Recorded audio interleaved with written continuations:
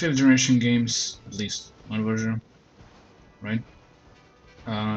As well as Groudon plays an important role in the 3rd generation games in one of the versions.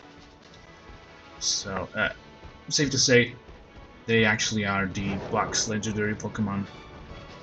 Okay, so apparently I didn't mark the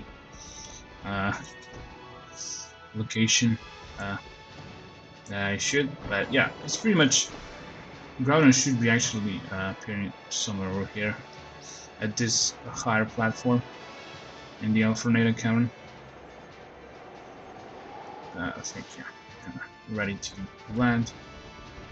And I think it should be right over here, if I'm not mistaken. Yeah, there it is. That is the Groudon. Yeah, really cool looking Pokemon. I really liked this Pokemon when the 3rd generation games were out way back. There's something interesting about this Pokemon. Okay, yeah, I shouldn't forget giving a Citrus Bear to my Charizard. And yeah, I am gonna lead with Charizard. Because I don't know if you can tell from the name, but Groudon is a ground-type Pokemon. As a matter of fact, yeah. Kinda name spells that out. And yeah, that's the reason why I'm also bringing Charizard in, because it is immune to one of its... Actually, yeah, you'll see. It has quite interesting moves, apparently.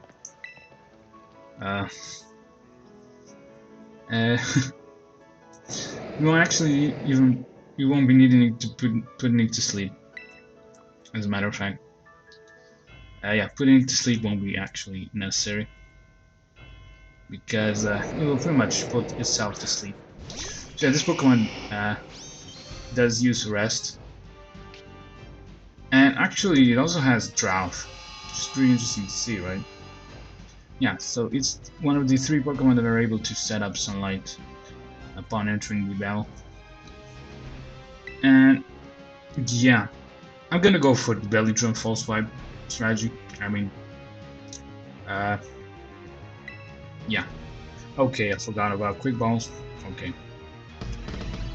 I guess I went recklessly, as usual.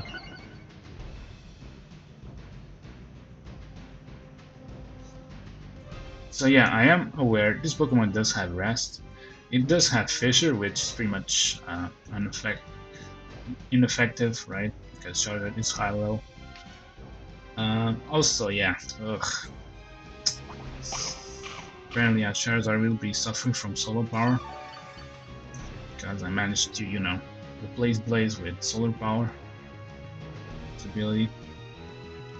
Also, Charizard won't be having any benefits of that, and I'm just gonna go for the False Swipe. So yeah, the another thing about it, yeah, it's gonna use Rest, and yeah. Okay, it does have Hammer Arm, which Charizard can take quite well.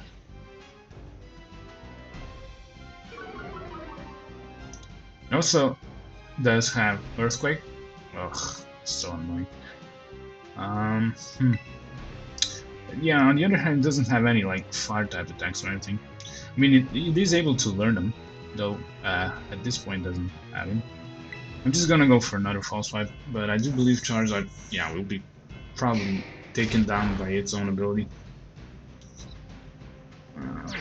Yeah. Rest, right?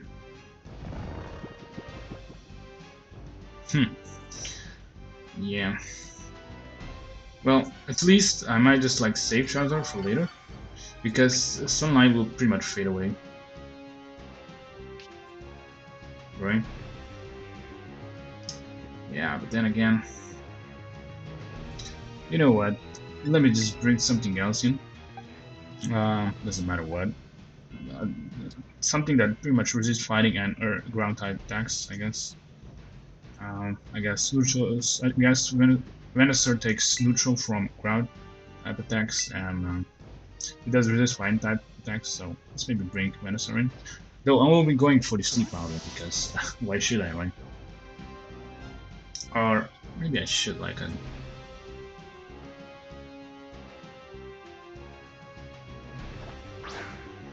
Yeah, I'm kinda, you know, I don't know if it's kinda obvious, but just wasting turns in order that sunlight fades away, so I can break Charizard in, go for the Belly Drum. Also, I might consider healing up my... Yeah, let's heal up Charizard because that was kind of annoying. I did not expect to be that annoying, the solo power. So let me just, I don't know, use, I guess, Max Potion on Charizard. Because we're gonna bring it back in once the sunlight fades. But I might just, yeah, might consider like already using False Swipe on my Venusaur.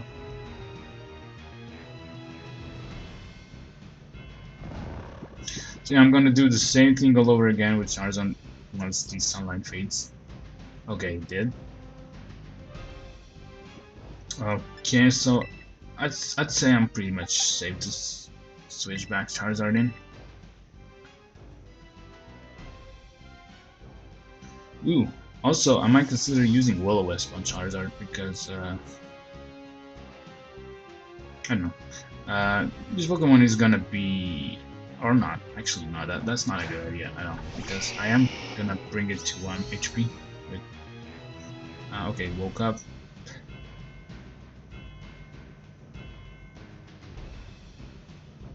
Yeah.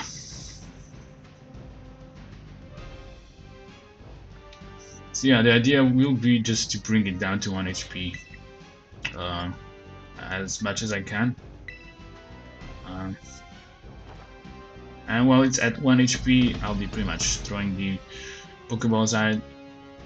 Actually, I could even go with Dust Ball if I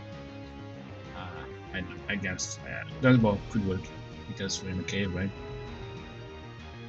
Okay, it's trying to go for rest, but there's no particular reason to go for rest when its HP is full. So, okay, I'm gonna go for False Swipe. Okay, so Groudon, yeah, competitively is kind of overpowered to be used in the usual format, but it is used in the format of, you know, overpowered Pokemon, especially legendary Pokemon as itself, like, you know, Reshiram, Ho, etc. The ones we managed to catch, you know, there's a particularly separate format of Pokemon. They are pretty much overpowered. And also it does have this signature move called Precipice Blades, which is pretty much the Fire Blast ground type equivalent, I believe, with no secondary effect. You know, Fire Blast is able to burn, while Precipice Blades don't have any. Or do they? I think they might just like drop defense, something like that. I'm not sure though. I'm not even sure. But okay, we managed to, you know, do the False Swipe thing. And okay, I guess this Pokemon is still asleep, so I might just start throwing Ultra Balls at it. Might be actually just lucky enough to maybe catch it, or not. But yeah, it should be pretty much, I don't know, and simple. Yeah, this Pokemon isn't that hard to catch, to be honest. The only thing annoying about it, you know, it's going for rest from time to time, man. Like this time, so it's not a problem. I can just pretty much, yeah, just False Swipe it twice, and we're pretty much at the same where we were before, right? Also, yeah, this kind of is beneficial because we can pretty much, I think we're pretty much ready to go with Timer Bombs on it after we managed to drop its HP to 1 HP. Okay, critical hit cannot like bring it to 1 HP, I guess, unfortunately. And yeah, speaking of Groudon, it's kind of designed to be a physical attacker. Also has pretty good physical defense. I think its speed is kind of average. Also, its special defense is not that bad either. But yeah, special attack, it's not designed to be a special attacker in any case. Although it does have Eruption, interestingly enough. You know, 150 base power, fire type boost. Yeah, it's kind of weird because it's a ground type Pokemon, which pretty much, you know, sets up sunlight. Um, it doesn't benefit from its own weather, right? But there is another Pokemon that also is in this particular legendary duo that does benefit from the okay, woke up. That does benefit from the rain weather. Okay, so it's going for the rest sometime soon, I guess. And I'm just gonna throw Timer Balls because that's pretty much the best I can do. Yeah, that's it.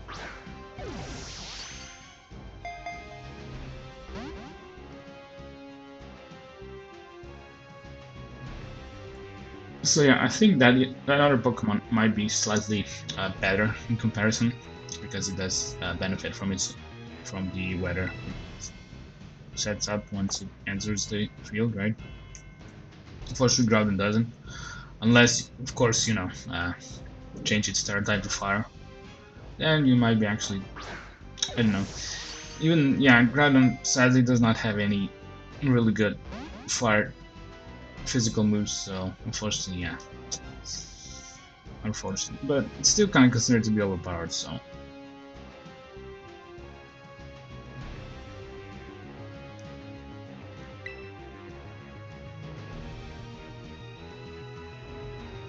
Also, I do remember that I think in 6th generation, this Pokemon got some, ooh, that was close. This Pokemon has received an alternative form, I guess, of some sort, but it's kind of related to one of the battle gimmicks that was introduced in the 6th generation. So this isn't present in the 9th generation, unfortunately, but back in 6th generation, this Pokemon was able to, transform to other form, which was even better than this one, I guess. It was even more powerful. Unfortunately, 9th generation, we kind of need to be satisfied with this form.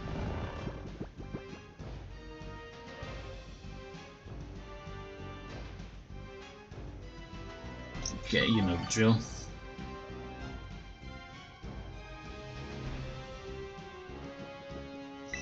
Yeah. A good idea might be to, give this Charizard a normal Terra type. That way I could Terrasilize and do way more damage with False Swipe. Yeah, I mean, if possible, your False Swiper should be normal Terra type Pokemon. But yeah, I think Charizard happens to be one of the best False Swipers, I guess, because of the Belly Drum. I don't think there's any other Pokemon that learn both Belly Drum and False Swipe. I think Charizard might be just the best False Swiper in the game. So, if you're gonna use Charizard for catching Pokemon, you probably should change its Terra type to normal. Okay, woke up. Yeah. Okay, it's going for an Earthquake finally. I don't think that happened before, but yeah. Charizard just doesn't care about it. It would if actually there was gravity present, but okay, yeah, I almost went for the False Swipe for no particular reason. Also, yeah, I'm running low on Timer Balls. I need to restock on these really soon.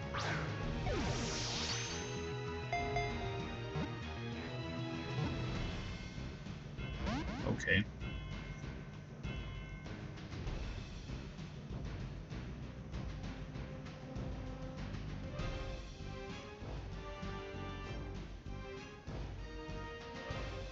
Yeah, apparently it just doesn't want to take a rest or something. I mean,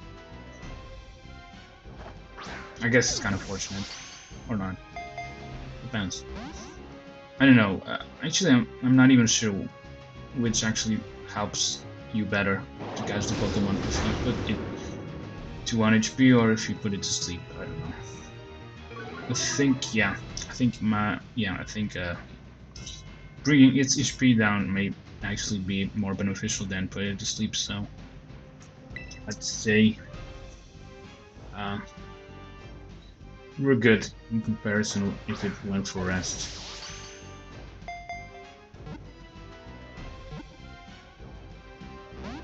Okay.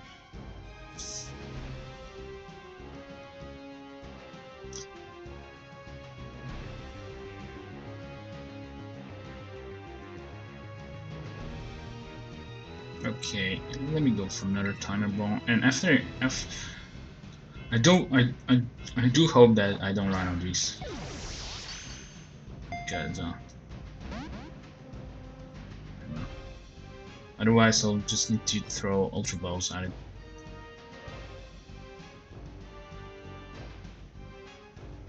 Yeah, I think, yeah, did it actually use all of the rest power points? Right? It might have. You know what? I think it did, so let me bring something that can put it to sleep, as a matter of fact. I am kind of confident that it isn't going for a rest anymore because you burn out all the power points, so let me just bring, I don't know, Snorlax, yes. I think that's the case. I mean,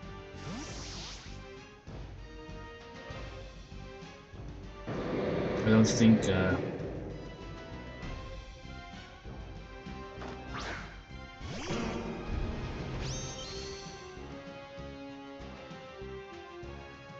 oh yeah.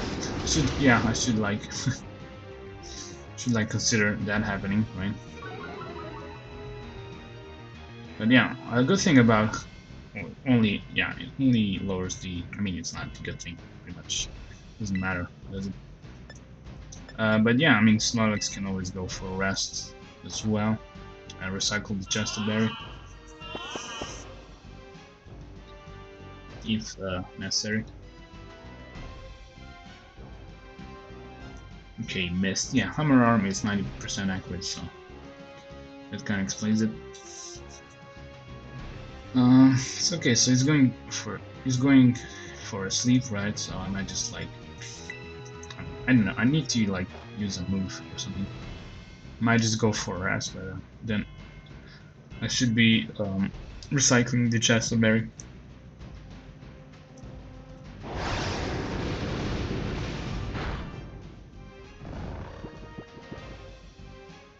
All right.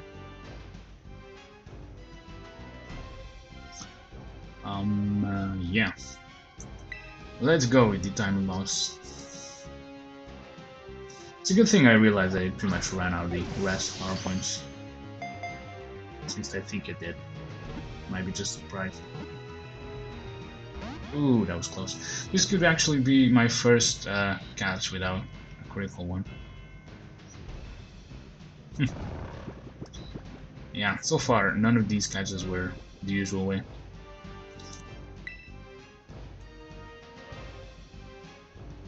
Kind of feel weird about that.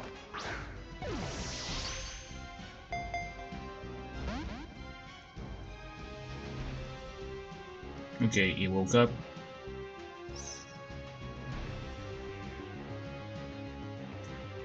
Yeah, once again he managed to miss. I mean, I'm not complaining. Yeah, you know, the drill. I just go for a rest sometime soon. Actually, Snorlax is faster than, yeah, because of the hammer arms, right? I think so. Okay, managed to hit with a. Okay, so I guess I'm going for a rest. Yeah, let's do that. And Snorlax, it's just a bear, right?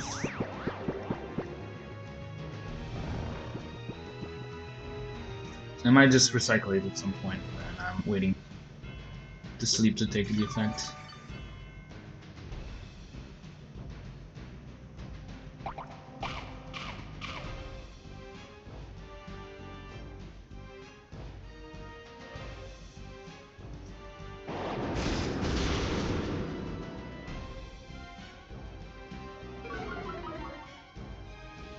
Alright. It's asleep once again, and let's try more with the timer balls.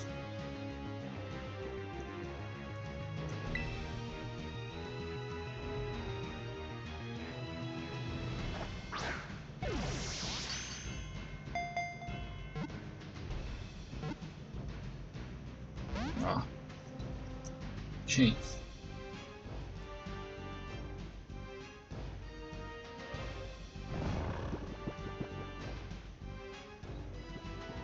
So you know, I'm gonna throw another one.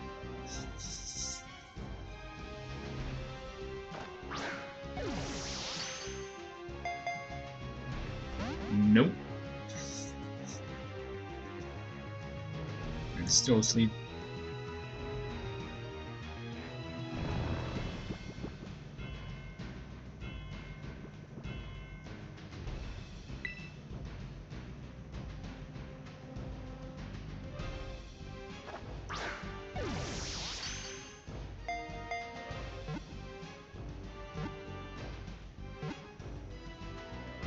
Oh, that was close. And he woke up.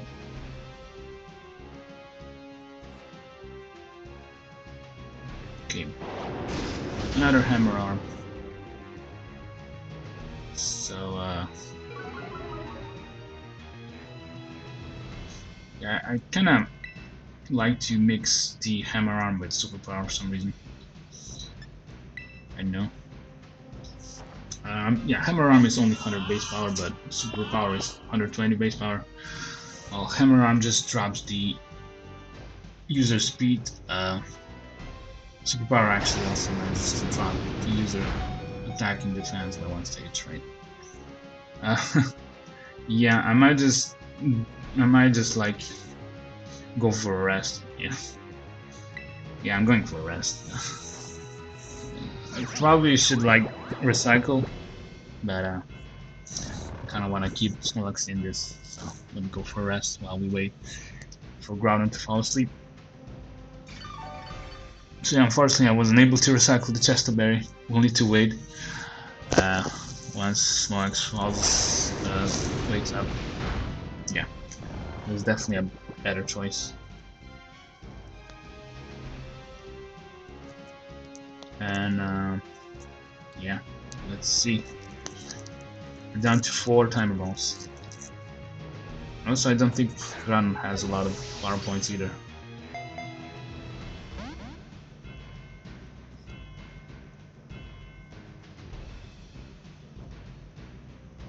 Also, yeah, while I'm catching Groudon, you know, Snorlax won't be waking up anytime soon. Yeah, it doesn't count. Like, in order to wake up, you need to pretty much try and attack. And if you don't, if you're throwing Pokeballs, pretty much doesn't count. Yeah, I guess I'm pretty unlucky this time around.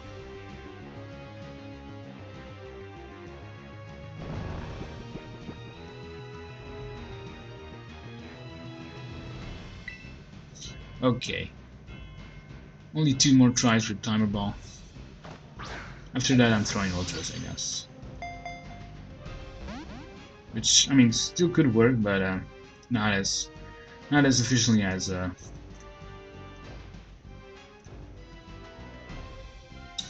you know what, I might just bring yeah, let me just switch to Venusaur, because it's, I think so at least, it is yeah, this might not be true actually, but at least Sleep Powder does induce sleep in 1 turn instead of 2. So yeah, that kind of helps that Groudon does not lose too much power points. Okay, it still does have some power points for Hammer Arm. I don't know. Let's try and put it to sleep. Okay, successfully managed to put it to sleep.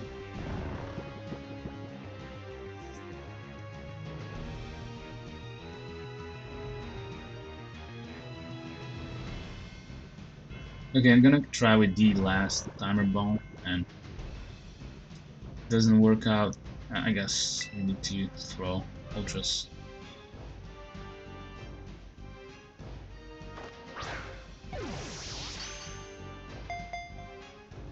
Yeah, that's the case.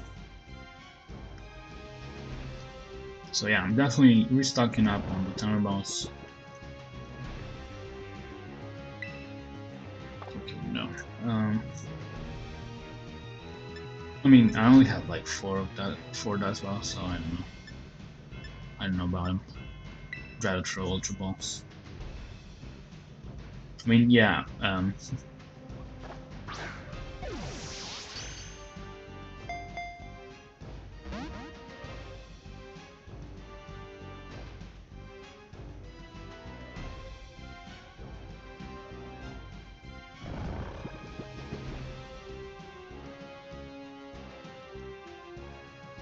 Also, yeah, what I could do is, you know, I could go for Lapras's Psychic Noise. That would kind of prevent Groudon from using Rest. Yeah, I should have thought about that, but I didn't. But I guess it's okay, you know. Woke up.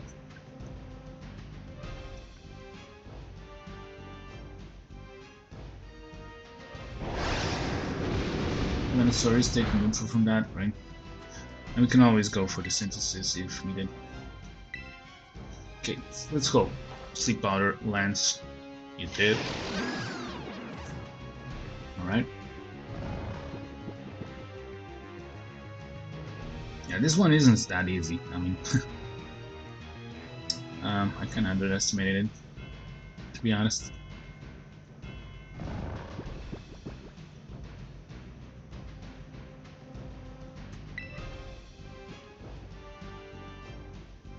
Also, you're probably wondering what happens if Pokemon kind of faints. Oh, right.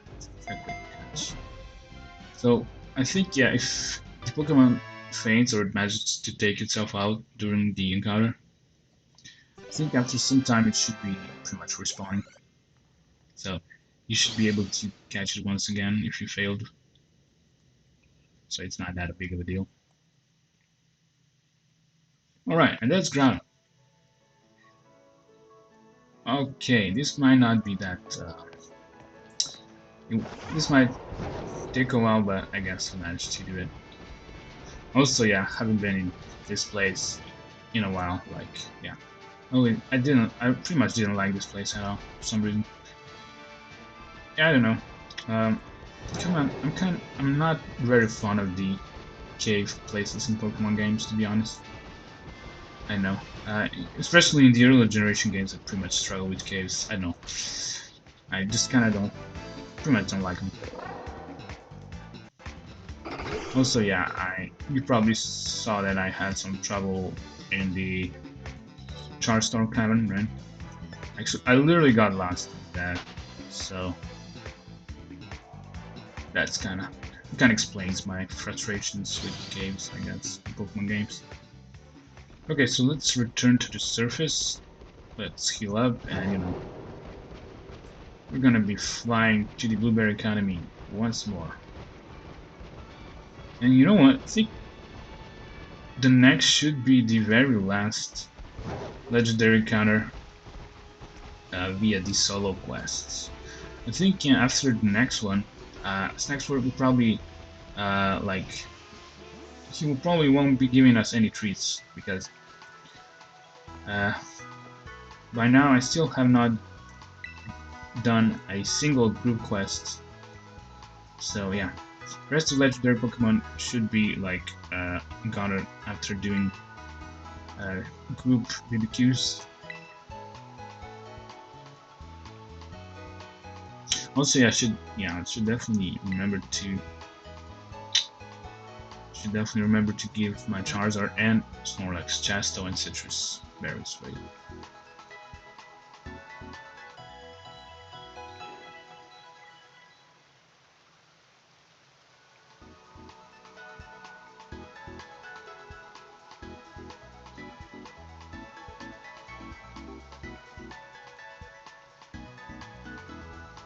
Okay, so I'm flying back to Blueberry Academy, right?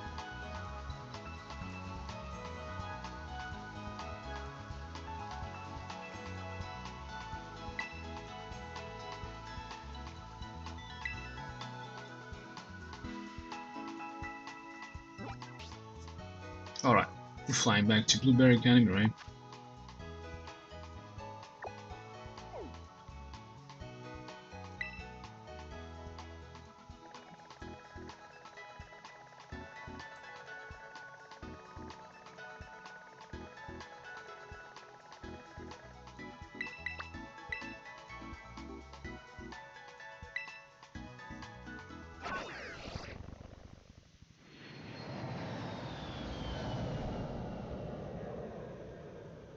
So all this flying around probably should make us airsick or something.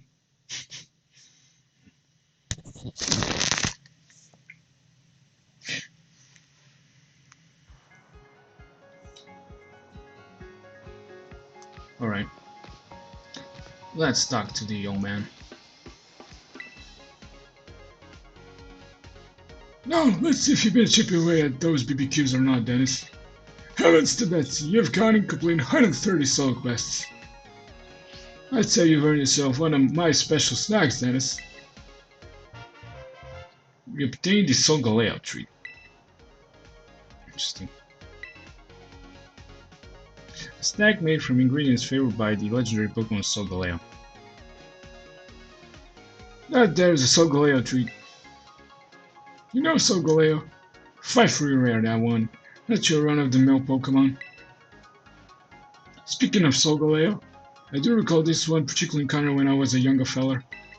I'd gone to pay Paldea's Pokémon League a little visit at the fine building that they've got there. It was just minor structure from the outside when one of the staffers noticed me and invited me in for a better look.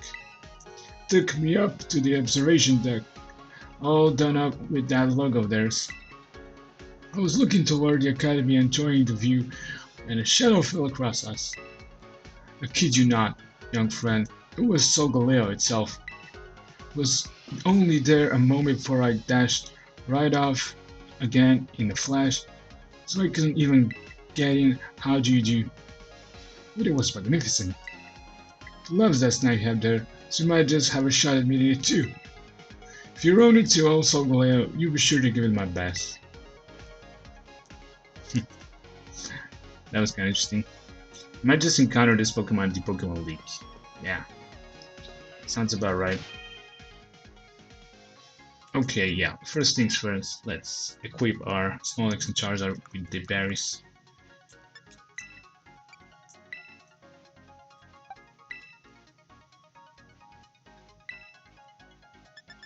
But yeah, I do realize I have lost a significant amount of citrus berries since I was playing the Indigo Disc. Alright, let's save, and after saving we should be actually flying to the Pokémon League.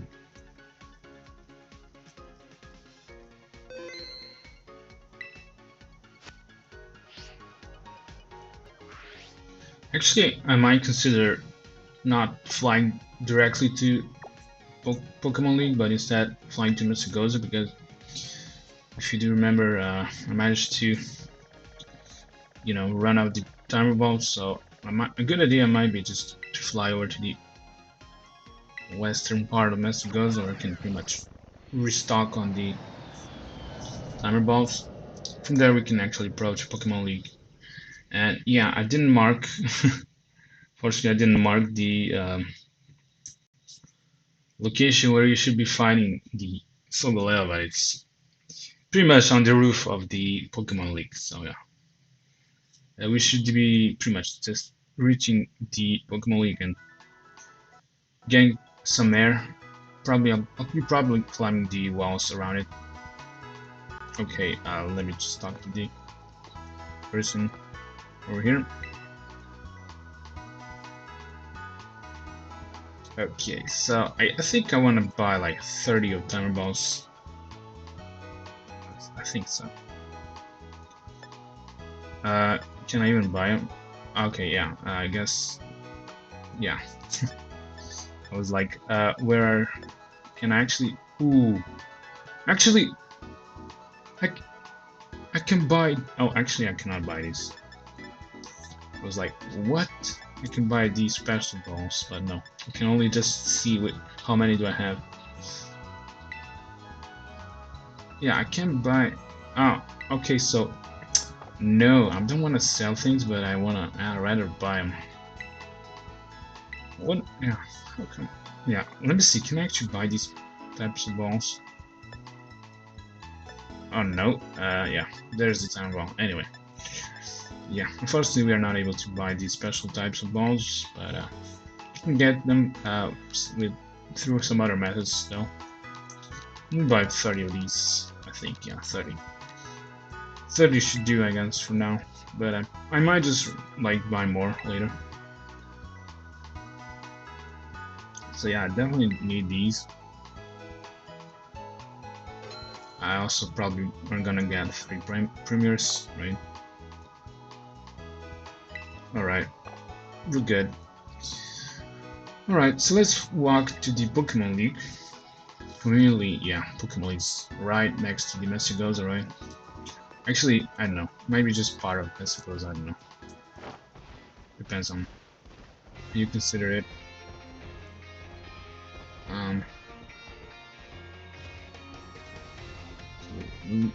Let me see if I actually remember it correctly. I think it should be... Yeah, I think it should be over here. Yeah. Here we go. Solgaleo is a legendary Pokemon first introduced in the 7th generation, and also is very similar to Ho-Oh, Groudon, and Reshiram. Especially Reshiram, because I probably didn't mention, but Reshiram and Solgaleo have something interesting going on with them. Actually can fuse with other Pokemon. And you pretty much get one Pokemon from two. Yeah, that's how Pokemon Fusion works. You can actually fuse Solgaleo with another legendary Pokemon. And you can also fuse Reshiram with another legendary Pokemon we still have not managed to see. But yeah, I guess we're gonna be seeing Pokemon Fusion as well. Okay, so yeah, the idea behind encountering Solgaleo is, you know, climb a bit higher because you probably are gonna be flying over to the roof of the Pokémon League. And okay, let's say I have some air and I just wanna, you know, use my Koraidon and fly at the... Actually, no, I think it's over here. Yeah, there's where we can actually find Solgaleo. So this is Solgaleo. And you know what? I'm gonna approach it using Snorlax, because unfortunately this Pokemon also has a lot of moves that have recall damage. So here we go.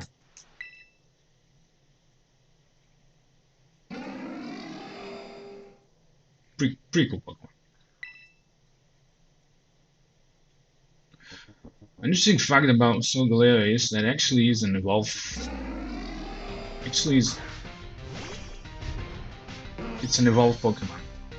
So it does evolve from a Pokemon, which I don't know if... I don't think we are able to see. I mean, at least we are not able to catch it, but actually this Pokemon does evolve from one of the Pokemon. So yeah, it was first introduced in the 7th generation.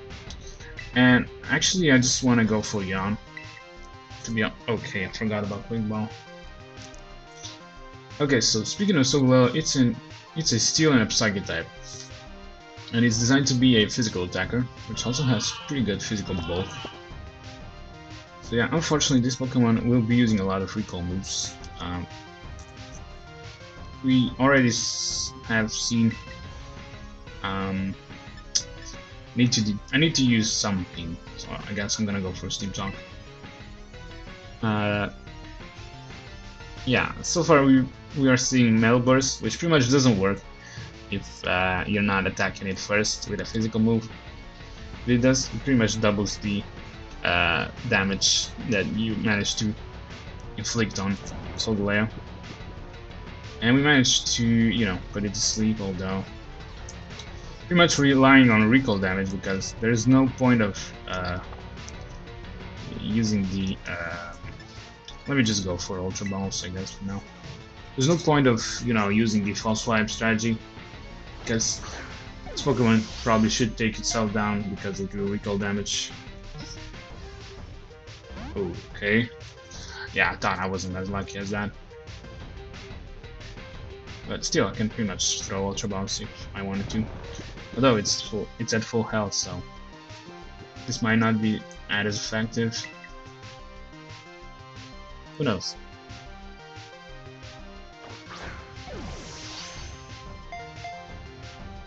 Yep.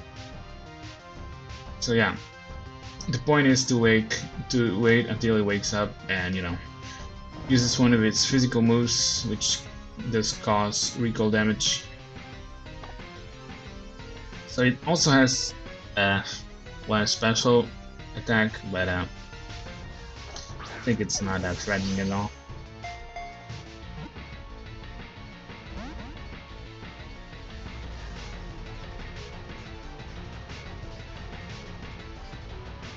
So yeah, I did mention that yeah, this Pokemon was introduced in the 7th generation, and just like Groudon, Reshiram, and Ho-Oh, it plays an important role in these 7th generation games. So yeah, it's the box art legendary from the 7th generation games. You can get it in one version, while in other version I don't think it's actually obtainable. You know, just like Groudon and Rhydon. Okay, I don't know what's up with this Metal Burst thingy, but it pretty much doesn't work. I think it should like realize that and putting back to sleep. Okay, it also has Wild Child, so that's one of the recall moves it has. And the other also is actually Flare Blitz, so we should be seeing that, and these Pokemon should be losing health because of them.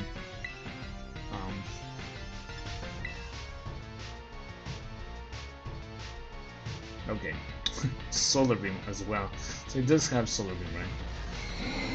Which I don't think is gonna be that problematic, since it takes 2 turns to execute, right? So yeah, it is pretty much slowly chipping its health away with the recall damage. So yeah, this might take some time, but I guess for now we're pretty much good with Ultra Balls.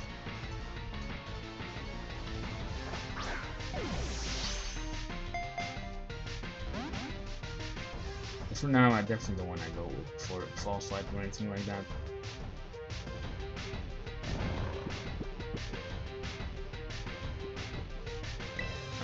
Yeah, I might consider like bringing a Pokemon with Heal Pulse move. So what the Heal Pulse does, it pretty much heals the target. So that actually could be helpful for these Pokemon that use these recall damage moves. It might be helpful for these type of Pokemon, but I don't know. For the others, it's probably doing the opposite of what you're trying to achieve, right?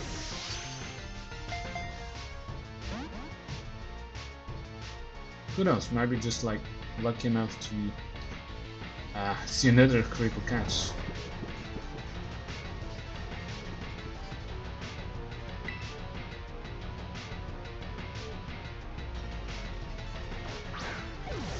So yeah, should I maybe talk about Pokemon Fusion? I guess so. So yeah, in order to fuse 2 Pokemon, you pretty much, yeah, Pokemon Fusion is kind of exclusive to particular pairs of Pokemon. Right? I mean, you cannot fuse any 2 Pokemon you want, right? Hope that's obvious. Otherwise, we would be doing it by now. And it's pretty much done using an item. Like, okay, I'm gonna put it to sleep. So it's pretty much done with an item. So in order to fuse 2 Pokemon, you pretty much need an item that kind of allows you to do so. And you pretty much need to have these 2 Pokemon in your party. And then you pretty much select the item, and that item kind of enables you to fuse the 2 Pokemon together. So what happens is pretty much you lose one of the Pokemon, and that Pokemon gets fused. And okay, let me just do something like that. I'm still not sure how does the experience point system work for the fused Pokemon. So how actually you also are able to diffuse Pokemon, right? So you pretty much just use the item once again on the Pokemon that has been fused. At least the fused form, right? And you should like diffuse the Pokemon that were used for the fusion. So you should be getting back Pokemon that were fused, right? But I'm not sure what's up with the experience points, right? So if you fuse two Pokemon together, and if you gain some experience point with diffused Pokemon, right, diffused form, and if you diffuse them, I'm not sure how. I'm not sure what happens with experience points. Do they get pretty much, distributed equally or what? I'm not sure. It might be logical that they should be distributed equally, but I'm not sure. But yeah, diffused forms should have slightly different stats. And like I said, the Pokemon we've seen for now are Reshiram and Solgaleo that are able to fuse with other Pokemon, which we have not seen so far, but we might just catch them later on. I actually just demonstrate the Pokemon fusion, and in order to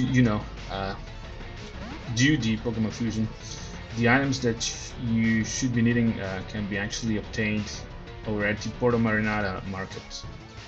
So I don't know if you remember, just like we obtained the Glaseado for Shaman, which enabled us to change forms, right?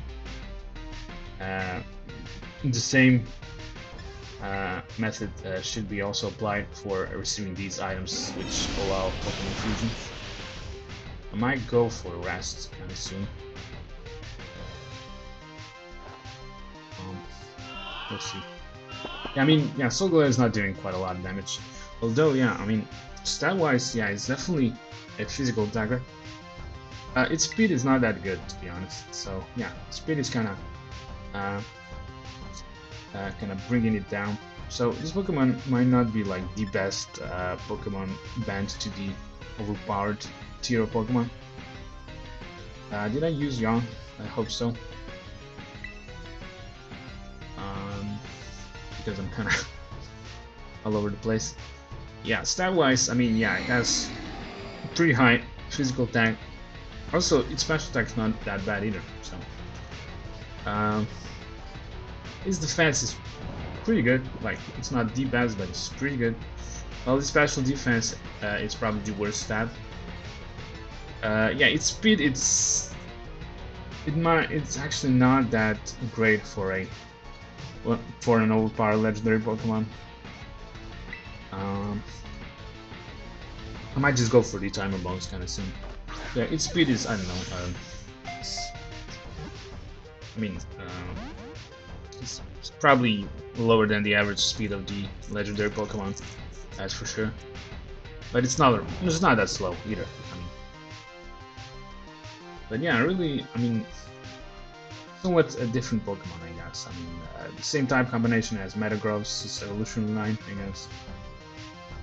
Okay, here's the last Ultra Ball, and after that I probably should be going for Timer Balls. Okay. That was lucky once again. Alright, so Solgaleo.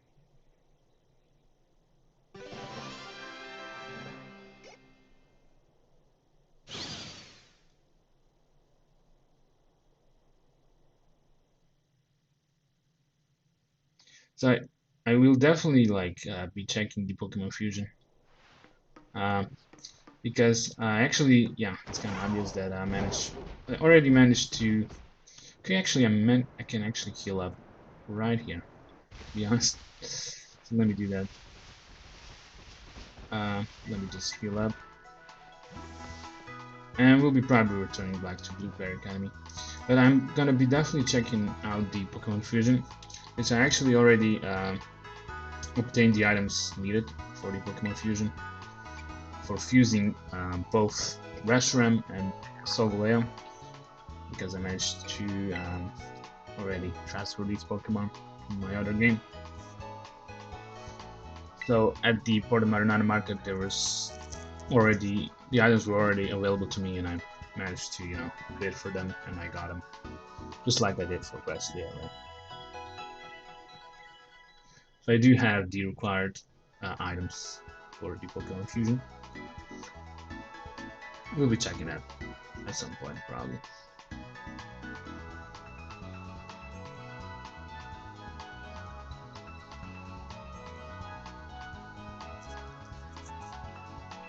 Oh, right. Let's fly back.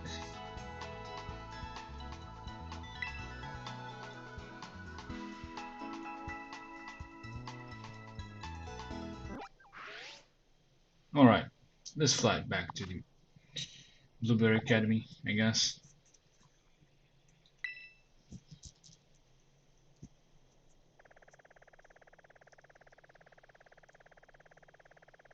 Also, did you notice that this place doesn't have the background music? Like Pokémon League apparently does not have background music for some reason. I just realized that right about now.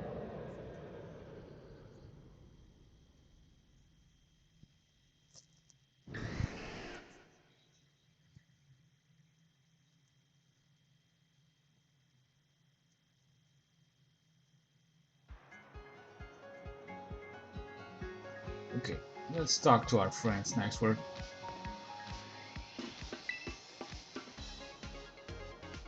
Now, let's see if you've been chipping away at those BBQs or not, Ez. Well, shucks, it looks like it's a bit early for you to be getting any of my special snacks. I reckon you could earn one of my special snacks if you did, say, one more group quest. You're doing fine work on those solo quests. You know about group quests, right? They'll start appearing once you tackle a whole heap of BBQs with your pals using the Union Circle. Okay, so this pretty much means that I need to do more of the group BBQs. Let me just save, and I'm gonna go straight away doing that. And I'll be back once I do complete enough so we can get more of the treats.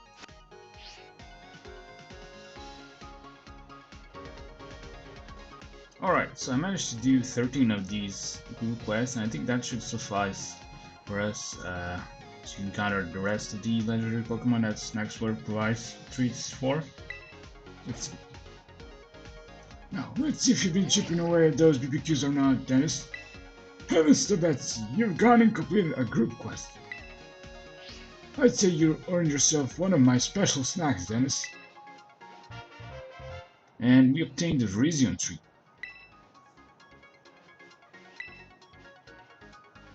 A snack made from green is favored by the legendary Pokemon Virizion. That there's a Virizion Treat. You know Virizion? Frightfully rare, that one. Not your run-of-the-mill Pokemon.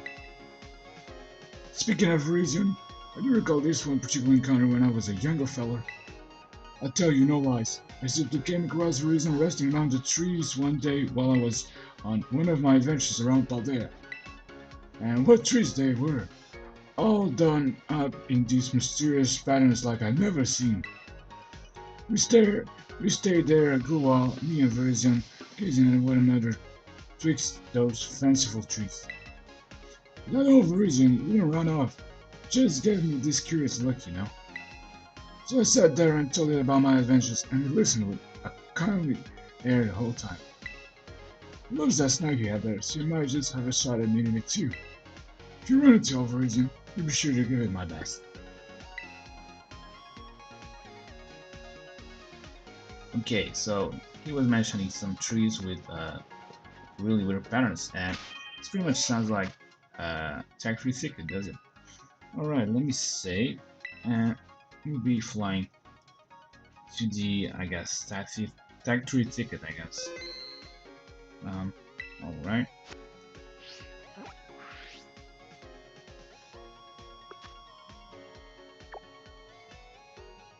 Okay. So, Virizion actually, yeah, of course it is available for us to catch in the Tagtree Thicket, but the place where we should be looking for it is, I think, right about. Let me just rotate it slightly. Oops, nope. I didn't mean to do that. Okay, okay, what am I doing? Oh, yeah, I'm just pretty much just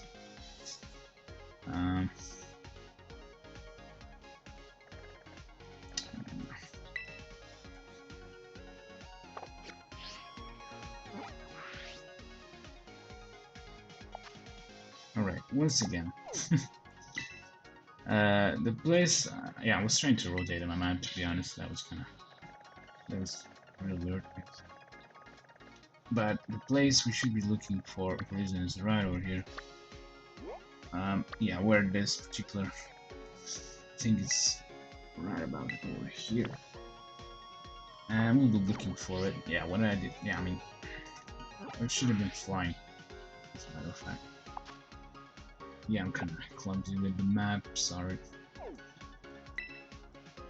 So I marked it on the Paldean map, right? And let's fly to the Tagtree Thicket, and I think, yeah, could maybe like fly over here.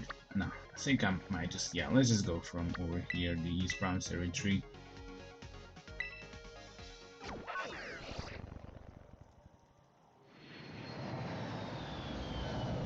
Okay, yo, so the thing about these treats is I managed to complete like I believe 13 of the group quests. I think that should be enough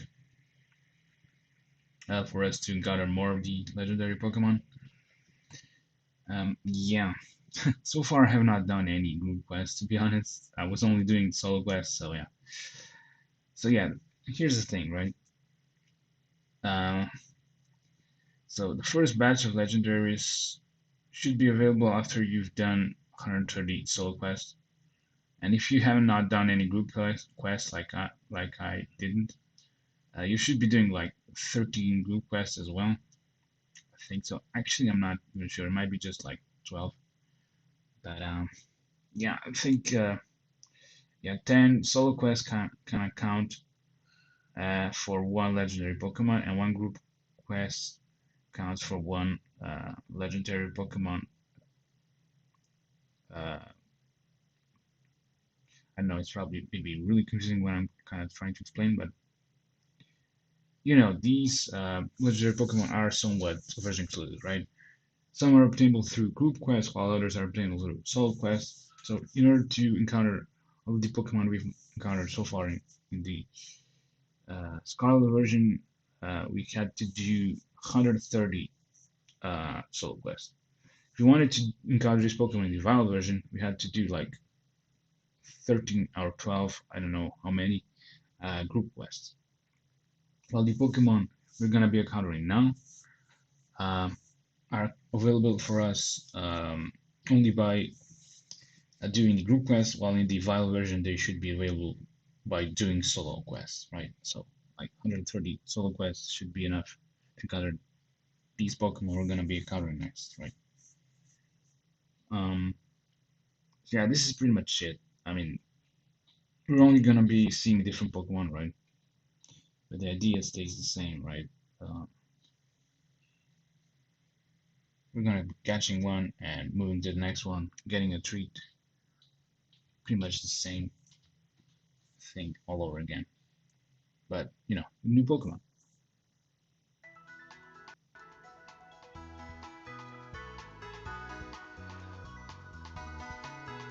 So here we are, it's Casseroya Tree, and you probably do remember how to enter the Tagtree Thicket. Actually, yeah, I might just like consider entering from right over here, right? I usually do enter. Oh no! Oh come on! I do hope it doesn't have Arena Trap.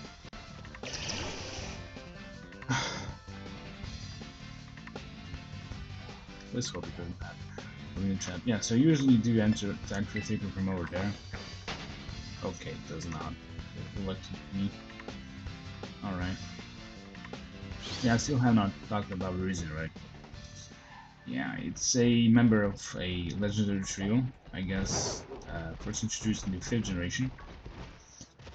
And I don't know, you might see some resemblance with a Pokemon we managed to register for the sake of Paldean Pokédex, Blueberry Pokédex.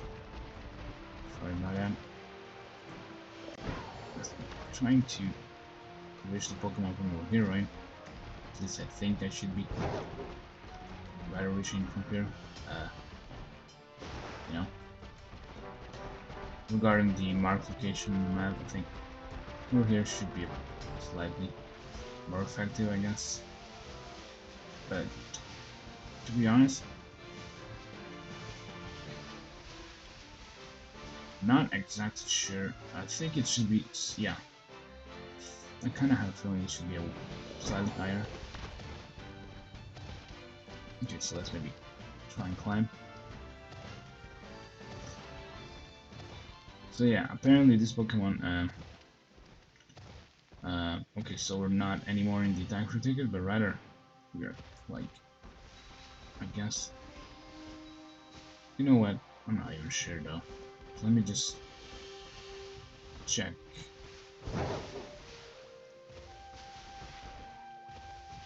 Okay, so it's not here, right? I don't think it is even like in the Tagtree Thicket. It's probably just like near the Tagtree Thicket. So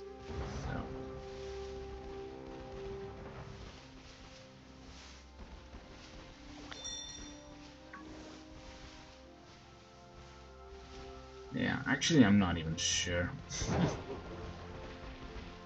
To be honest, I'm not even sure.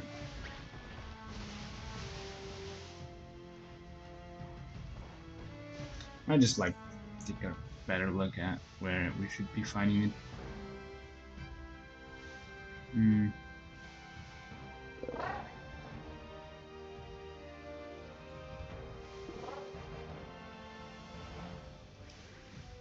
Let me just check once again. Actually, yeah, it is in the it is actually in the Tagtree Thicket, but okay, oh well. I guess I screw this up a bit.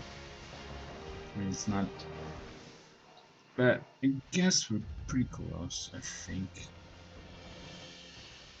I mean, yeah, it's, as a matter of fact, it's down here. Yeah, I'm so stupid. Yeah, it's over here. Yeah, I'm so stupid. Yeah, here it is. Here's the Virizion. You can probably already tell it's a grass type Pokemon. So I might just consider using Charizard. But here's the thing. I'm kind of worried about Virizion because I do believe it's able to boost its physical attack. Let's maybe go for it. And this time I'll be using Quick Ball.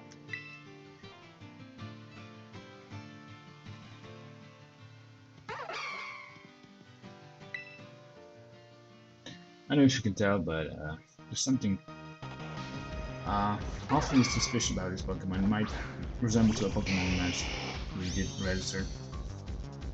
At least I transferred it from my other game. Yeah, this Pokemon is kind of similar to... Okay, I'm going for the Quick Ball while I explain it. This Pokemon is really similar to the Iron Leaves. I don't know if you remember Iron Leaves, but I managed to transfer Iron Leaves from my valid version in order to register it for the sake of the Blueberry Pokédex. Yeah, I don't think so. But yeah, Virizion. Okay, yeah, that's what I was waiting for. Yeah, it's using Swords Dance, so this might be... I mean, I can always like bring Venusaur, I guess. I think Venusaur should be able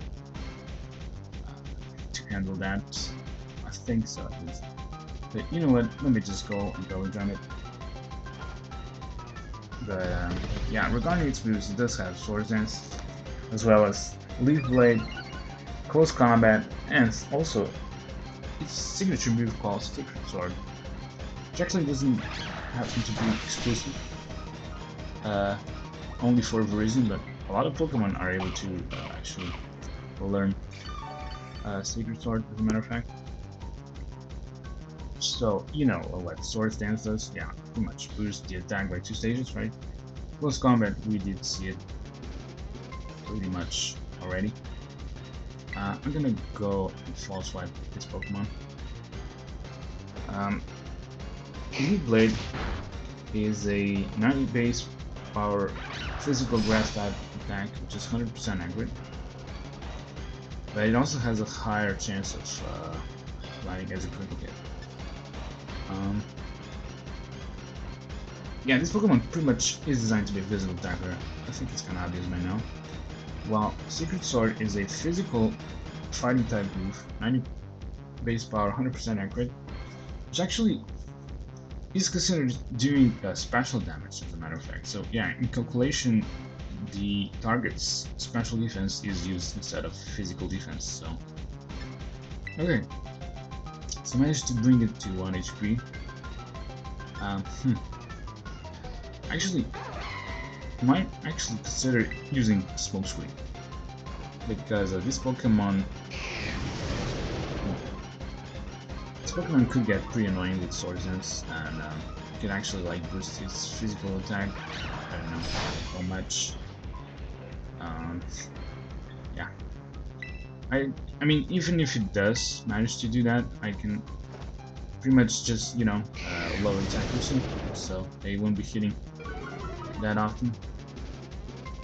But yeah, I might just like be doing this for no particular reason, because you know what? Here's the thing. I think I used Smoke Screen enough, I guess. Let me just bring something that is able to use haste. And I don't know, either Blastoise or Lapras. I think I might just go for Blastoise. I mean, yeah, they both kind of suffer from Leaf Blade, but actually Lapras suffers from both from all of its physical attacks. I mean, all of its damage dealing attacks. Close Combat and Secret Sword and Leaf Blade are going to do split attack on Latias, while Lapras, while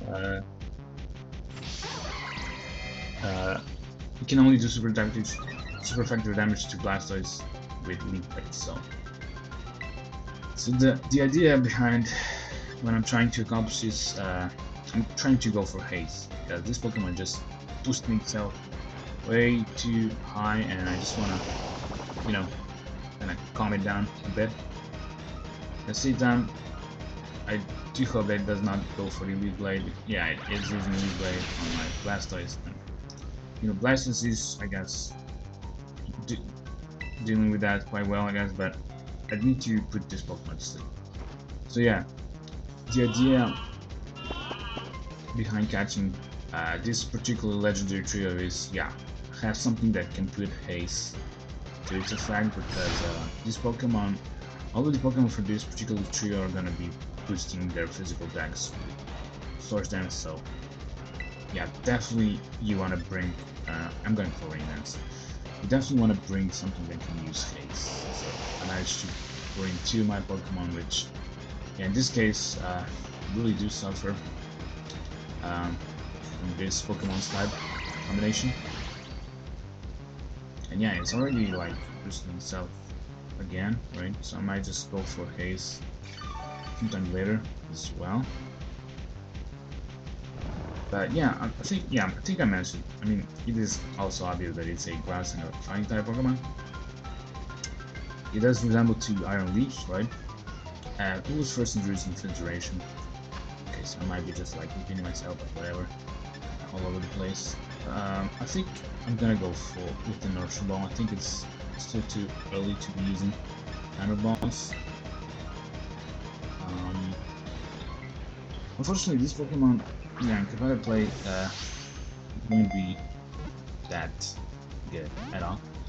The only thing it has for itself is special defense, and it's also quite fast, but its offensive stats are not too great, I guess. I mean, they are somewhat decent, but I guess they're kind of underwhelming for legendary Pokemon, to be honest. So, okay, pretty much throwing Ultra Balls, I guess. But I also should be aware that it is currently boosted, so if it actually manages to actually wakes up and goes for the League Blade, my Blastoise would be in trouble. So I might just like, yeah, and it just happened. Okay, it's going for Sacred Sword, which, yeah, the thing is, yeah, Blastoise is kind of killing itself. Let me go for Haze because I really, I am afraid of this Pokemon using League Blade while its physical attack is boosted. In case of Blastoise, yeah, and yeah, I'm kind of cornered at this point. So let me just, I don't know, maybe heal my Blastoise a bit. I'm gonna go for the max potion on it and try to put it to sleep after that.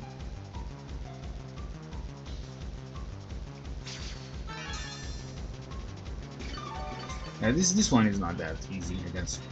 At least in my case, I guess, because I do have a lot of... Yep. Yeah, all of my Pokemon that can use Haze are pretty much water types, so...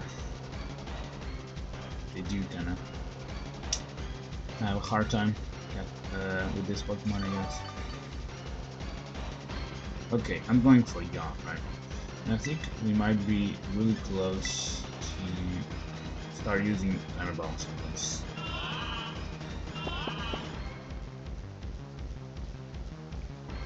So yeah, like I said, nothing too great about Virizion. Pretty much gonna be outclassed by, okay, already it's using Sword Dance, so I might just, yeah, go for Haze right away. It's gonna be pretty much outclassed by Iron Leaves.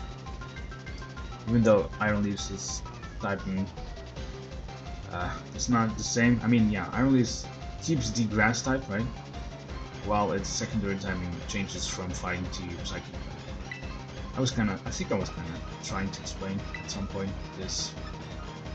I don't know if I was successful, but yeah. So if you remember, right, Iron Leaves, Iron Crown, Iron Boulder, right? So we should be actually seeing their relatives that are not considered to be Paradox Pokemon, right?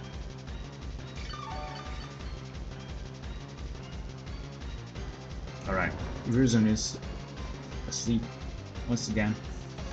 And this time around, I'm starting to throw Time Balls.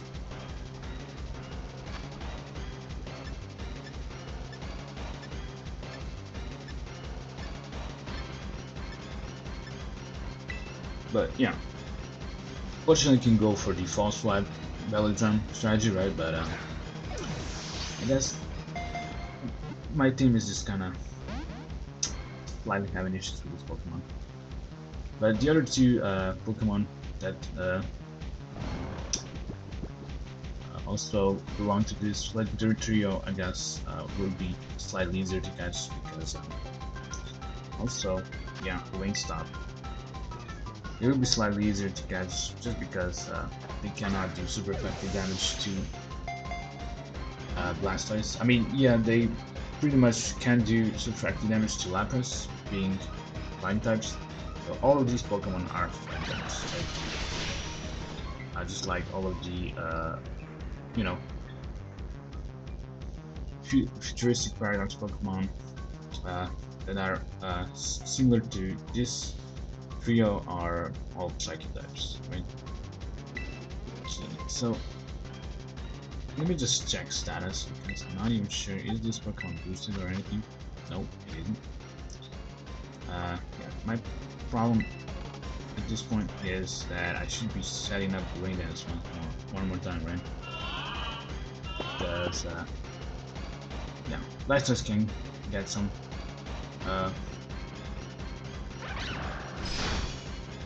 I mean, Blastoise's health can be restored by that, right?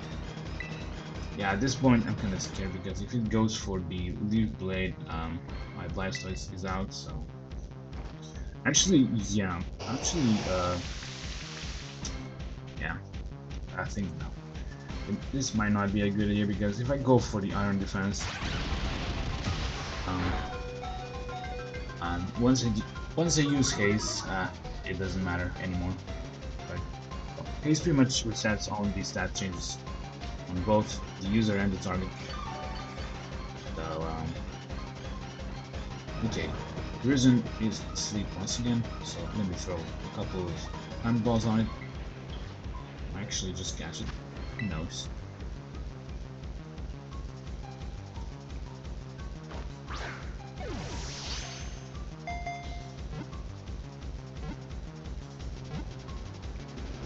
Oh, that was so close. Yeah, apparently I'm just not gonna be catching these Pokemon the regular way. Only through critical catches, I guess. Unfortunate, but I think in the next turn it should be waking up. Should it? Let me just go for another timer bomb.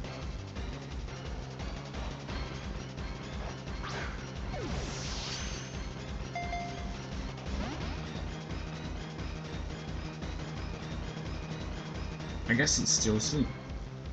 Luckily for me. I think it's gonna wake up in the next turn, so I might just, like, yeah, go for another max potion because, it's definitely gonna wake up in the next turn. No doubt about that.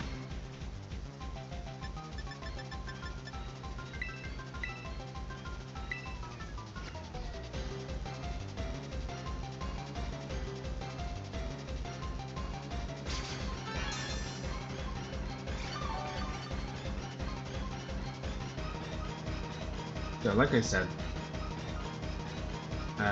definitely having a Pokemon with haste is a good idea. Actually, still asleep. What in the world?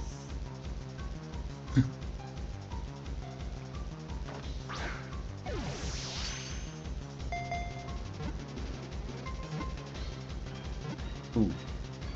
Oh, okay. Yeah, we're definitely not gonna be catching Pokemon the regular way.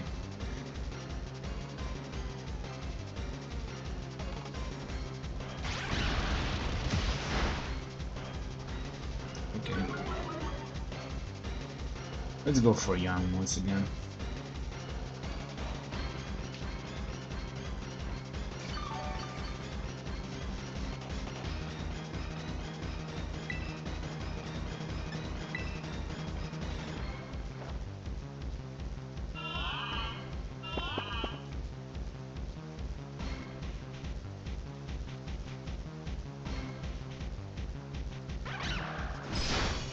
So you kind of stop using Swords Dance, is it?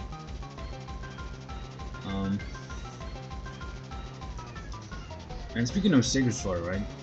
All of the Pokemon from the Legendary Trio do learn it, and it's considered to be their signature move. Okay, I might just go for the Iron Defense.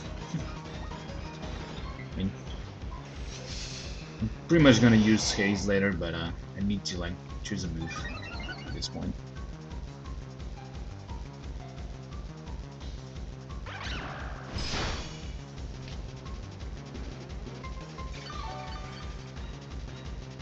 So yeah, it was kind of smart idea to bring the Blastoise with Rain Dance and Rain Dish, right? I mean, also, yeah, Blastoise is holding Damp Rock instead of Leftovers. I mean, just, you know, to maybe kind of make the duration of rain a bit longer. Alright, yeah, I knew it. That's pretty much it. Virizion.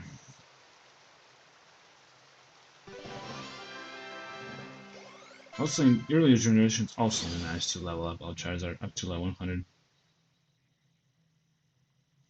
In earlier generations, also this Pokemon wasn't that really great for competitive play, so yeah, it's unfortunate. This Pokemon is quite unfortunate, I guess. Also, its type combination, it's not the best. I mean, it has quite a lot of weaknesses, and one of them is actually quadruple to flying, right?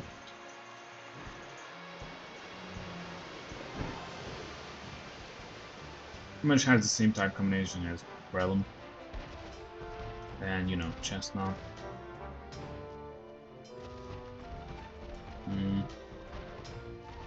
Alright, let me just heal up.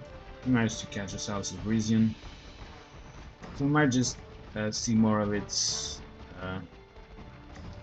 partners in the legendary trio. I might just like take a look. How is this trio named? Actually, I'm not even sure it's a trio. Might be actually a quartet. Oh yeah, so these are actually Swords of Justice. Yeah, actually they're a quartet, but one of the members won't be actually available to us through the Snarksworth streets, unfortunately. It is actually only obtainable through transferring from other games, I think.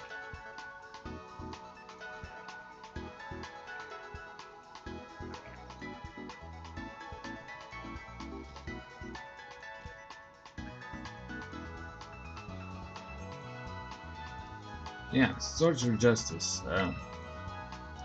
What characterizes them is that they are pretty much all fighting type Pokemon.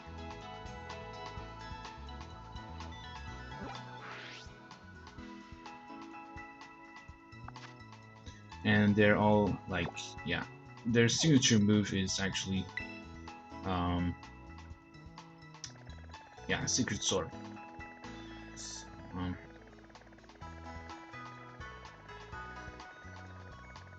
So we'll be definitely seeing more of these Pokemon. Probably even, it might be just like the next one that we're gonna be catching, I guess. Who knows?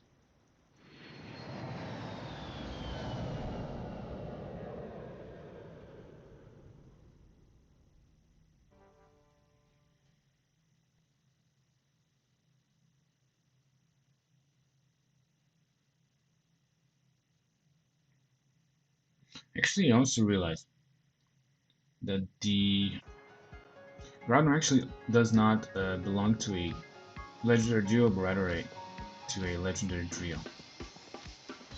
So I kinda said that wrong. Now, let's see if you've been chipping away at those BBQs or not, Dennis. Heavens to Betsy, you've gone and completed 2 group quests. I'd say you earned yourself one of my special snacks, Dennis. You obtained the Lugia Treat.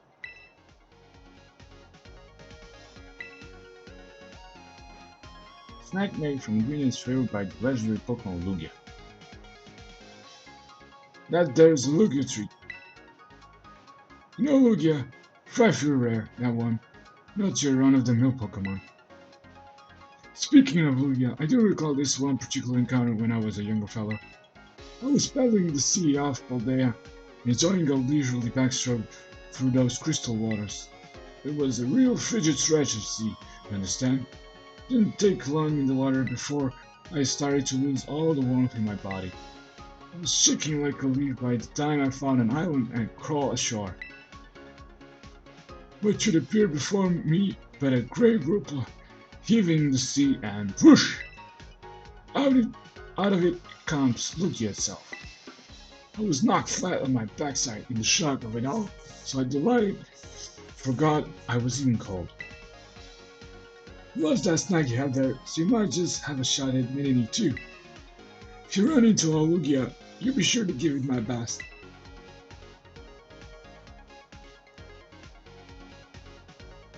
Okay, that was interesting. Let's just maybe save, because we got another one of these treats. Okay, I might just, yeah, before saving, I might just like, yeah. Since I actually noticed Charizard isn't holding the Citrus Berry, I might just give it this Citrus Berry.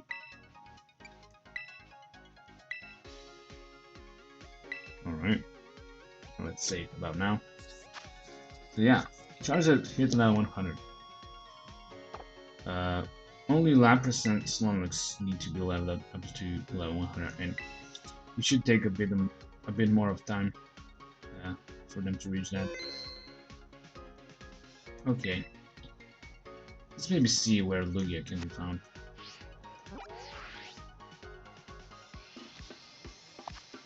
Okay, so Lugia's location happens to be, as Snexpert had kind of mentioned already, on one of the beaches in Paldea, right? And let me just take a look once again. I think it's in on the beach after you come through a tunnel of some sort. I don't know if you remember, but we managed to get ourselves, yeah. Or actually, no, I was pretty much wrong about that. Lugia actually can be found close to North Province Area 2, as a matter of fact. Um,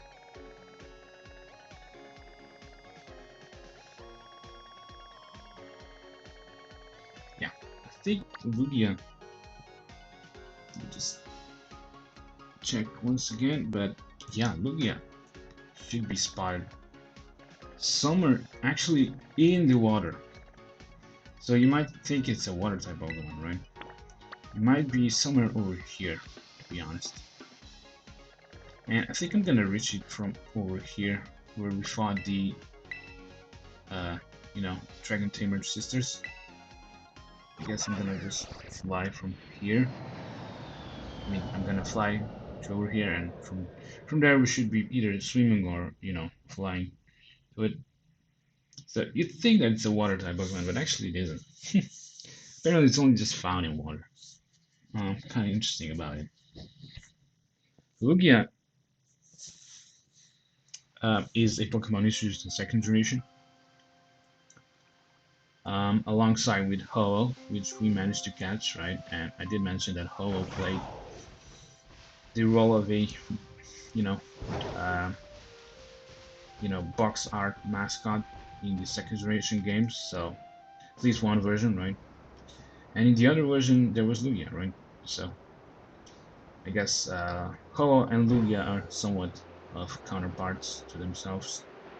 Also, Lugia is considered to be the leader or master of the, I think, legendary bird trio. Yeah, I think so. So yeah, Articuno, Zapdos, Moltres, those Pokemon.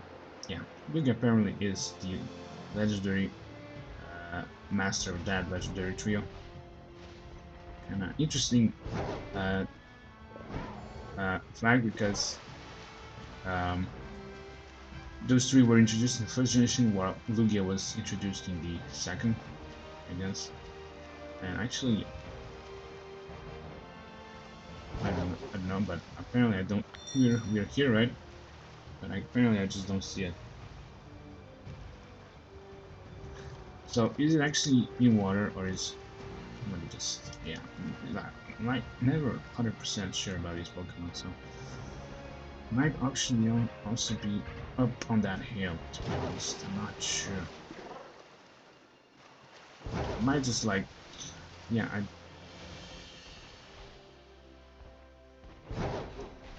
to be honest, I'm not always sure about these locations, as you can already tell. I think it also might be over here. Is it?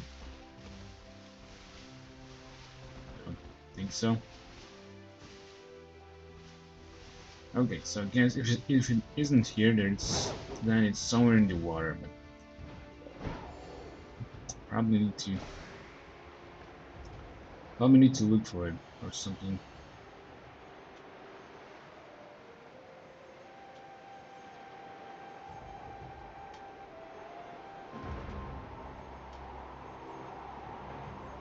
Um,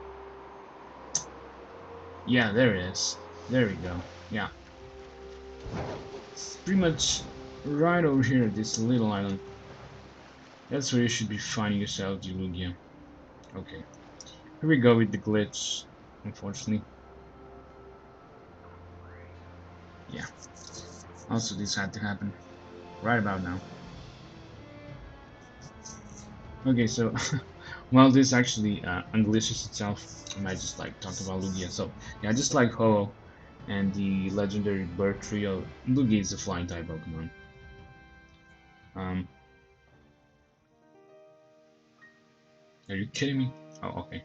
I actually thought we were back up there, but we're just like being, I guess, teleported over here. So let me get back to Lugia, I guess. Ugh.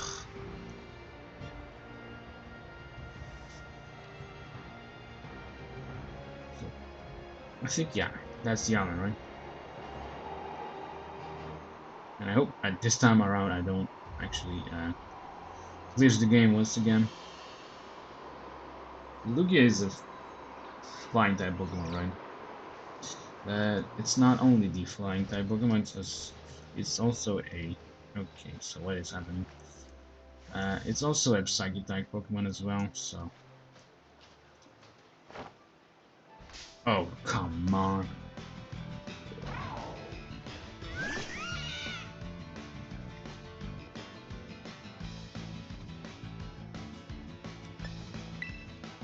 So, I might actually also consider checking its moves because... Actually, this encounter actually wasn't that bad, to be honest. It kind of gave me time to check the moves Lugia could have. Okay, so yeah, actually, this Pokemon is in water, right? So Dive Ball should be more effective when using it to catch this Pokemon. Let me just check the moves before I go at it. Because actually mine also has something similarly annoying as Ho-Oh did. Okay, it does have Rain Dance. Yeah, it does have Recover. Okay. Yeah, it does have Recover, unfortunately, so I guess this is a job for my Lapras. The Pokemon with Psychic Noise, so I'm gonna exploit that as well. It does have Rain Dance. It does have Recover, and also does have Extrasensory, just like Ho did. Along with that, it also has its signature move, Aeroblast, which is kind of similar to Sacred Fire, to be honest. 100 base power, 95% accurate, special flying type move. I'm gonna try to wear it down using Psychic Noise. Also, it's not gonna do a ton of damage. Yeah, it's already trying to use Aeroblast and it's already missed. Yeah, 95% accurate means it's not gonna be hitting right often, I guess. But yeah, the thing about Aeroblast is it does have higher chance of landing as a critical hit. Also, I forgot to go with the Quick Ball as usual. So yeah, I do see that it has special moves, right? So going for a Reflect might not be the best choice. Let me try to put it to sleep because okay, it's going for Rain Dance. Actually, it's faster than my Lapras. Yeah, Lapras did not manage to land. Sink as usual. And yeah, Lugia is no longer prevented from killing. Okay, I'm gonna go for Psychic Noise once again. Okay, it already is trying. It's already going for the Recover. Yeah, this might be annoying.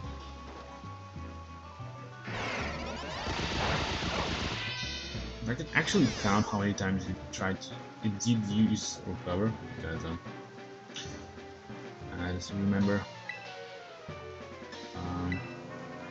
from the ground encounter, at some point just stopped using Rest, right? Because it ran out of the power points. Also, Lapras managed to put it to sleep. It's kind of interesting. So yeah, both Ho and Lugia are Psychic types. Actually, nah, that's not the case. Both of them are Flying types, right? Lugia is a Psychic, while the Ho is Fire and Flying, right?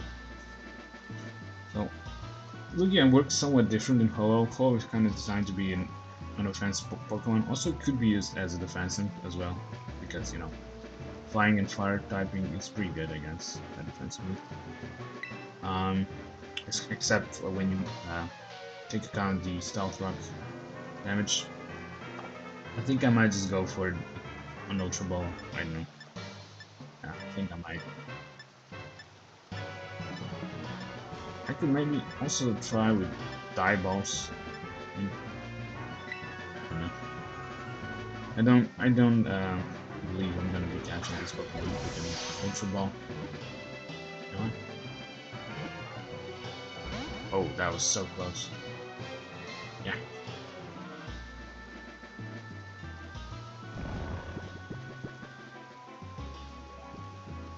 Yeah, it's a cool Pokemon, I guess. Cool looking Pokemon. I kinda like it a bit more than Ho for some reason, although Ho is also not that bad looking either. But this Pokemon functions as a a defensive Pokemon. This Pokemon's defensive stats are really high. I think especially special defense is actually pretty high on this Pokemon. Let me just take a quick look. Also, it's not that slow either. I think it's pretty fast for a defensive Pokemon. But yeah, this Pokemon is way too overpowered to be, you know, used in the usual competitive format, so it's pretty much in the overpowered format Pokemon. Still asleep for some reason.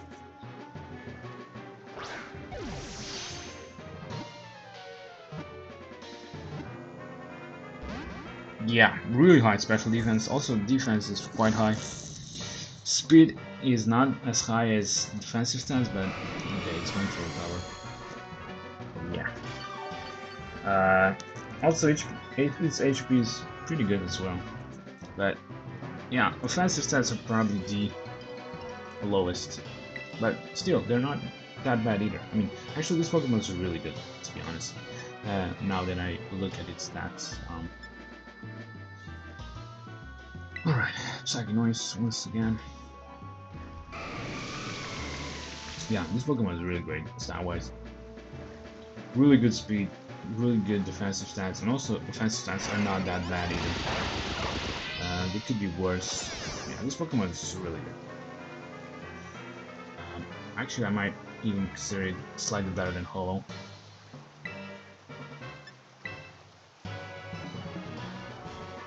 But yeah, I guess it does not have a lot of options. I mean, and I don't think it has a lot of options. I mean, yeah, as a defensive Pokemon, it is able to use Whirlwind, so that's kind of cool. I mean, just like Skarmory, it is able to pull off Whirlwind. It's trying to use Recover, did it? Or I don't know.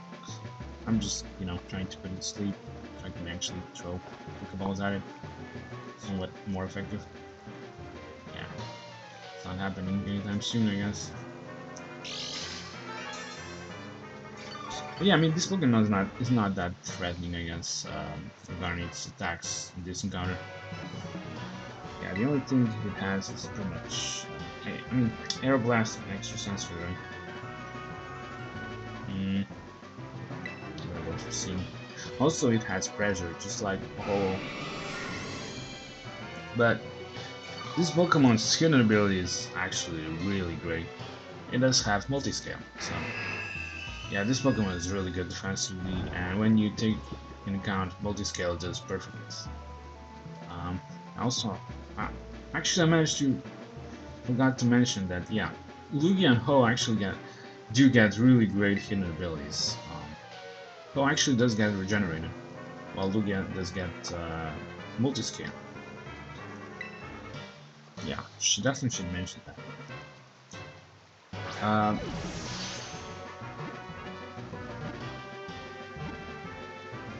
Okay, yeah.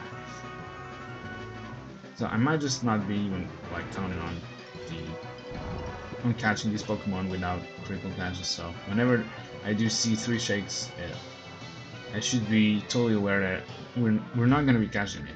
No, we're just not gonna be catching it. Also, I'm running low on Ultras.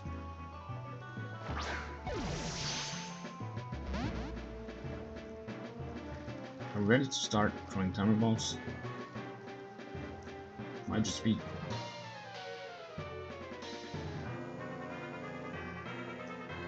Okay, so for some reason, yeah, I guess I'm just using Psychic Noise.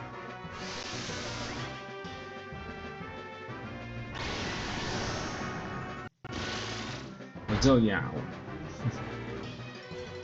maybe just doing this for no reason. Psychic Noise, and it doesn't do a lot, and also, even if Lugia heals up, it doesn't matter.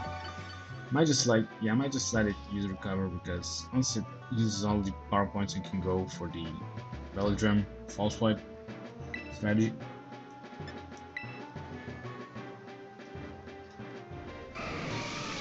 But what it's crucial is at least trying to put it to sleep.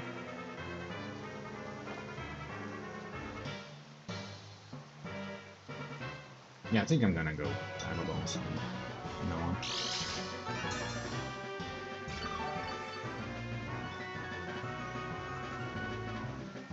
And I don't know why, but it's apparently going for Rain Dance.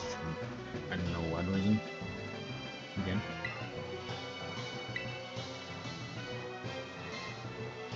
Yeah.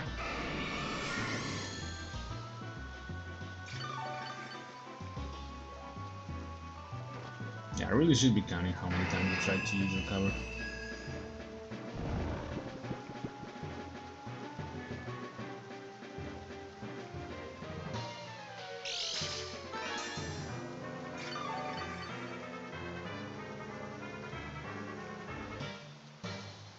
Okay, I'm throwing a Timer Ball. Yeah. Although, yeah, at full HP it's not gonna be very effective.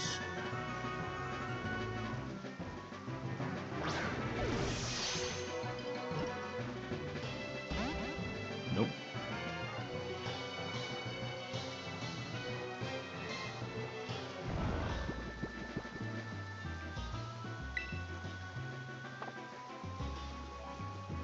Yeah, but usually both Ho and Lugia do get pressure, right? So.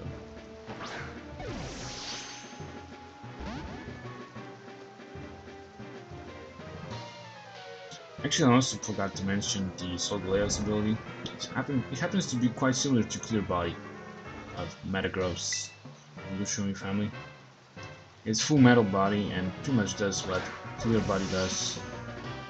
Pretty much works as a clear amulet, which prevents the stat drops. Also, I didn't mention Virizion's ability. I guess let me just take a look. I'm not even sure. Okay, another Timer Ball, I guess. Actually, yeah, Virizion has Justified. I don't know if we talked about Justified, but oh, quick catch. Okay, so that's what happened. Justified is the ability that pretty much boosts the user's physical attack once it's hit by a dark type move. Pretty interesting. Actually, yeah, I really love this. Um, Actually, yeah, this ability was even better in early generations. I think it actually raised the attack by 2 stages, I think, in early generations, but in newer generations they kind of uh, made it only to. Okay, what am I doing? They made it only to boost the attack by 1 stage. Yeah, I think it gonna kind of, or is it just me? I don't know. Anyway, I really love this ability on Lucario because it happens to also be the Lucario's hidden ability. So, okay, I'm probably gonna be, yeah, I think if I continue over here, I might just end up at the shore where the Team Star base is, and I can heal up over there. So yeah, we managed to catch Lugia, right? Okay, so I'm pretty much, yeah, rambling by multiple things at once.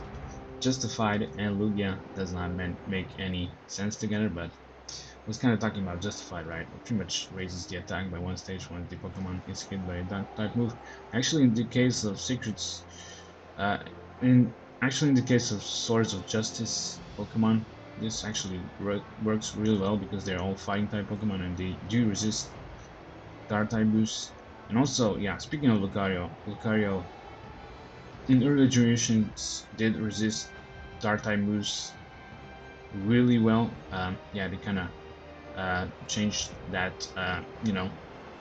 Dark type moves do neutral damage to Steel type Pokemon. But yeah, in earlier generations, yeah, Dark type moves were not very effective against Steel type Pokemon. In recent generations, they made it neutral. Yeah, that's why Lucario really did get the benefit of Justified because you pretty much just send it once a dark type attack is gonna be used, I guess.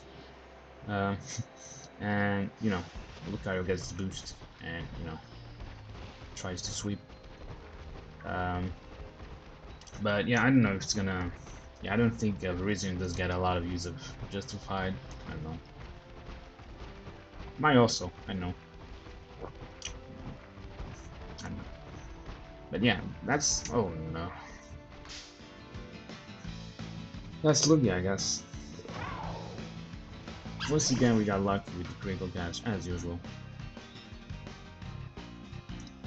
So I guess there's more. More treats we can get from Snackford once we can get our team filled up. Yeah, this was kind of a weird encounter because I don't know. I was trying to use Psychic Noise and it didn't go as planned. I guess I don't know.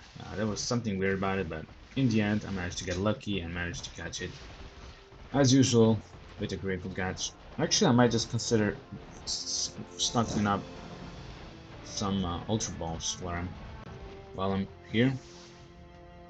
Maybe buy a couple of them. I mean, no need to buy. Okay, who am I interacting with the TM machine? No, never mind.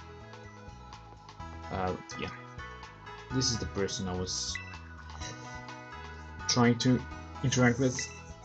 Okay, let's buy Ultra Balls. I think I want to buy like. I might just buy like 23 of these. Okay. And let's heal up. Also, we'll be getting 2 premiers, right? Yep. After that trick question, I definitely don't forget about it after. It actually did make me learn. Okay, let's heal up.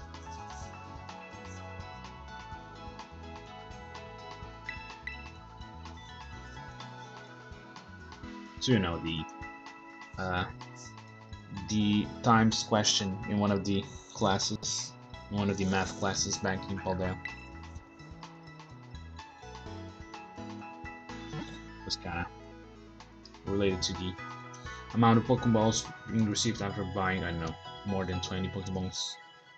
You always do get like a premium bar for every 10 Pokeballs bought. Yeah, that was a trick question. Okay, let's maybe take a look what Pokemon are we gonna be encountering next.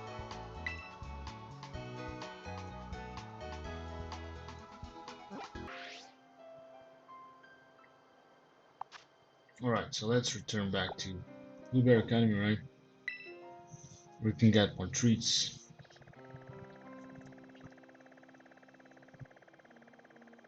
So far we managed to catch 2 of the Pokemon, right? That are available through the group quests in the Scarlet version. While there should be actually available through Soul quests in the Violet, right?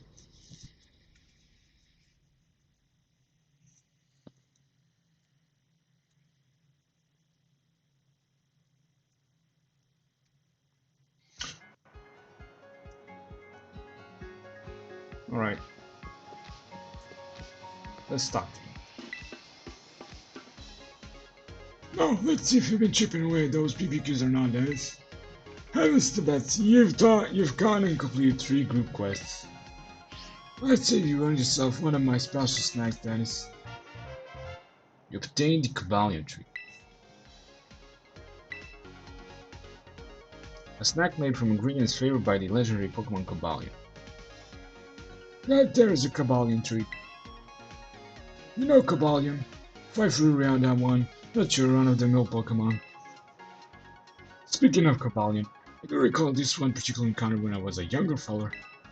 I was on one of my adventures in Paldea when a Cobalion just pranced on down from a cliff. I was real flummoxed at first when it stopped right before me. Maybe it was just pausing to stare because my face looked so funny. Anyway, little Cobalion started to throw away, so I followed, and it led me to a famed waterfall. Tried to say thanks, but all Cobalion just dashed off into deep bamboo grove. Cool as you please. He loves that snack you have there, so you might just have a shot at meeting it too. If you run into old Cobalion, you be sure to give my best. Alright, so you heard him, man. I think, yeah, we're pretty much back to North Province Area 2, I believe. Yeah, there were definitely something about waterfalls and bamboo forests, so let me just put a save. And we'll be actually, I do believe, flying over to the North Province Area 2.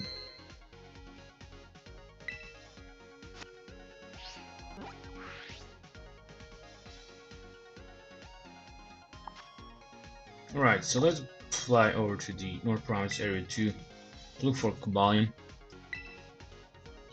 The Cobalion should be located, let me just take a look. Right over here at this particular cliff.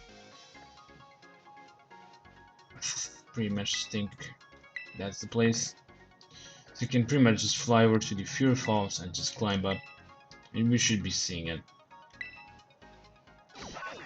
I don't know if you can already tell from its name, but it's also one of the members of the Swords of Justice legendary quartet, right? I hope I do mention that it's a quartet and not a trio.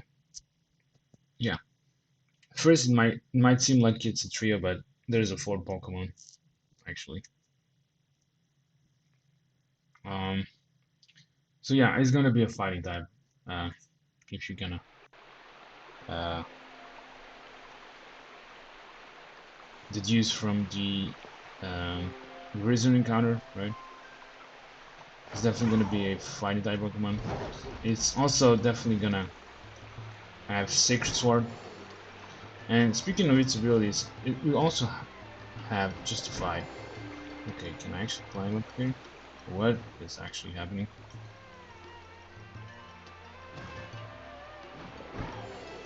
Please, can I climb? Okay, finally. Yeah. So I'm definitely gonna bring Blastoise back in because it's also gonna have Sword Dance, right? Unfortunately, but I need to be. Oh, okay. I don't know if you see it, but I already did manage to see a bit of it. Yeah, right where we want it to be. So yeah. Over here we have a Cobalion staying firmly and waiting for us to encounter it. I am leading with Blastoise, am I? Okay, so I don't wanna bring Lapras for obvious reasons because it's weak to flying type moves, right? I do want to bring Blastoise this time around. Blastoise will be way more effective than against Virizion, right? And this time I also want to go for a Quick Ball, as a matter of fact. And I don't know if you can already tell, but along with the Fighting type, it's also a Steel type, right? I mean, you can actually also deduce from its name. Cobalion. So, yeah, it's pretty much the same type. It pretty much has the same type combination as Lucario, right? So, what makes it different from Lucario? Actually, yeah, it's more defensive based compared to Lucario. Okay, yeah, Quick Ball. So yeah, while Lucario This kind of emphasizes on the offensive stats, like it has pretty good physical and special attack, right? Cobalion pretty much doesn't. I mean, it has both somewhat decent offensive stats, but where actually Cobalion thrives is its physical defense, and also its speed is pretty good as well. So, yes, faster. I guess it's a faster version of Lucario, but not that strong, I guess. Okay, so I'm gonna go with pretty much the same strategy as also, yeah. Okay, I'm gonna go with the same strategy as for Virizion, but also I should be aware that this Pokemon can take itself out with recall damage. So yeah, I'm not going for the belly drum false swipe strategy, but instead I need to pretty much make it wear itself down if it actually does. It does have takedown, right? So it is able to hurt itself. I'm gonna go for the Rain Dance on the free turn. So the moves this Pokemon has are Close Combat, Iron Head, Swords Dance. Actually, okay. Apparently it doesn't have. Yeah, I think it does not have. Yeah, never mind. Actually, I can go with the. Yeah, never mind. At least I managed to put it to sleep. Okay, I can safely bring in Charizard, and I can go for the Belly Drum False Swipe strategy. Yeah, I actually didn't think this through, did I? Yeah, apparently it does not have takedown. Only Close Combat, Iron Head, Swords Dance, and Sacred Sword. These are the moves that this Pokemon should have. It does not have takedown, luckily. So you can safely bring Charizard, you can bring it down to 1 HP, and you know the usual procedure, right? When using Charizard.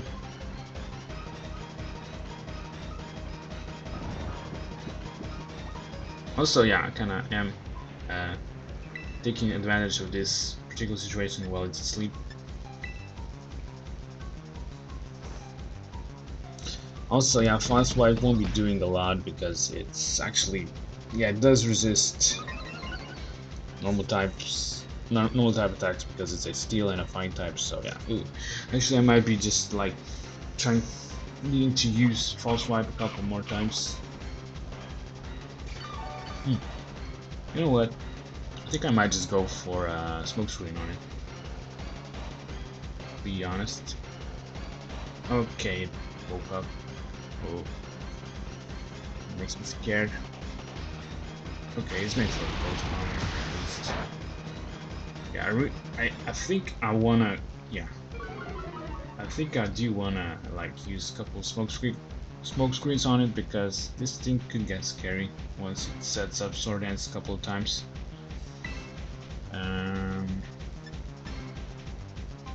Smoke screens.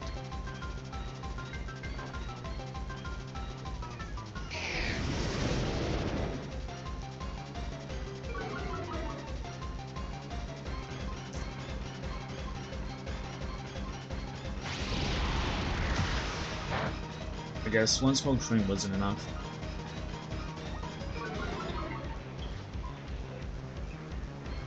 Yeah, this might just wear my Charizard.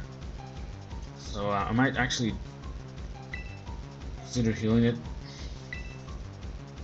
It already ate its citrus berry.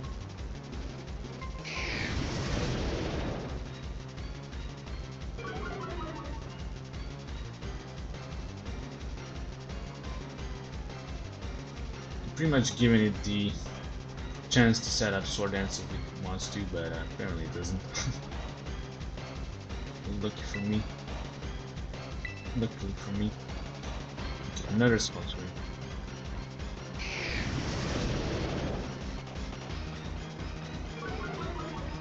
This time around I kind of feel more confident with smoke screen because yeah, we can always like bring Blastoise in after.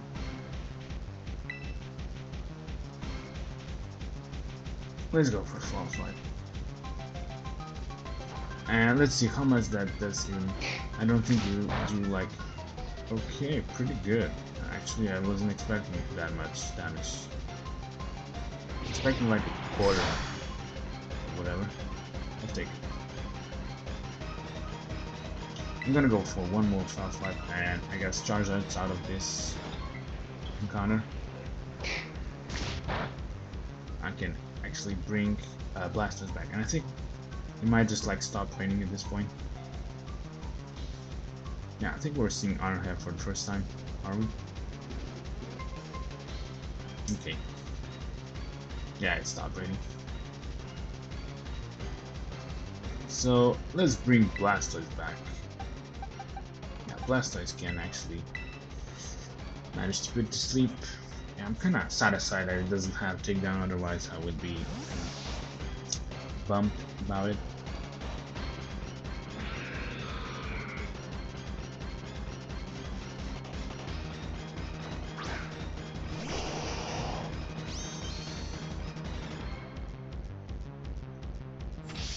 And I do believe this Pokemon is, I think is it actually as fast as Virizion? Okay, it's using Sword Dance, so you know the drill. We're gonna haze it. So yeah, unfortunately, ooh, I hope Blastoise doesn't switch. Okay, it didn't. Thank God.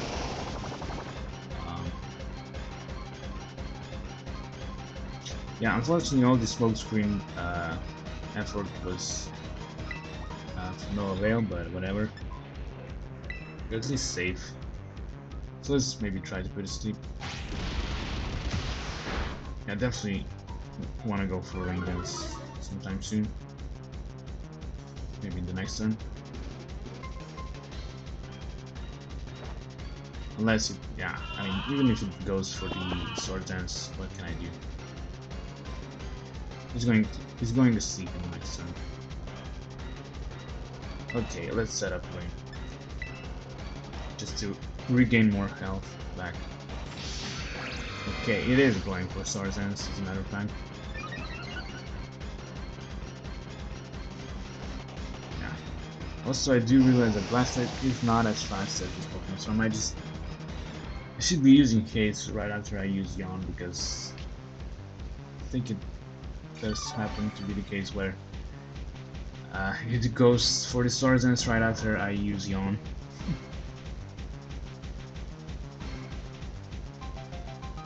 And I pretty much wanna, you know what, I don't want to throw a Pokeball at it, I just want to go for Haze while it's asleep.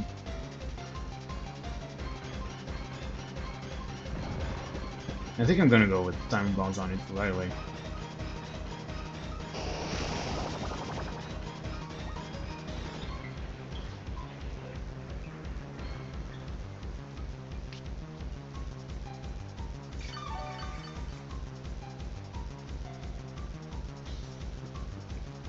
Alright, I think we're good to go, finally.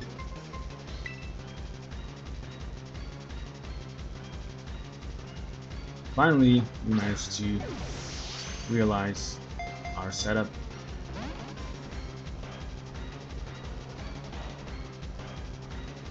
Okay, it's still asleep.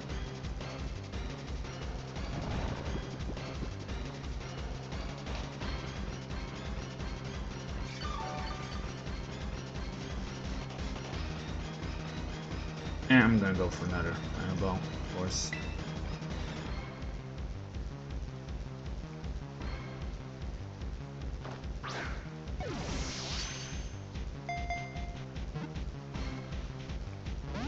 Nope.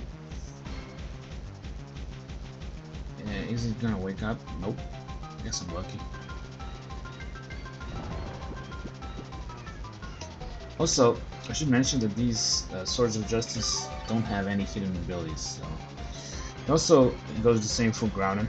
If Groudon doesn't have any other abilities than Drown. The Pokemon, yeah, just don't have hidden abilities.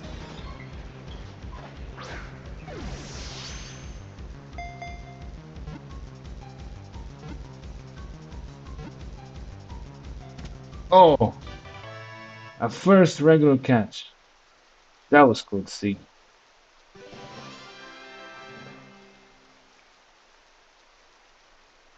That did not happen so far. I'm glad it did.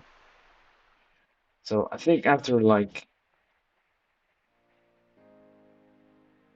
15 Pokemon, 16 Pokemon, we managed to catch one with a good old regular catch. That's so weird. That is so weird. Anyway, that's a Cobalion. I think I'm gonna go for a break after I heal up.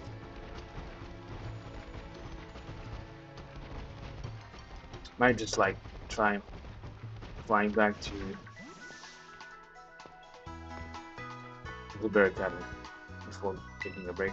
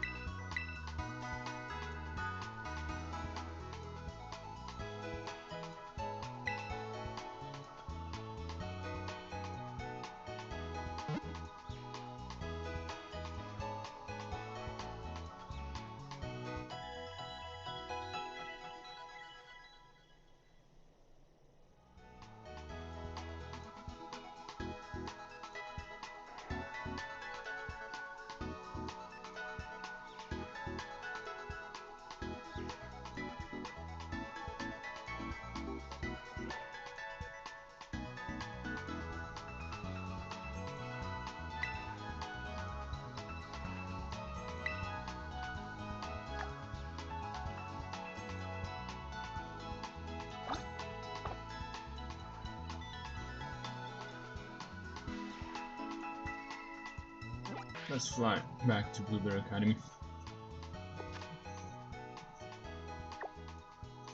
And you know the drill, we're gonna be talking once again with the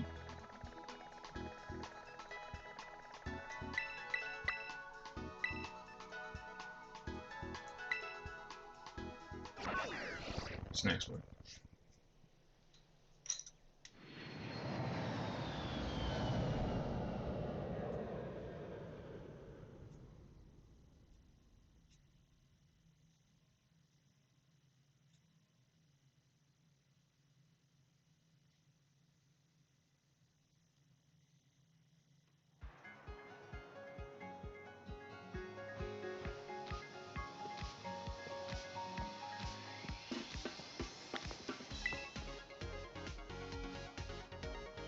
Now, let's see if you've been super aware those BBQs or not, Dennis. Heavens to bets, you've gone and completed 4 group quests. I'd say you earn yourself one of my special snacks, Dennis. You obtained the Terrakion Treat. A snack made from green is favored by the legendary Pokemon Terrakion. That there's a Terrakion Treat. You know Terrakion? Frightfully rare, that one. That's your run-of-the-mill Pokemon. Speaking of Terrakion, I do recall this one particular encounter when I was a younger fella. It was just a regular day, and I was out doing a bit of my beloved rock climbing, as I'm wont to do. I made it up quite high. When I turned around for a breath, I could just make out Cortana in the distance off to the south. I was simply standing there, watching the view. The next thing I knew, Terrakion had plunked down for a sit right beside me. Raz was simply at loose ends, sat with me for a time, and we ate some snacks together. It was that snack you had there, so you might just have a shot at admitting it too. You're only 12 Terrakion, you'll be sure to give it my best. Alright. So let's save. Also, yeah, my Charizard is missing a citrus berry. I just noticed. So let me just make sure that it holds the berry. Alright, and of course, as usual, I'm gonna save. And we'll be flying apparently somewhere in Cortana, I guess. At least I think so. Alright.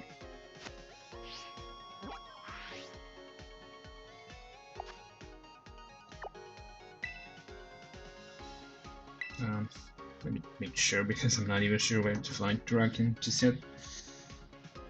I guess I'll be kind of figuring out in some time, I guess. Alright.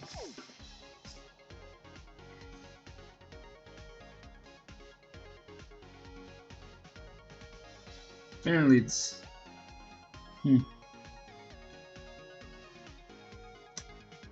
Yeah, actually it's pretty close to Pokémon League, as a matter of fact, I think. Yeah, actually, that's the spot, I do believe. Is it? Or not, actually it might be right over here. I think it's over here, right over here.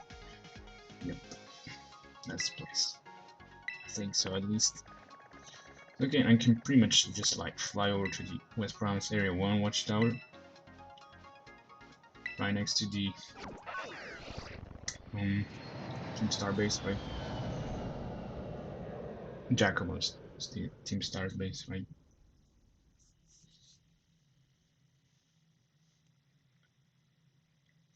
So Terrakion, right?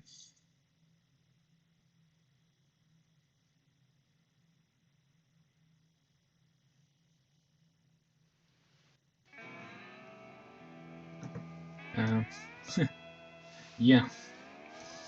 So far, you managed to catch Virizion, as well as Cobalion, and you probably guessed it, we're also catching Terrakion. Terrakion is the last of the Swords of Justice. I'd say, I don't know, depends on... I'd say it's a quartet, but I don't know. If you call it trio, I guess it's also fine.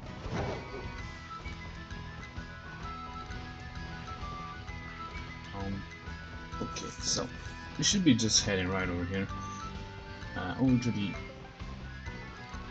marked location, and yeah, Terrakion is also gonna be a fighting type as well. Just like, oh no, guess I need to escape this normal. Yeah, it's also gonna be a fighting type Pokemon with also Justified ability and its signature move, Secret Sword, right? And you probably also guessed it, it's gonna use Sword Sense like the rest of them. At least we're gonna be, you know, catching the whole trio or quartet. I mean, yeah, not quartet, right? Still are missing the fourth one, but like I said before, it's unavailable. At least in terms of catching it, I think it should be here. Yes, it isn't.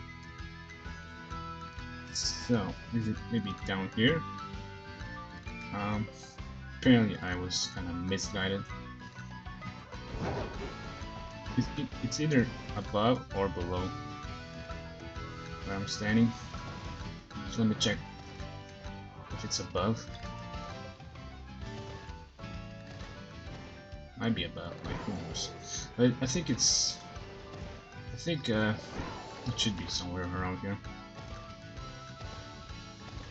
I mean, that's what the map said, I guess.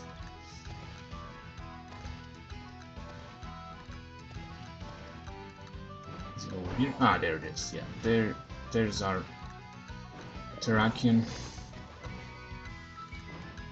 And yeah, I don't know if you can tell, but this one is also gonna be a rock type as well. So let me, yeah, I guess, yeah, Blastoise will pretty much help us with catching this Pokemon. Also, I should have gone with Quick Ball. Let me try not to forget that.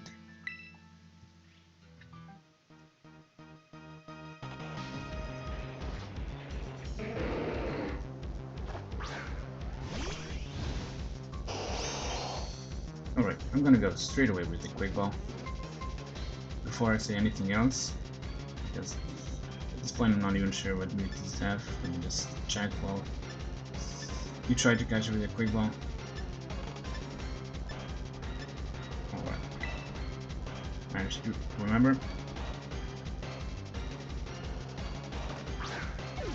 so far we know it does have Justified is a fighting type, rock fighting type, and it is able to use Swords Dance and Sacred Sword. Apparently it's also able to use Stone Edge. So, the fourth move actually should be Close Combat. Okay, yeah. Yeah, that's not anything new, I guess. We saw Cobalion use Close Combat. So, okay. You know the deal. Apparently I can... Yeah, actually I can... I just realized I could exploit the, you know, false swipe Belgium strategy. So let me do that. Because it doesn't have any recall moves, just like Cobalion and Virizion. So let me bring my Charizard.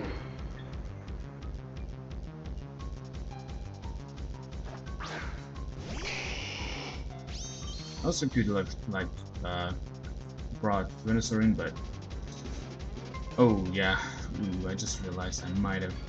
Yeah, you know what?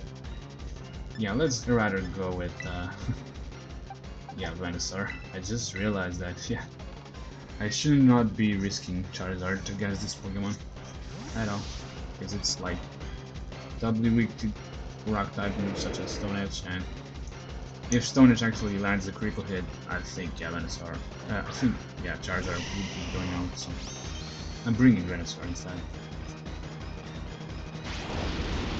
And also, Venusaur can take these close combats. Ooh, also critical hit. Okay, actually this is really good, because this pretty much makes me bring it to 1 HP slightly faster because the defense drops, right? Let me do that. See that, yeah. I also should have like put it to sleep. Yeah, this is gonna take some time, as you can probably tell. Oh yeah, let's definitely put it to sleep because this thing is just becoming scary, I guess. Yeah, this might not look good at all. Yeah, Terrakion used to be really a terrifying Pokemon in previous generations. Even competitively, actually, it was pretty good. It was quite often used, especially in the 5th generation. Yeah, its typing is also really good defensively, right? I think it's actually the only rock and fighting type in the game. I don't think, like, even now, I don't think there's any other rock and fight types.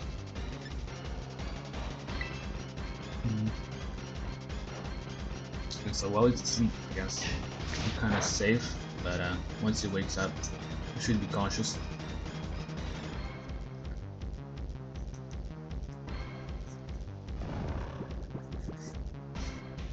Also, I probably should mention that every one of these legendary counters has somewhat different music theme, and actually it just happens that the music themes are kind of pretty much the same as the ones in the original games. So I do believe this particular music theme was the music theme in the 5th generation games once you encounter Terrakion. I think so.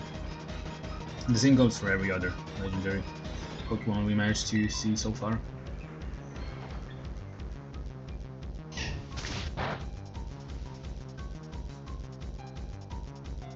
Okay, woke up. I'll be putting it to sleep once again. Oh, what? This thing is scary.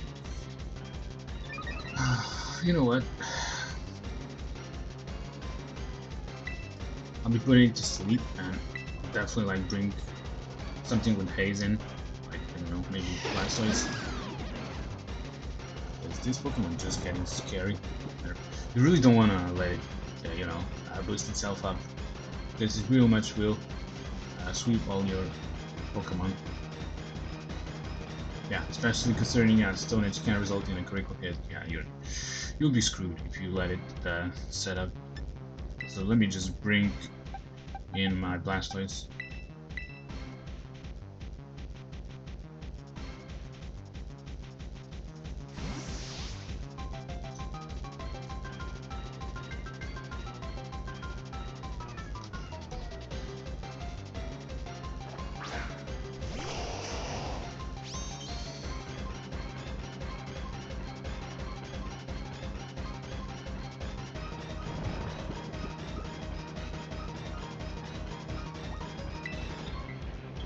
Alright, let's see phase.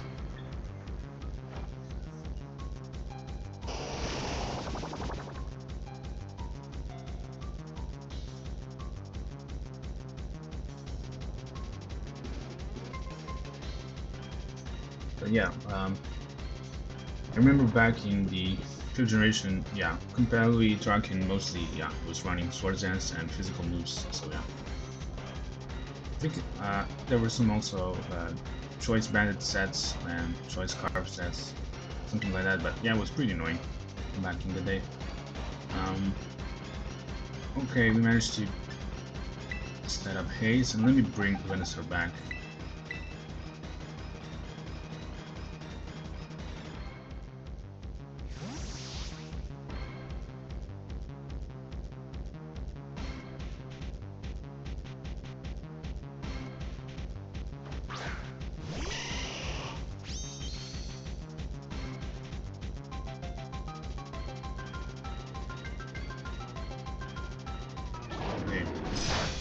He's going for the Sacred Sword, which, yeah,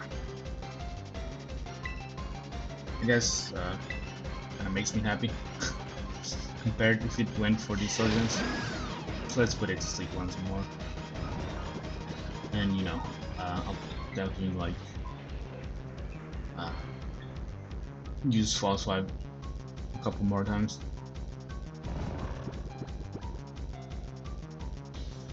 Yeah, we're kind of slowly bringing it down to 1 HP.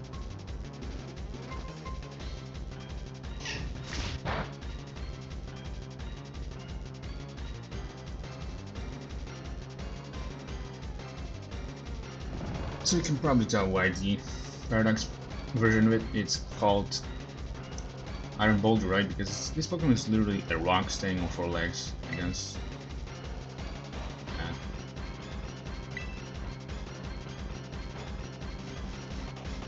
It's also obvious why its signature move is called Mighty Cleave, because both Pokemon do seem to be quite mighty. I also managed to wake up. Close combat. Yeah, Venusaur can take that. Also, yeah, defense drop. I really appreciate that.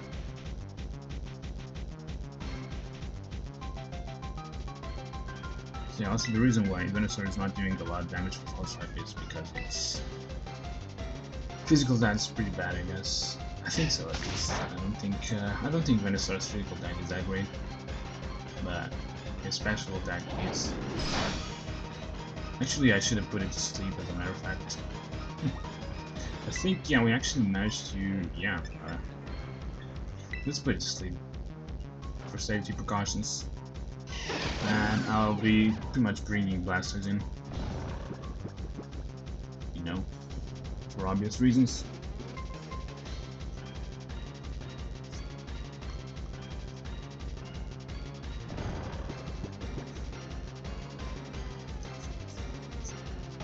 Actually, I do think this Pokemon might be just the most useful out of the, you know, Swords of Justice Pokemon.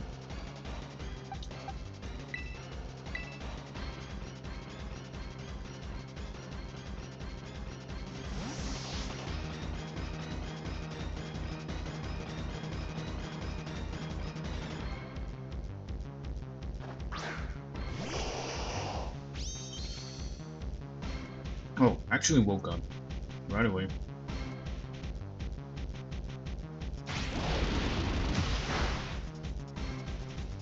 Okay. Let's use Yawn. And if it goes for the... Actually, I'm not even sure which of these Pokemon is faster. Let's see. Actually, it's my Blastoise. Right? Like that. So if it actually goes for Swords Dance, yeah, it does. Of course, I'm gonna go for Haze. Although I'd rather go for, you know, Rain Dance. Just that my Blastoise can maybe heal itself up in the process, but I guess that's not gonna be happening.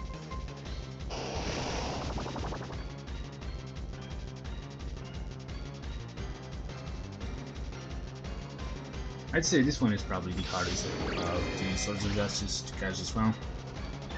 This Pokemon's physical attack is really scary, to be honest. And when you couple that with Sword Dance and everything, yeah, its physical attack is pretty high. Okay, we managed to put it to sleep finally, and I guess I'm pretty much ready to start throwing Timer Balls because we pretty much did waste some turns, so.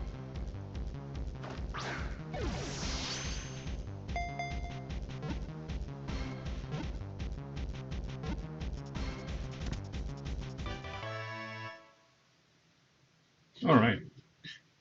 Actually managed to catch in the first try. I just realized I wasn't paying attention. But for some reason, I managed to catch it in the first try.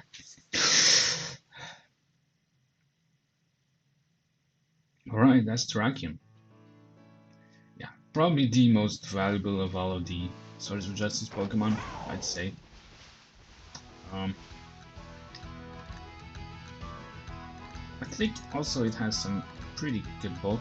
Actually a TM over here as well. Could have thought. U-turn, as a matter of fact. Let me see. Is there anything else? That's actually important, but you know. I might just like never been here before. Let's maybe find out. And it makes you also wonder if there's anything out there. Actually, yeah, we're really close to Pokémon League and the Great Cradle Paldea, right? Nope.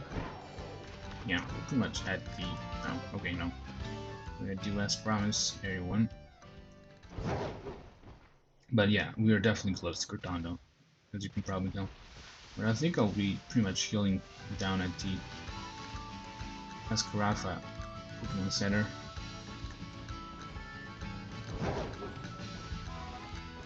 So, I think I'm okay, yeah.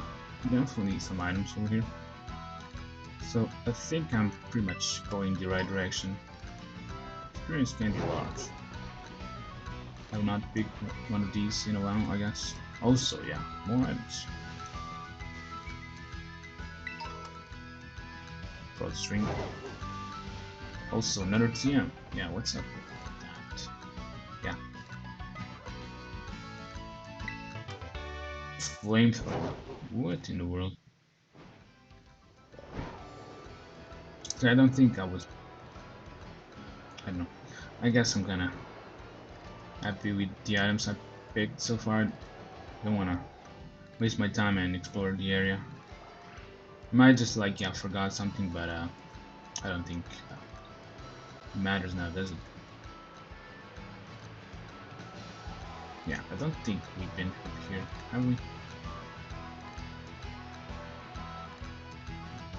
Okay, let's say I'm not gonna be exploring this up here, but rather gonna, yeah, heal down there.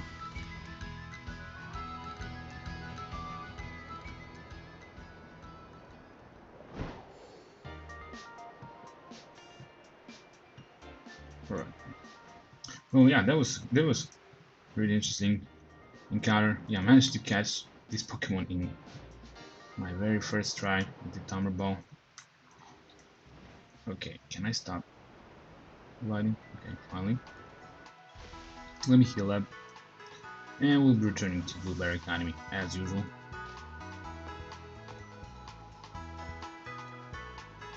And yeah, I think it's probably obvious that Terrakion is outclassed by, you know, Iron Boulder in pretty much every way. It's way faster, it also can hit harder. And even considering its rock psychic, it's actually way better than rock fighting Terrakion.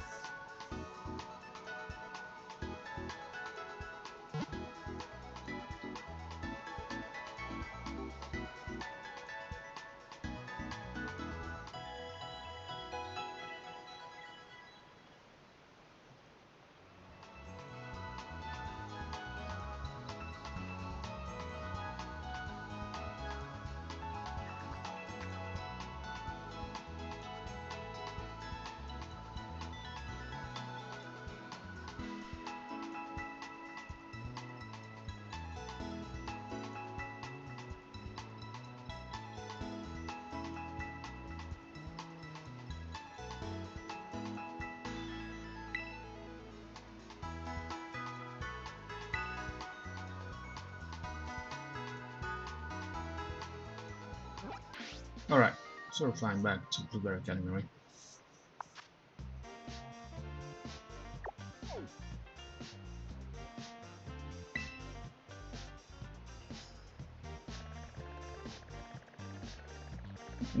Charmander mass outbreak, as well as Smeargle.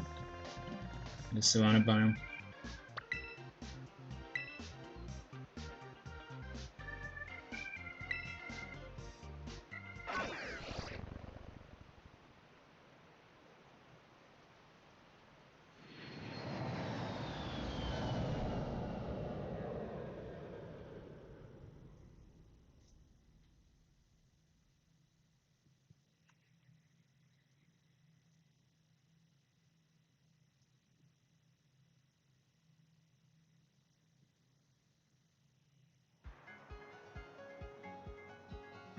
Alright. Let's talk to the old man.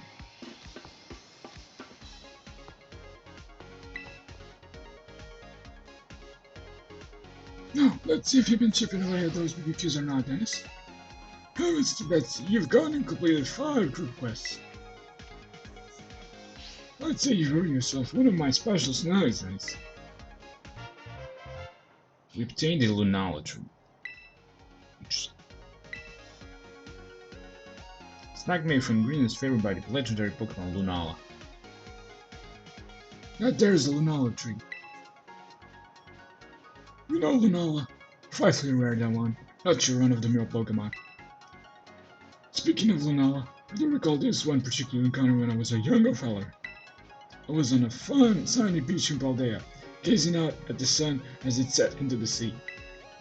Looking at the sun really reminds you just how small you are as one person, you know?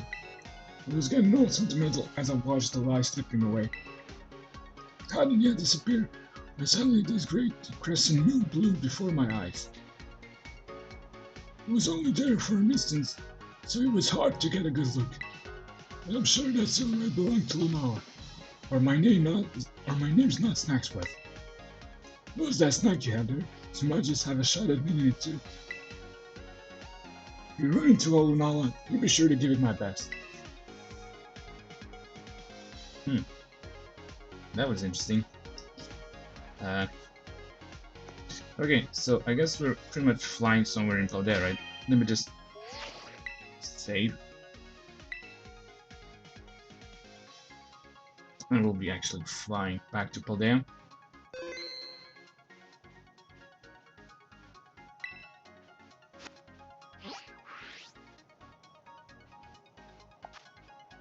And actually you can find Lunala really close to Casseroya Lake, as a matter of fact.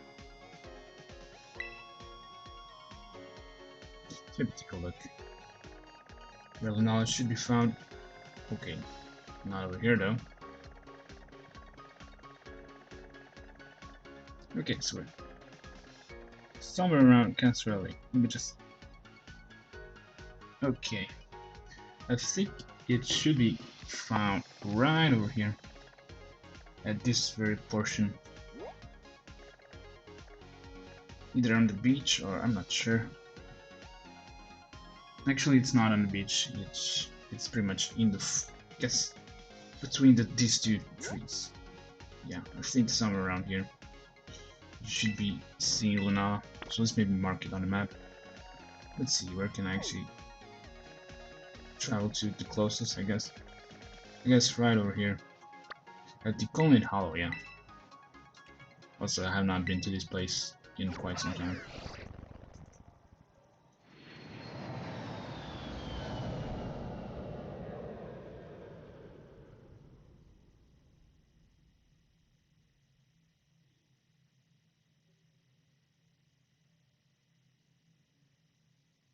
So Lunala actually is the counterpart to Solgaleo in the 7th generation games. So yeah, one of these Pokemon should be present in one version, while the other should be present in the second. Should also kind of plays an important role in the 7th generation games, I guess.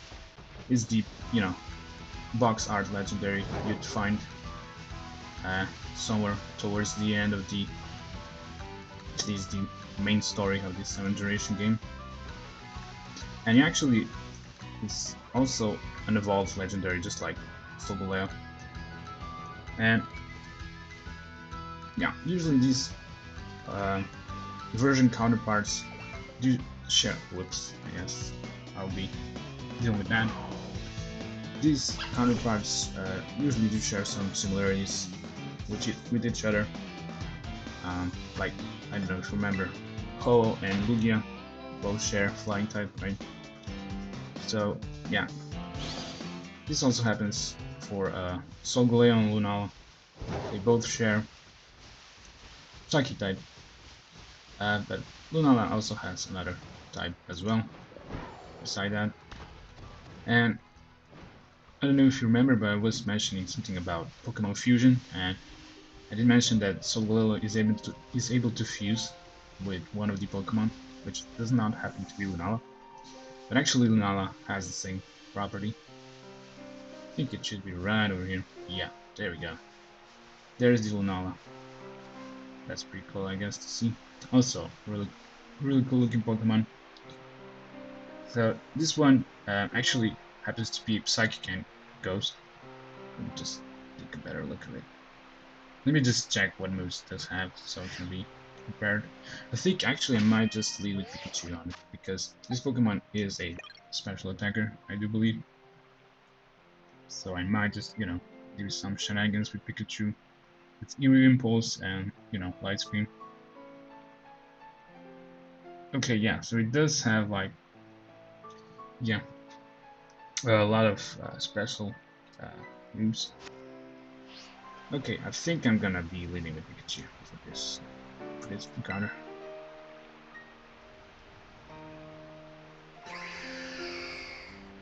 Also, a really cool looking Pokemon. So it's a Psychic and a Ghost type Pokemon.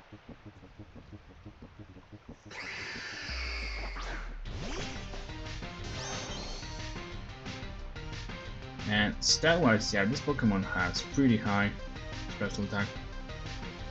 So yeah, leading with Pikachu might be a good idea. So I'm gonna go with Quick Ball on it, if possible, to maybe catch it in my first try. Oh my god. I literally caught it in my first try with the Quick Ball. Yeah, that's why it's important to, you know, throw your Quick Balls. That was so lucky. Yeah, I didn't even like talk about its moves or anything. Yeah, actually, okay. That was way too fast, I guess. Yeah, kinda ruined the fun of it. Okay, I might just like, let's maybe just talk about Lunala. So it's a special attack, right? It has pretty high special attack. Also, its special defense not that bad. Actually, also its physical attack is not that bad either. I mean, but it has a lot of better special attack options than physical. I think this particular one at level 70 is able to use Psychic as well as Moonblast. Actually, also has Dream Eater, which I don't know if we discussed yet, but Dream Eater is pretty much a move that can only be used while the target's asleep, and I think it's a 100 base power Psychic type move, something like that. I'm not sure, but I don't know, it's not very useful for obvious reasons, because it can only be used while the target's asleep. Yeah, 100 base power, 100% accurate Psychic type move.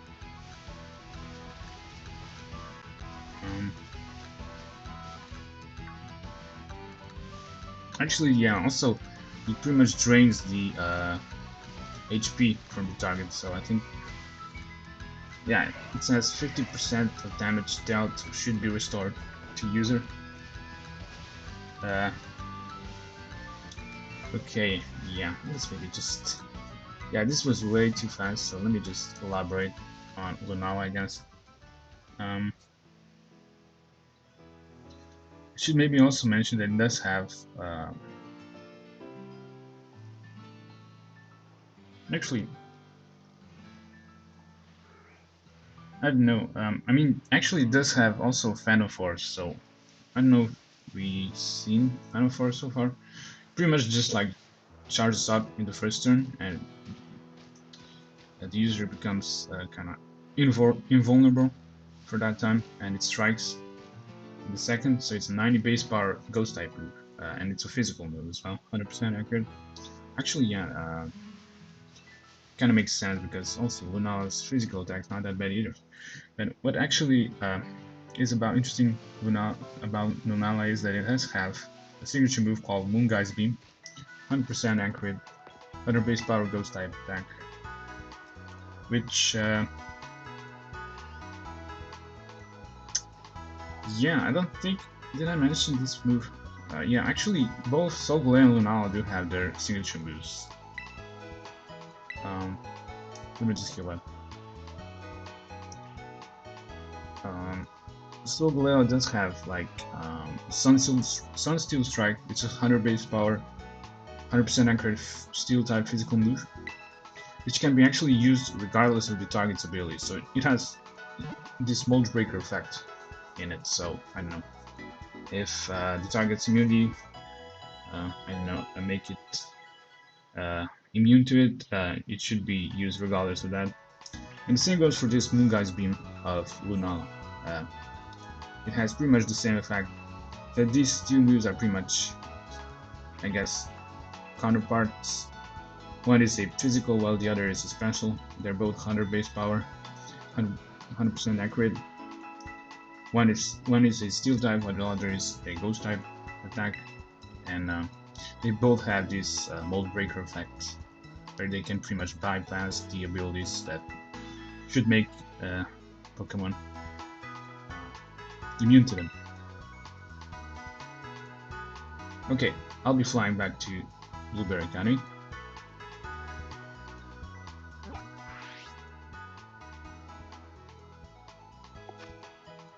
And as a matter of fact, just like with Solgaleo, I think I'll be kind of demonstrating the fusion of Solgaleo and Lunala with some other Pokemon which we haven't not seen yet.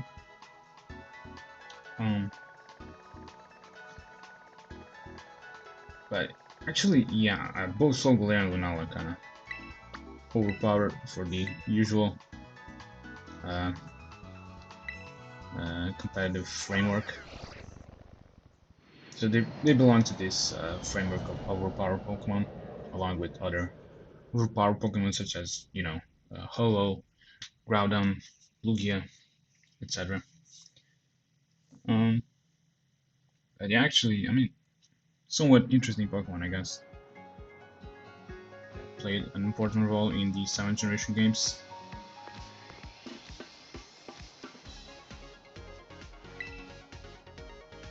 Now, let's see if you've been chipping away at those BBQs or not, Dennis. Heavens to Betsy, you've gone and completed 6 group quests. I'd say you've earned yourself one of my special snacks, Dennis. You obtained the Spectrier Treat.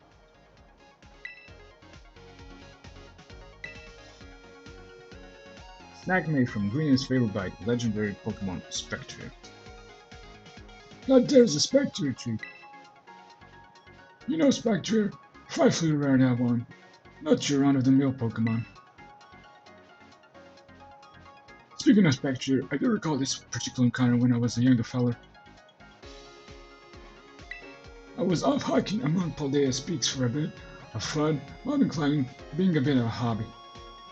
Yeah, he's kind of mentioned that quite a lot. I was taking my sweet time meandering up some mountain paths that are sponsored with trees. I came upon this old ruin on the path covered in vines, and I thought to myself, now, doesn't that seem as a good place as any to take a rest? I had no sooner drawn close for a look than this black shadow of a Pokemon appeared. Spectrier had been slipping aside. He popped its long face out and he scared the spirit out of me. Loves that snack you have there, so you might just have a shot at me too.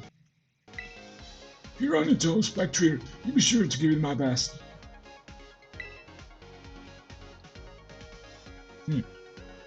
So, he was mentioning some ruinous area once again, right? So apparently, yeah, Spectre might ring a bell to Glassware. Yeah, they have kind of similar names, don't they? And yeah, they both, I guess, reside near the ruins for some reason. So yeah, we might just like check one of the ruins back in Paldea.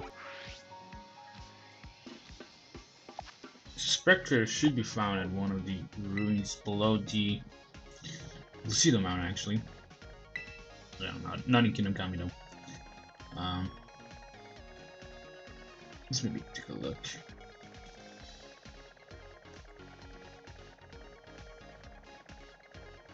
Yeah, right over here. Yeah, this particular ruinous place is where you should be finding yourself. Spectrier. Let's maybe fly over here to the... Oh, okay, so I might just not fly over here. Because I do believe, yeah, that particular center probably should take some time, I guess. Let's maybe fly over here to the east of Medali, I guess. I kind of find it slightly more appropriate to fly over there.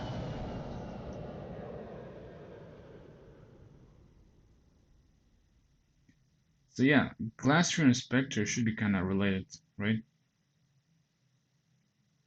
Because they play both important roles in one of the DLCs in the 8th generation.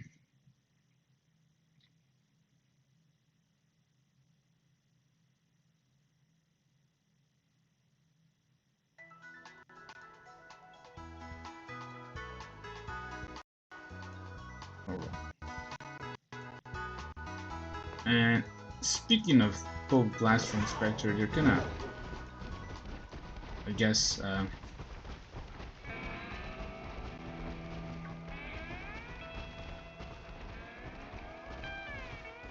opposite in the offensive way, speaking that one of them is a physical attacker while the other is a special attacker.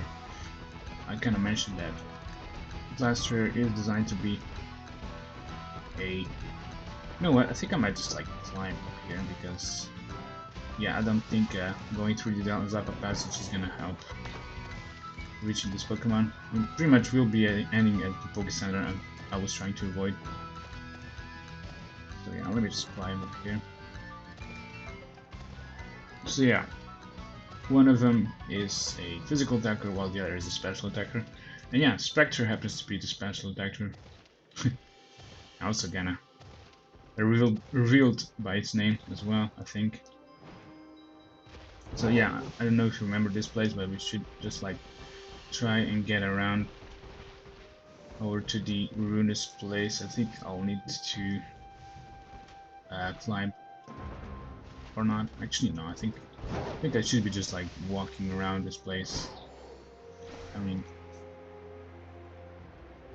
flying should be slightly faster as well. Okay, yeah, sharp turns. Actually, yeah, I guess I'm climbing. Yeah, I really, to be honest, I really didn't like this area. Yeah, I really didn't like the area below the Glaseado Mountain.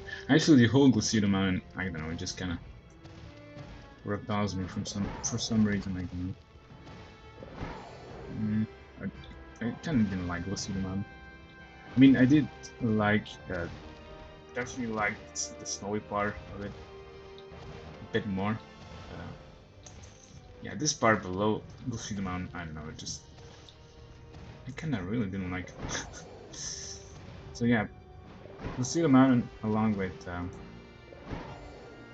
Alfornada Cave are pretty much my least favorite places in Paldea. Okay, you know what, I'll be just gliding. Yep, my least favorite places in Paldea.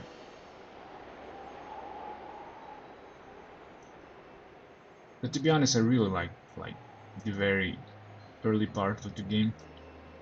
You know, the Poké Path. Yeah, I really like the Poké Path. And there we have it, Spectrier. So yeah, it's kind of similar design as Glassware. It's supposed to be some sort of a horse, and I don't know if you can tell, but it might just kinda has some scary vibes, right?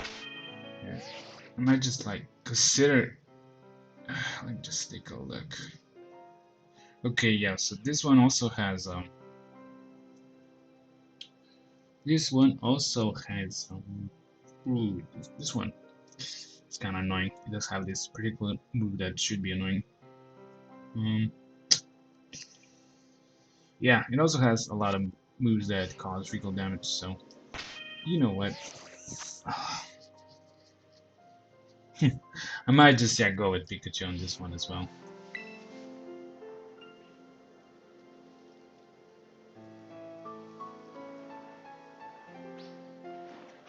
Yeah, this one is quite scary looking, but interesting enough, has a special attacker. In this particular encounter, we won't be seeing any special moves. We will be once again seeing Double Edge and Thrash. Yeah, this is kind of funny. I'm gonna go with the Quick Ball because we saw what happens if you're lucky in the previous encounter, right? Might just get lucky once again, who knows.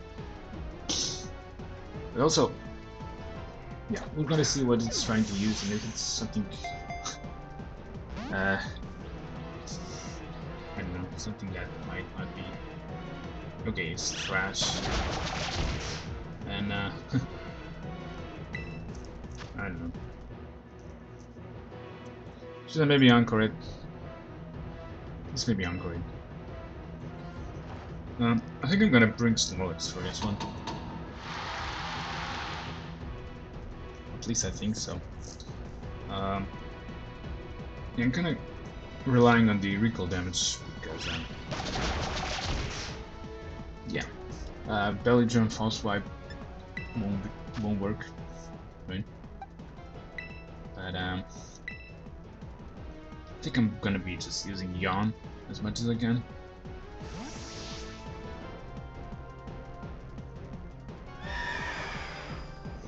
And similarly to Glacier, this Pokemon also has somewhat similar ability.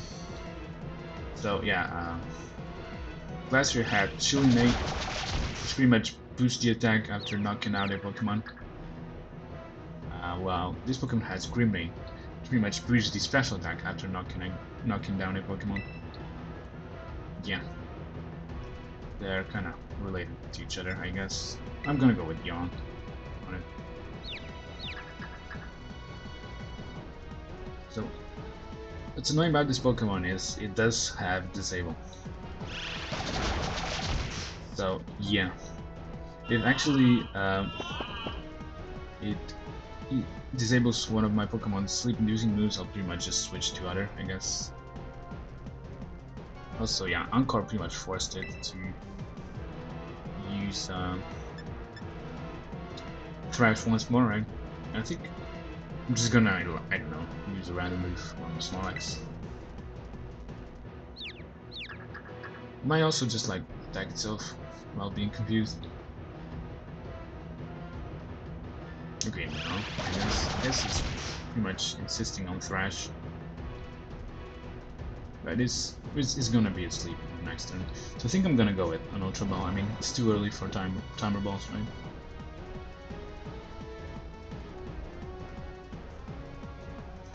I don't know, compared to Glacier, these two Pokemon are pretty much as equally difficult to catch, I'd say. Fortunately, you'll be using False Swipe on them because they both have Double Edge, right?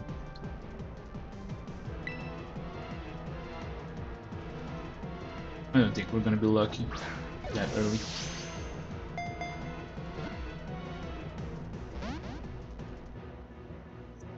I can like still throw some Ultra Balls at it.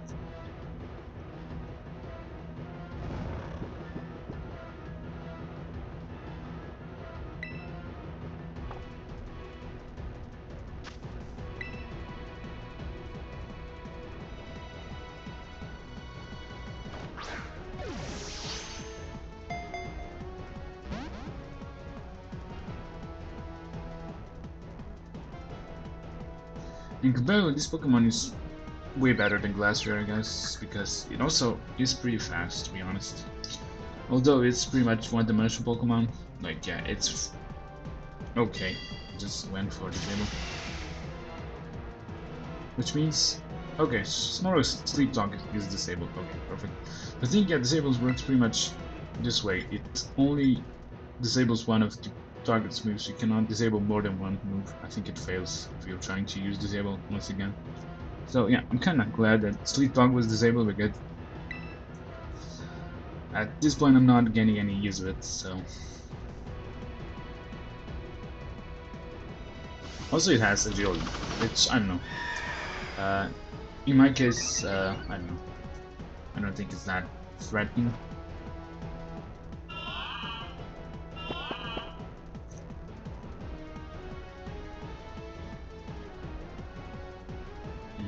So I need to use something, right? I need to, like, you know.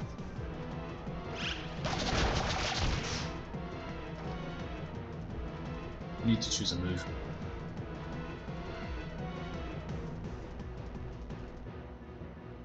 Yeah, one-dimensional Pokemon. Special attacker, quite fast one. Also, yeah, its defenses are not that great. Yeah, pretty much a glass cannon.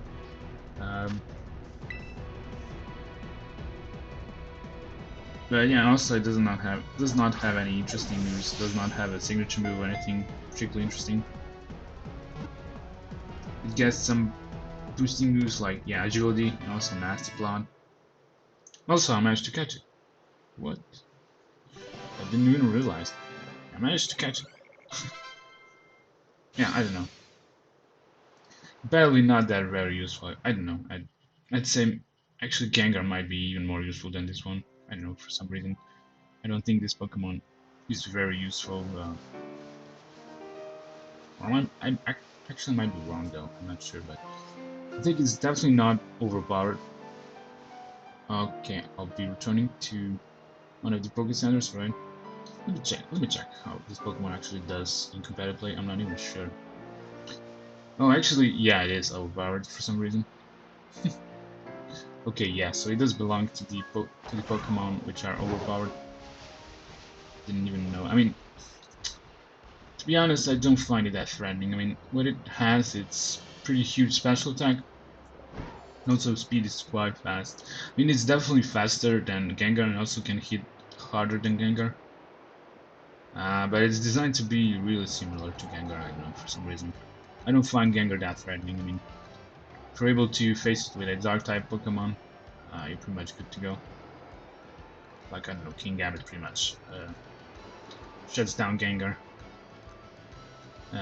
Especially once with Sucker Punch. Pretty much just, like, you know, break it into pieces. I guess that was Spectrier. I mean, yeah, I guess these encounters aren't that fun, I guess. I mean, I kind of like when I need to work on catching a Pokemon, but only in the last three encounters, were kind of too easy, I guess. Let's maybe heal up. Yeah, unfortunately, this Pokemon does not learn any particularly interesting moves. I don't know. It does not have any signature moves that would differentiate it from the rest of Pokemon. But yeah, as far as I can see, it's pretty much used as a booster. I don't know, Nasty Plot. Also, yeah, there are some choice pack sets. I mean, yeah, kind of obvious because of its gigantic special attack, and also speed is pretty good. But I don't know, I kind of don't really find this Pokemon interesting, to be honest. I don't know, I really don't.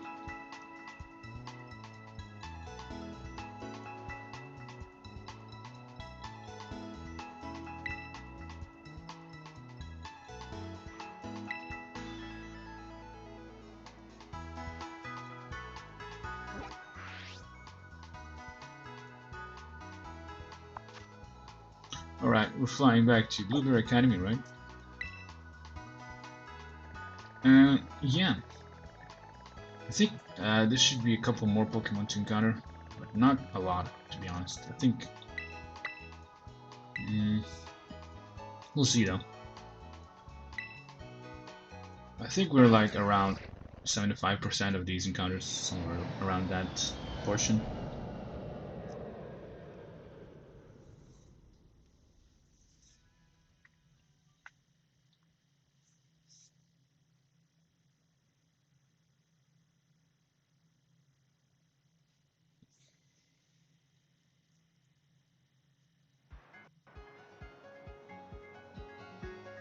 Okay, let's talk to the Snacks word. Oh, let's see if you've been chipping away at those BBQs of mine, Dennis. Heavens to bets, you've gone and completed 7 group quests. Okay, yeah, so we're kinda at the 75%, I guess. I'd say you earn yourself one of my special snacks, Dennis. We obtained the Kyogre Treat. Interesting. Snack made from ingredients favored by the legendary Pokemon Kyogre. That there's a Kyogre Treat. You know, Kyogre, frightfully rare, that one. Not your run-of-the-mill Pokemon. Speaking of Kyogre, I do recall this one particular encounter when I was a younger feller. It was on another one of my adventures around Paldea when I spotted these odd rocks in the sea. I thought to myself, now, Saxford, those got to be those famous rocks said to bring riches. So I figured I might as well squeeze my eyes shut real tight and make a wish of them. After a few seconds, I opened my eyes, and what should appear in front of those rocks but Kyogre. Just big and blue, and brazen as you please. Now, that was a shocking day. Make no mistake. It was that snack you had there, so you might just have a shot at me too. If you run into a Kyogre, you be sure to give it my best.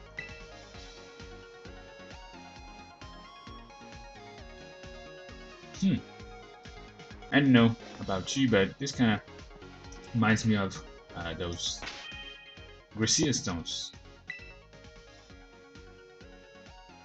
Let's put a save.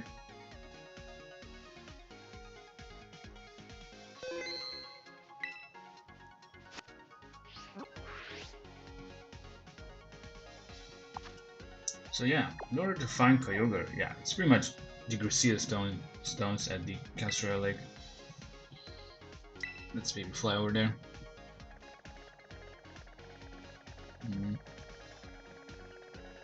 Casseroya should be over here, right?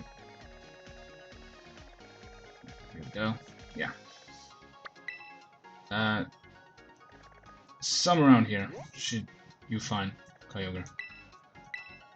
I'm gonna mark it as like that, but we're definitely flying to Gracia stones, so. So Kyogre is a Pokemon introduced in the 3rd generation, and it's pretty much the counterpart to Groudon. So yeah, I think I did mention that these two Pokemon consist of a duo, but actually it's a trio, to be honest. Yeah, I do remember that they were actually introduced as a duo, but later there was a 3rd one also introduced in the 3rd game, in the 3rd generation. Yeah, at first there were 2 games, like the 2 versions, right? And then it came the 3rd one. So in the 3rd one also there was a... Oh, there we go. We can already see it. Let me just fly around it. There's the Kyogre we're gonna be encountering. Okay, so it's like swimming in the water, right? Which means dive balls should be effective, okay, I guess. But yeah, actually, okay, Veluza. I might just want to. Okay, I think I'm good with Pikachu. Yeah, this Pokemon is a special attacker, so I really want to avoid Veluza.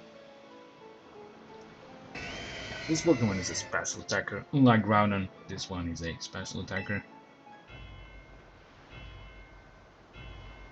And actually, if you do remember Groudon's ability, this Pokemon should have its counterpart ability, Drizzle, which pretty much works as a instant rain dance upon switching. So yeah, actually that's kind of scary considering this Pokemon is a water type and it gets the benefit from rain. So it pretty much deals double damage once it's raining with water type attacks because of stab and rain boost, right? So I think I wanna, yeah, first of all, let's maybe try with the Quake Ball. Actually, Pikachu is swimming. Pikachu is literally swimming. Electric type Pokemon swim. I actually made Pikachu swim in this game. Didn't know that. Apparently that's the case. Okay, let's go with the Quake Ball. Yeah, this Pokemon is definitely a special attacker. It has really high special attack. And yeah, Muddy Water is going to do ridiculous amount of damage. Actually, Pikachu handled that quite well. Also, its accuracy fell, unfortunately. But the reason I was leading with Pikachu is because I wanted to either go for Eerie Impulse or Light Screen. Unfortunately, it's using Muddy Water, so I don't think I'm gonna be using Encore. So I think I'm gonna go with Eerie Impulse on it, and Pikachu should go down next turn. I think, yeah, pretty much sure that it's gonna go down. Okay, so at least we managed to weaken its special attack. Oh, actually, okay. Pikachu manages to live. So it does have Muddy Water and Ice Beam so far. Let's go with another Eerie Impulse. Yeah, I really want to weaken this Pokemon special attack because this Pokemon special attack is gigantic.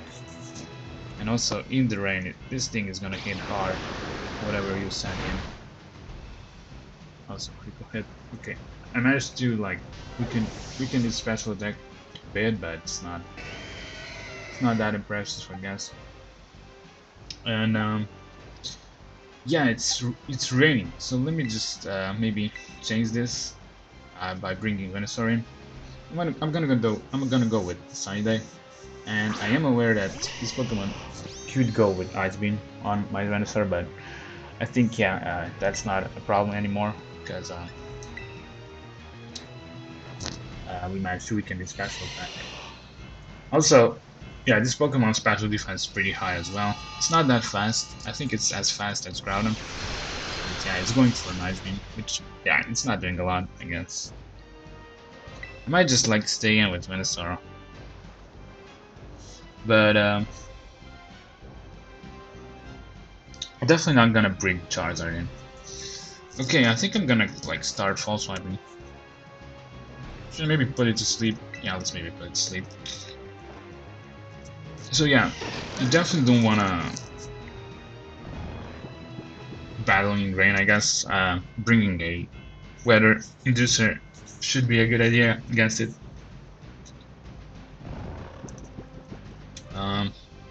It also has Sheer Cold, which pretty much works as a one-hit knockout move.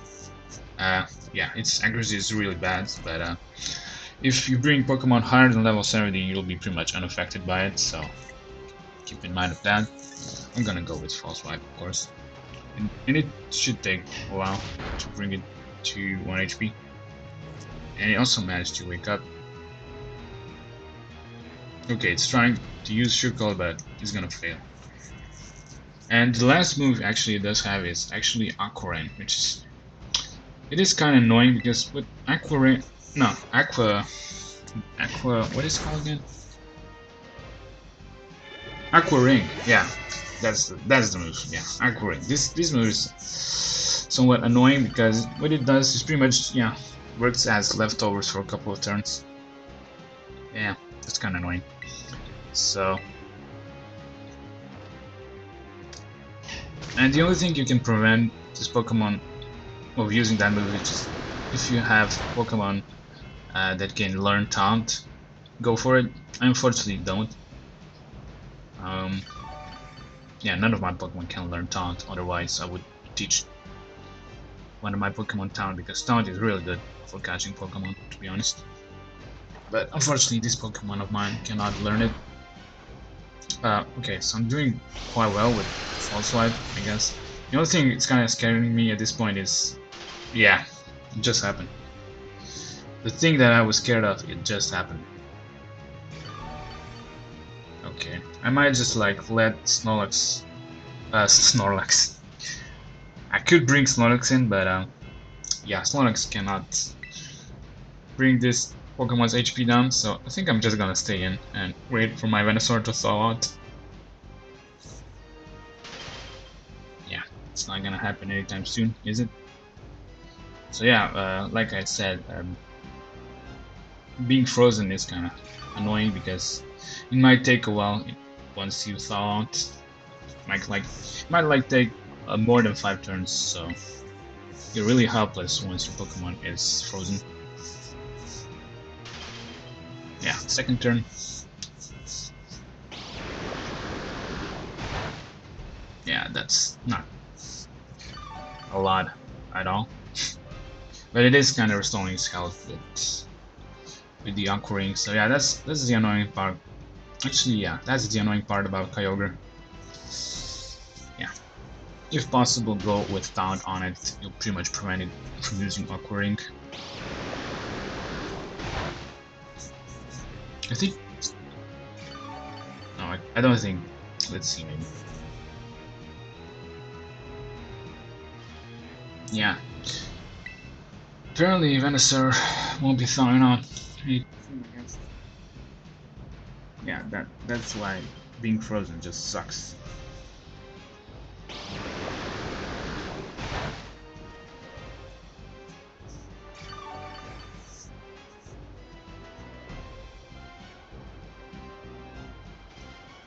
But I guess this is what makes Ice-type Pokemon somewhat balanced. I mean, Ice-type Pokemon, I don't know, also Venusaur managed to thaw out finally. Ice-type Pokemon have a lot of weaknesses, I guess, but they're pretty... I mean, Ice-type is really good defensively, but it has a lot of weaknesses, right? And to compensate that, I guess, they kind of made up this frozen status condition. And also in this generation they received the buff regarding the snow defense boost, right? So whenever you set up snow, ice type Pokemon should have higher physical defense. Okay.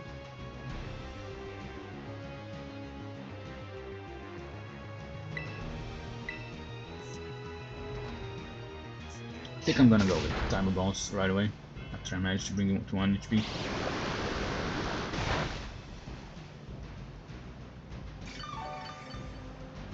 Although, yeah, I don't know. I don't think it will be staying at 1 HP because of the Aqua Ring, right? But yeah, once you do kind of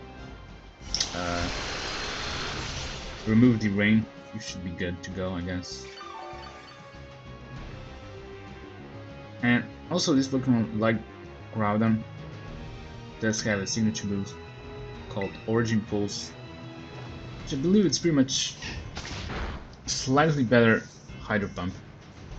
I think it actually does have the same accuracy and base power as Hydro Pump, and also it's a special water type move.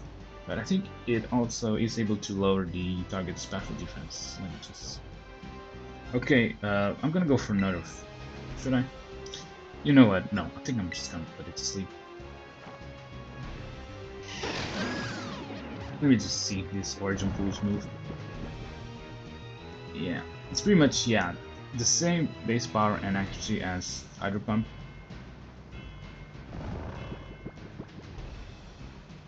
But I do see that it has like way more power points than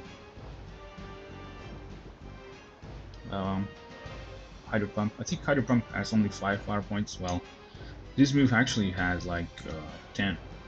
Kind of interesting to see. Okay, I'm gonna go for Timeable. I think that now is a good timing. No pun intended.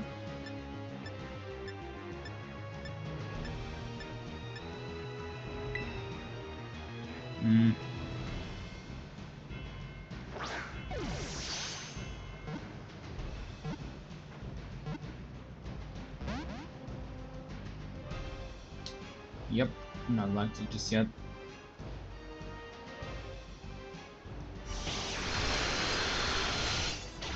Actually, it's pretty much the same as Hydro Pump. It doesn't have any additional effects whatsoever, does it?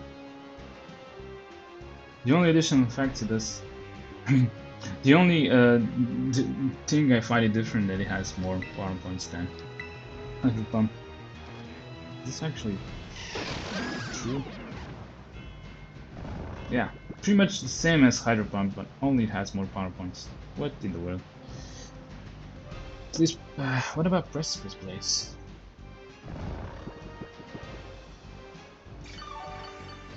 I mean, yeah, Precipice Blades are, physical ground type equivalent of that, right? And they're pretty much, physical ground type equivalent of Fire Blast as well. Should I go? Maybe, let's go with Dynamo Ball. So yeah, Precipice Blades are ground signature there.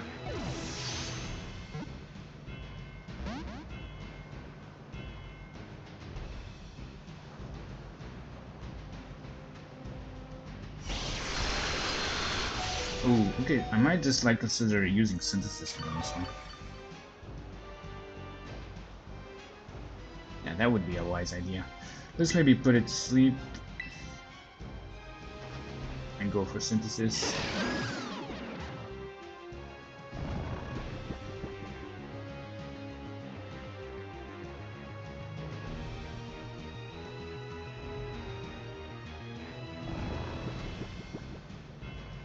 Actually, no.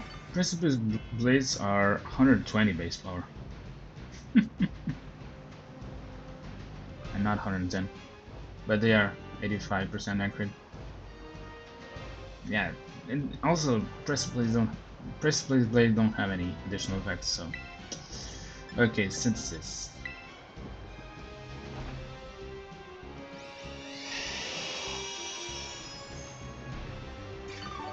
I don't know what they're thinking, but speaking of ground, this Pokemon also has an alternative form in, I think in 6th generation games. Yeah, it received an alternative form which is even more overpowered than Kyogre already is. Just like Groudon, right? Groudon and Kyogre just got way overpowered in the 6th generation.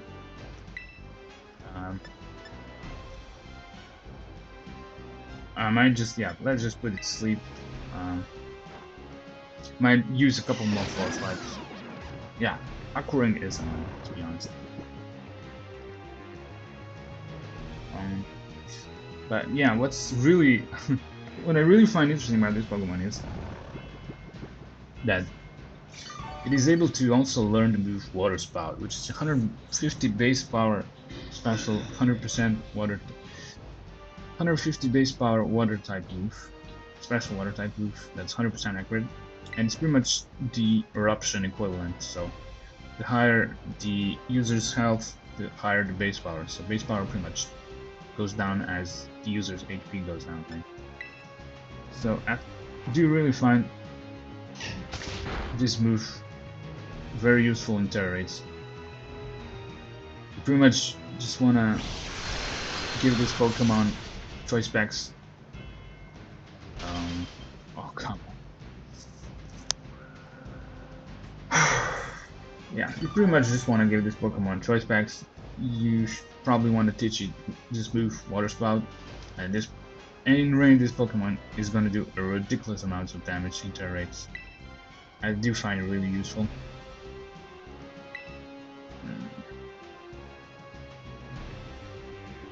And this one is going to catch. This one is going to catch, and it's. I mean, it's already. Come on. It's already under the effect of Aquaring.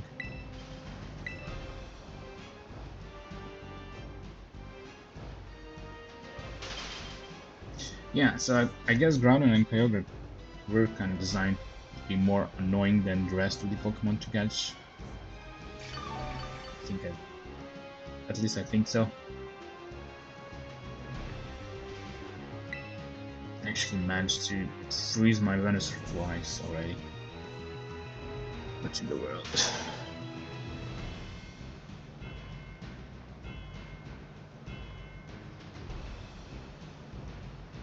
But yeah, I'd say this Pokemon is really useful in Terra Raids. If you're facing anything that's weak to water, just use Kyogre. you will deal a ridiculous amount of damage. Come on.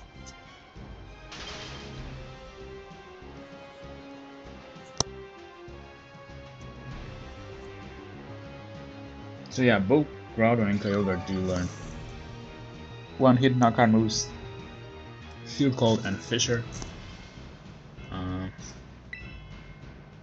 Yeah, I don't see any point of using these moves.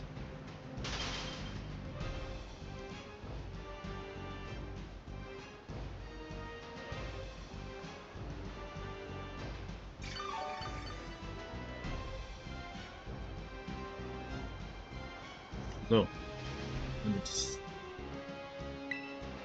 think.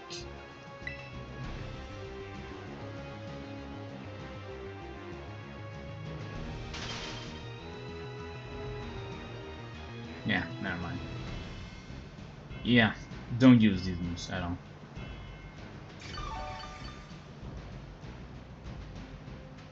Yeah, Kyogre is pretty much healing itself.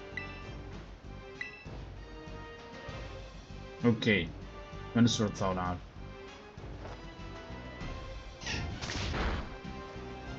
Okay. Okay, and let me guess, he's gonna freeze my Venusaur for the third time, right? Nope, I guess not. Okay, you know what? Let me just put it to sleep because I don't want to let it use. I don't want to let it use Arzium at all. Okay, yeah. So here's the thing. I'm gonna be putting it to sleep and using False Swipe as much as I can.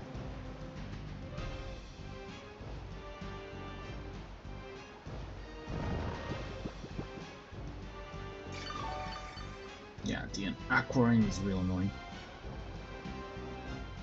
It's pretty much negating what I'm trying to do with False Swipe.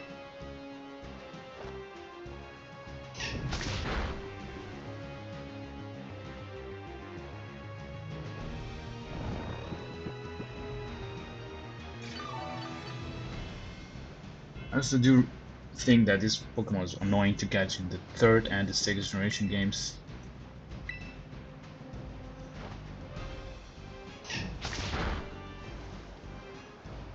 Okay, it's still asleep. Thank God. Once he wakes up, I'm just gonna go for the sleep powder. Also, sleep powder is quite accurate, as I think.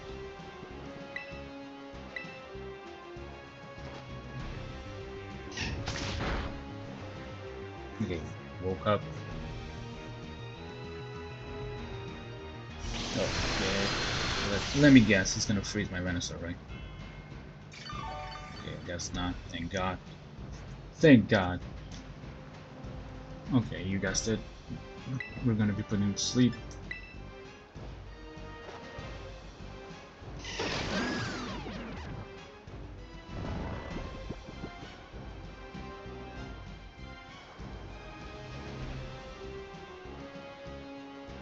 Okay, you know what? I think I'm gonna go with Timer Ball.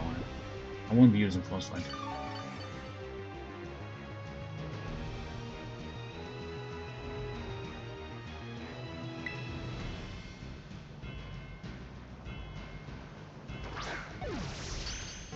Alright.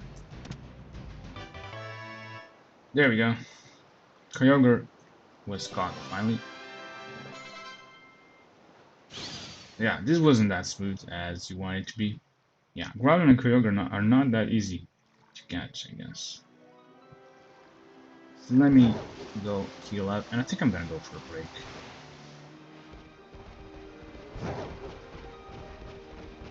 Yeah, that's the Kyogre. Definitely a good choice for Terra Race, in my opinion.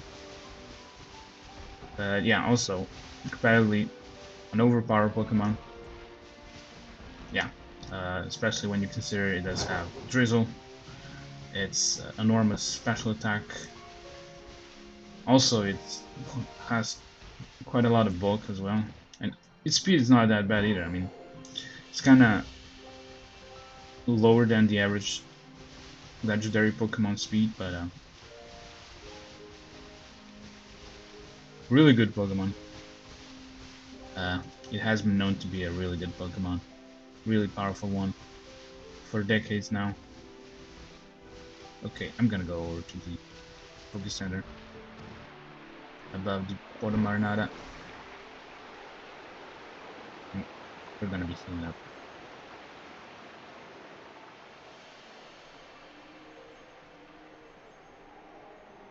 And compared to Groundblight, I think, yeah, Kyogre kind of wins.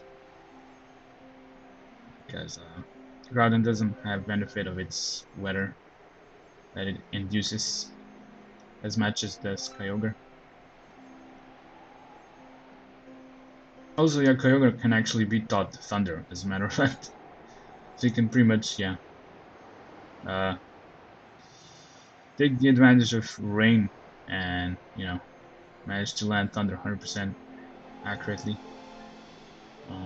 in Rain, at least.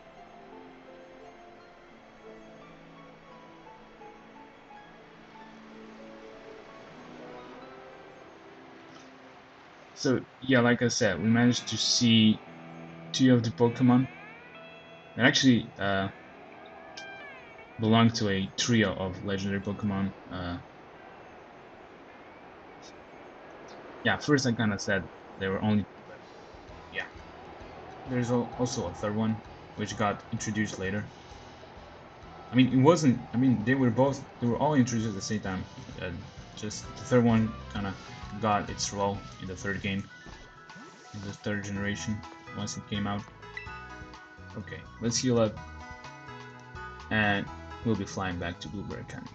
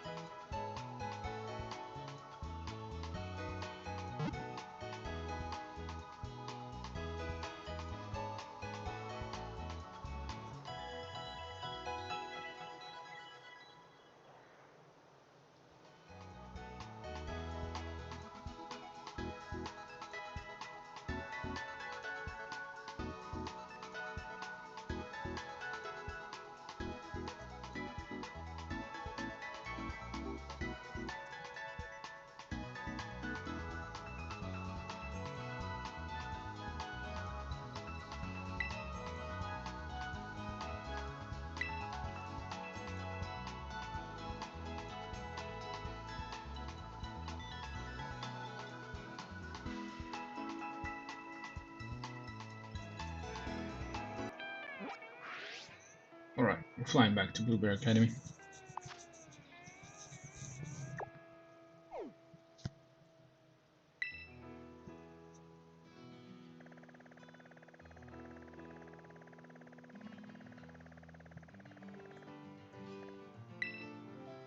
Oops.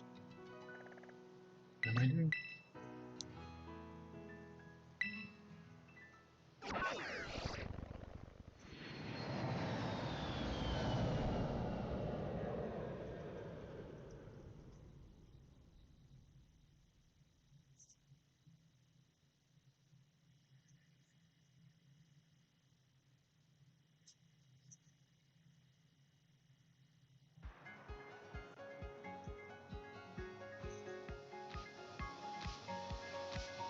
Alright.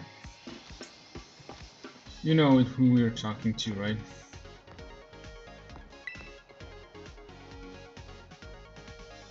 Now, let's see if you've been chipping away at those BBQs or not, Dennis. Heavens to Betsy, you've gone and completed 8 group quests. I think you earned yourself one of my special snacks, Dennis. You obtained the Necrozma Treat. Interesting. Snack made from ingredients favored by the legendary Pokemon Necrozma. That there is a Necrozma Treat. You know Necrozma? Fly through the area one. That's your run-of-the-mill Pokemon. Speaking of Necrozma, I do recall this one particular encounter when I was a younger fella.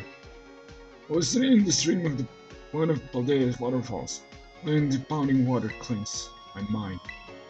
When I woke up and saw Necrozma sat right above, giving me the ugliest glare. I thought it'd be unwise of me not to stand my ground, so I squared up and roared as loud as the water. That had all Necrozma off like a shot. It wasn't just Necrozma either. That child of mine sent all the nearby sauce bugs scattering. Chief, would you know it? Notice that snag you had there. Somebody has had a shot at meeting it too. If you're going to tell Necrozma, you be sure to give it my best.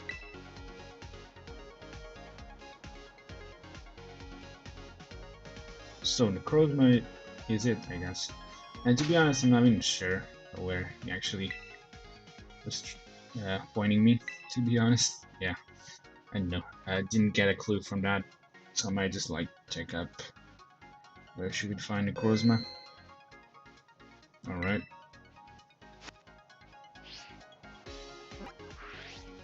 Okay, so the place where you should be looking for Necrozma happens to be somewhere in the Socarrat Trail. Let's maybe take a look.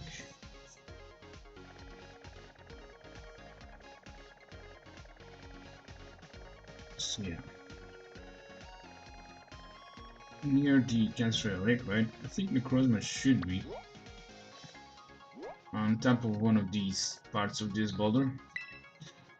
I'm gonna set this as a marked location, but you probably guessed it.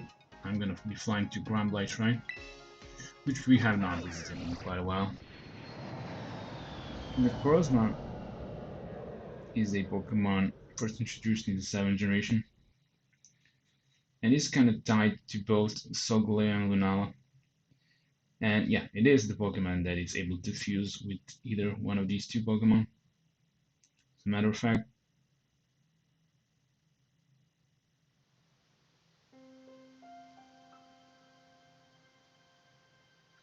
alright, so we're in the Socarrat Trail, so it should be fairly easy for us to find Necrozma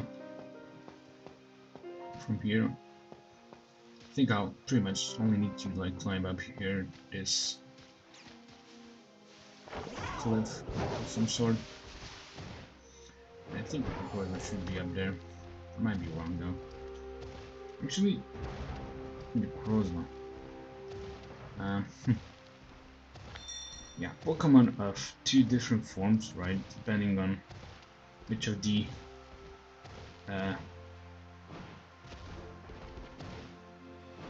two Pokemon, either Solgaleo or Lunala, you do fuse it with. This one's pretty much designed to be as a base form. I guess it's okay. Where is it? Ah, there it is. Yeah, there we have the Necrozma. Yeah, really interesting looking Pokemon. I think I'm gonna still be leading with Pikachu because this Pokemon is designed to be a special attacker. Okay, let's go with it. And since it's related to both Solgaleo and Lunala, you probably guessed it. It's a Psychic type Pokemon. And this one is actually a pure Psychic type. Let me check what moves it actually have, but I'm gonna go. Of course, I'm gonna try catching it with a Quick Ball if possible. But otherwise, pretty much try to set up. I think this Pokemon should have special attacks, so I think I'm gonna be trying. I'll be either going for an Eerie Impulse or a Fed-Up Light Screen. Let's see. Okay, it does have Power Gem. Okay, so yeah, definitely. It's definitely using special attacks, so let me just see what moves can actually have at level 70. Power Gem, Iron Defense, Rock Blast, and Store Power. Okay, now I get it. Yeah, the combination of Iron Defense and Store Power could be kind of annoying. So yeah, as a matter of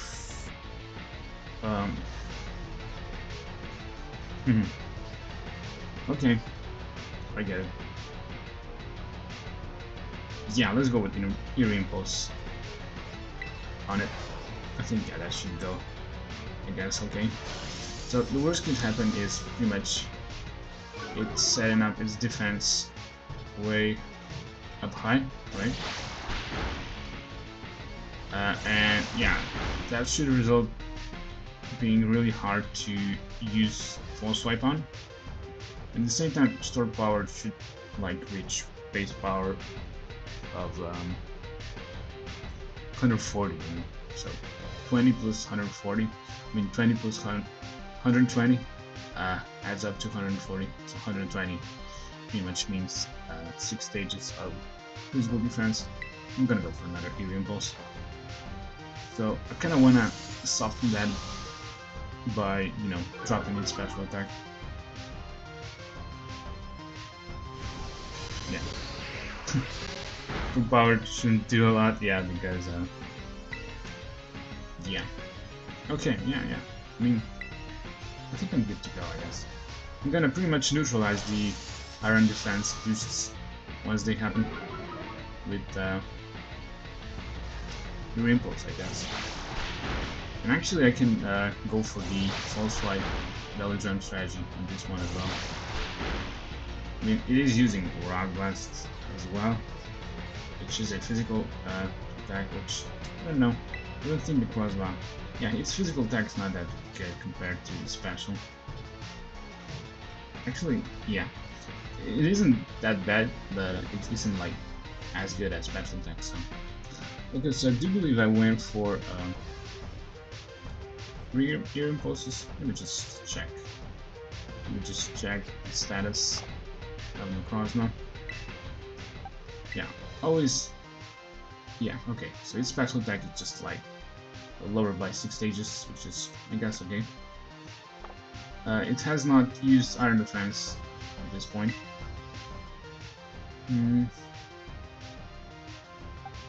Okay, maybe I can also, well, Pikachu is already active. Let me just set up Light Screen, just for fun, I guess. Also, so that turns can pass by. Also, yeah, I might. Yeah, it's kind of annoying. Yeah, the fact that I want to bring Charizard in kind of. Yeah, it does have Rock Blast, right? So that's the problem.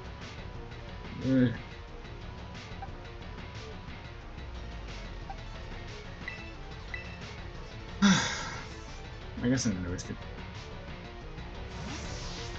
Ooh, what I could do though, yeah, I might just do that. I might just go for this Smoke Screen as well. Yeah, that was pretty much probably at least I think so. Okay, it's raising its defense, right? So what I want to do is I also want to go for Smoke Screen as much as I can.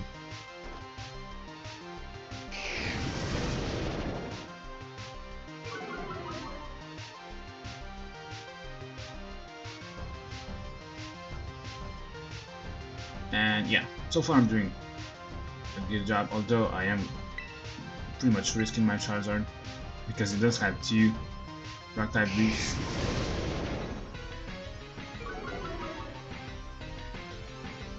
Let's see how lucky I get. Okay, Store Power. Yeah, not a lot. I mean, we pretty much lowered its special attack and we're pretty much lowering its accuracy, so yeah, it's kinda. Yeah, I think, yeah, that was a good idea that I brought Pokemon that can lower stats. I mean, yeah, Eerie Impulse and Smoke Screen are pretty much okay. Oof. Actually managed to kill my Charizard with a Rock Blast. Okay, luckily we only hit like 2 times. Also, Light Screen wore off. Yeah, really putting Charizard in a threatening position over here. But I'm hoping to lower this. Okay, yeah. Okay. We got this. But I really want to lower this Pokemon's accuracy as much as I can. So I think, yeah. 2 more Smoke Screens should do. Yeah, this looks odd. Looks actually really okay, no, it doesn't. Never mind. Ooh. a little damage. Yeah, that's pretty much it once you drop your target special attack by 6 stages. Okay, so I guess I shouldn't be worried at all. Pretty much immobilize this Pokemon at this point. You can pretty much, yeah, go for the Belgian False Swipe. Yeah, okay, I'm good to go. There's pretty much nothing to worry. I was kinda overestimating this Pokemon. Okay, let's go for it.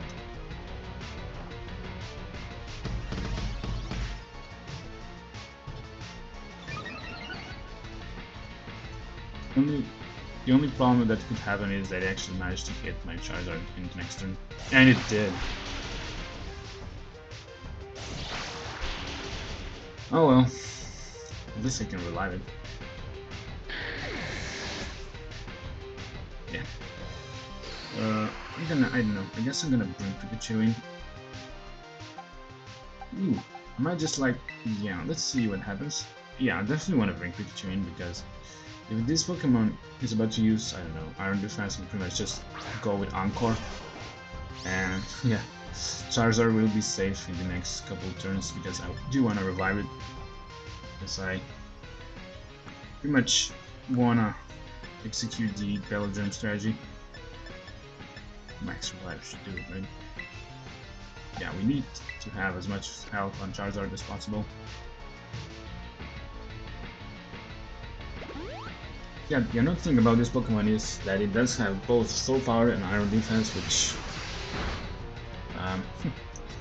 if you're not bringing Pokemon which can lower its stats, could be kind of threatening, but I managed to do so, and okay, it's going for Store Power. Let me just Encore that. Yeah, perfect. I mean, yeah, Store Power is not doing a lot compared to Rock Blast or Power Gem. Yeah, Power Gem is more annoying, yeah, because it's a physical attack. Yeah, okay. So we kind of forced Necrozma into using Store Power for a couple of turns. Yeah, if it actually manages to land that. Okay, I think Charizard will be safe now. At least for a couple of next turns. After that, I might just bring something else that might. Yeah, I'm definitely bringing something that can put it in play. Something that pretty much. Okay, he's going for Solgaleo. Yep, and managed to land. Alright. Here's the deal. Might just bring something that can resist rock type attacks. I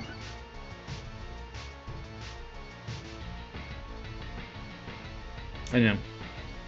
I think all my Pokemon pretty much take neutral from rock type attacks. Except for Charizard. Oh, and also it kind of finished its Encore, so here goes nothing. Yeah. Okay. Managed to avoid that.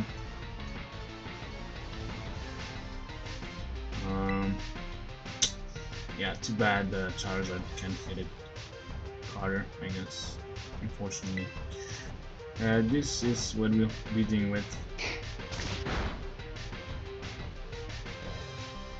Okay, it is missing with Power Gem, which I very much like. And yeah, I'm gonna keep False Swiping.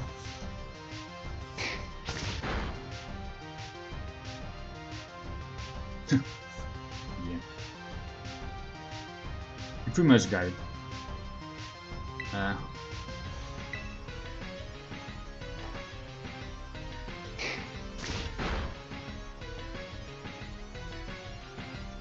Okay, so yeah, I did mention that, okay, so from now on you probably do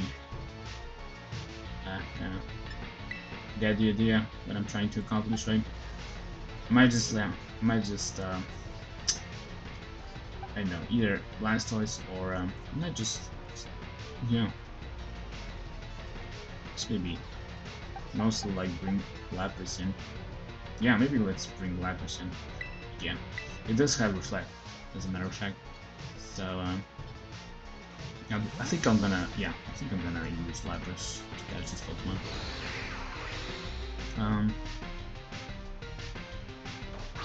Yeah, once the Necrozma fuses with either Solgaleo and Lunala, it becomes, I mean, yeah, it has like two forms, right? Once it gets fused with Solgaleo and Lunala. Let me kind of talk about it. Yeah, if Necrozma manages to fuse with Solgaleo, it actually becomes Duskmane Necrozma. So this is, I'd say it's a form of Necrozma, although it's a fusion of Necrozma and Solgaleo, right? So I'm gonna go with Reflect first. If it actually fuses with Lunala, it becomes Dawnwings Necrozma. Also, probably should mention the abilities, right? So, this Pokemon has Prism Armor ability, which pretty much reduces the power of super effective attacks taken. I do believe it pretty much, yeah, it reduces damage from super effective moves by a quarter. So this means it should be doing like, okay, I'm gonna put it to sleep, right? Should be more active. I'll explain this stuff. So this pretty much means that super effective moves are gonna deal like 150% damage instead of 200, I guess. You know, because of the super effective multiplier, they get kind of doubled, but because of the Prism Armor, they kind of get lowered by a quarter, right? So I'm gonna go another thing. Since the first one didn't manage to land on either the second one.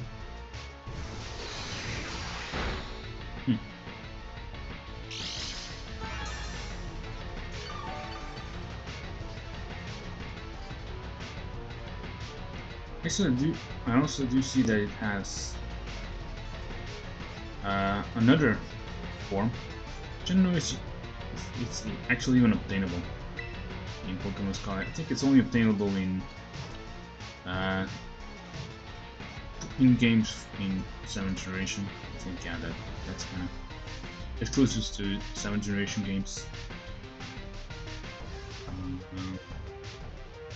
But yeah, once Necrozma does manage to fuse with Solgaleo and Lunala, it becomes way more powerful than Solgaleo and Lunala actually are, and it kinda, let's say maybe it kinda inherits their strengths.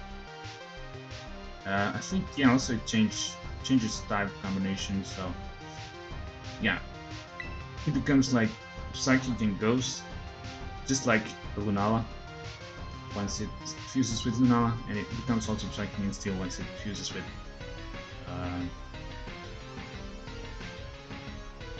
Solgaleo. Might just go for Reflect once more because this Pokemon might just land a Rock Blast, and I do wanna make sure that Lapras can take that slightly better. And let me just also something else. And like I said, it's a special attacker, right? The base form of the Necrozma should be used as a special attacker, although it's not that fast. Yeah, it's pretty slow for a legendary Pokemon. It also has pretty good defense. I mean, its attack is slightly better than defense, but still lower than special attack, right? Its special defense is not the greatest, but its speed is probably the lowest out of its. Once it does fuse with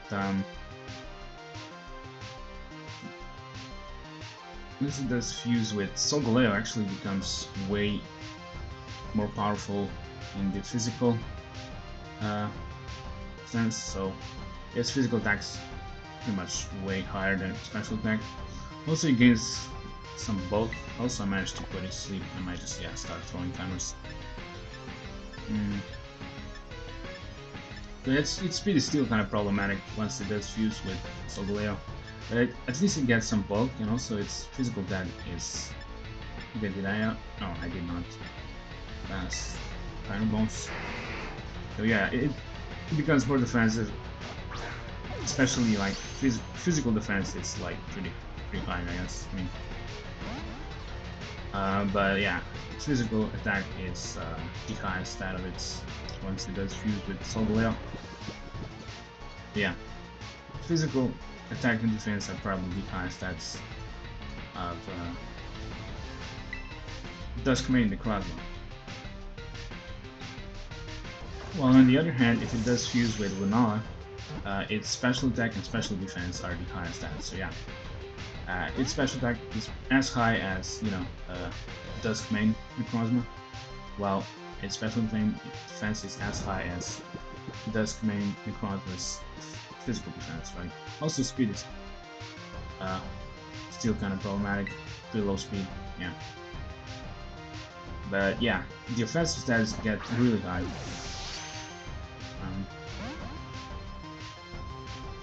So yeah, I guess Downwings Necrozma, so the Necrozma fused with Lunala, is definitely a threatening special attacker, and Duskmane Necrozma is a threatening physical attacker.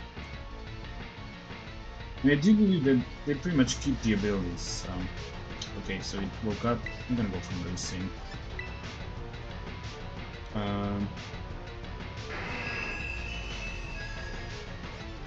Managed to pull that one off.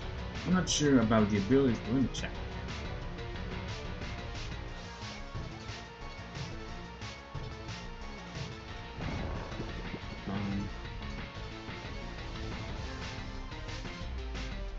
Okay, I managed to put it to sleep. Let's go with the timer ball.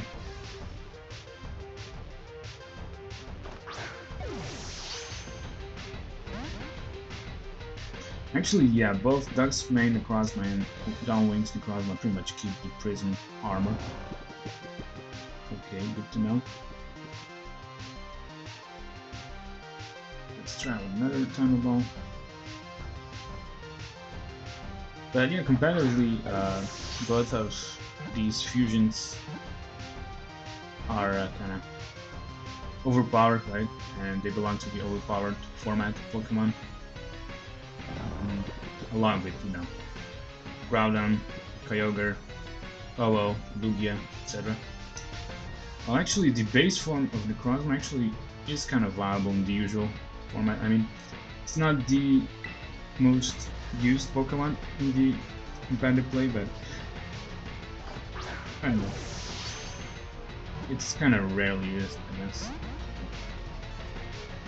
And I don't know, I do see that it's quite often used as a, it likes to play around with store power a lot in competitive play. Also, considering it is able to learn Calm Mind. Actually, it also does have this particular signature move. Okay, let me put it to sleep. It does have this particular signature move called Photon Geyser, which it's pretty much a psychic equivalent of Sunsteel Strike and Moonguise Beam. So, Mold Breaker effect, 100% accurate, 100 base power, special, psychic type move.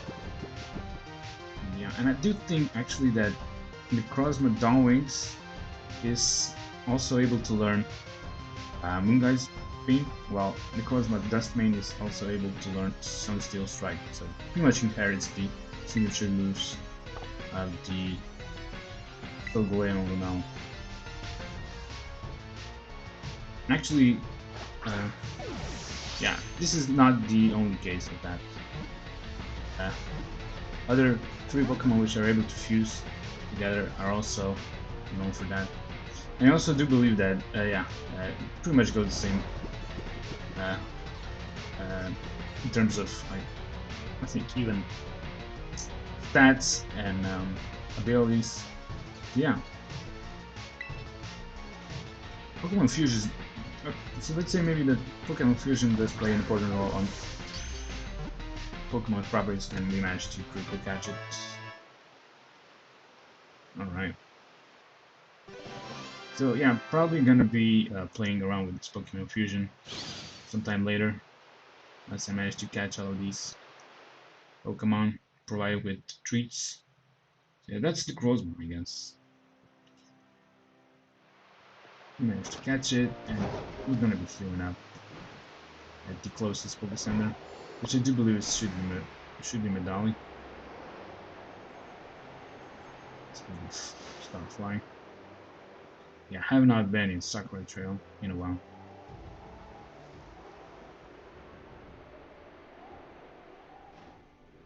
Okay, I'm not even flying, am I? Okay, here we go.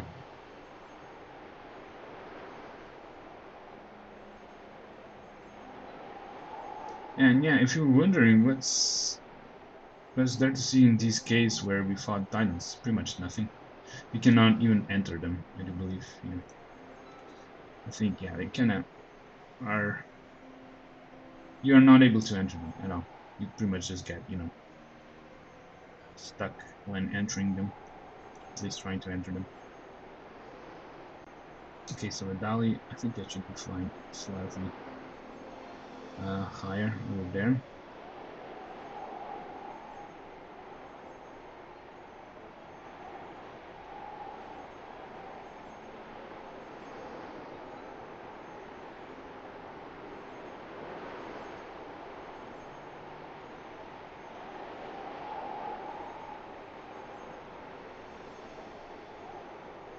We need to, yeah, actually, Medali is right over there.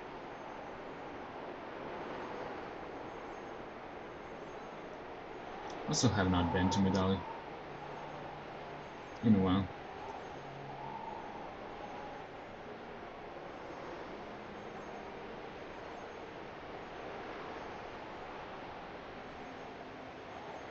Although, as we know by now, Medali should be a good place to change your Pokemon Star type, right?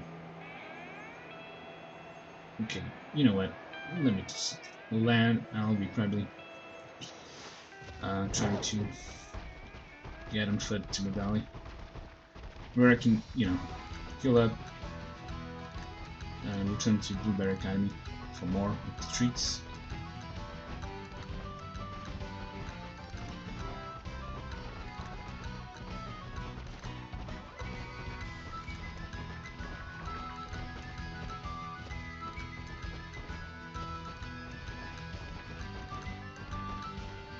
Also, I should be putting Citrus Berry on Charizard, right? I think, yeah. Yeah, Charizard had some issues in this particular encounter. Let's maybe take care of that before healing up.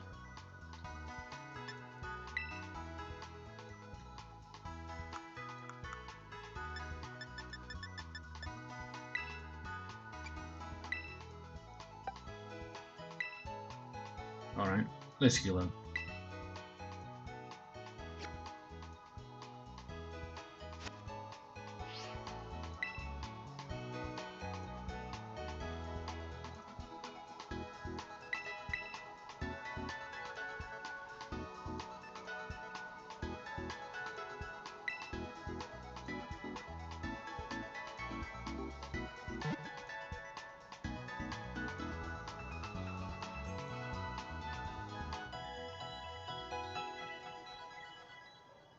And we'll be flying back to Blueberry Academy.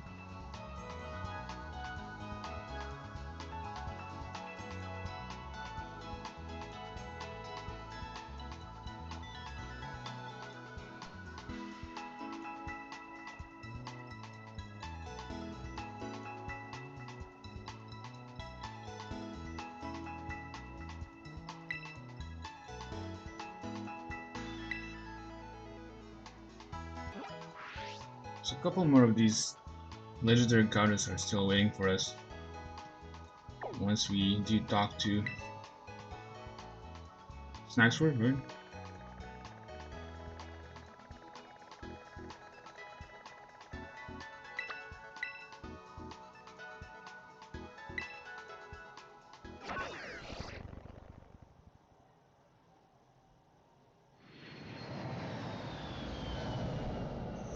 We were kind of getting close to counting all of them.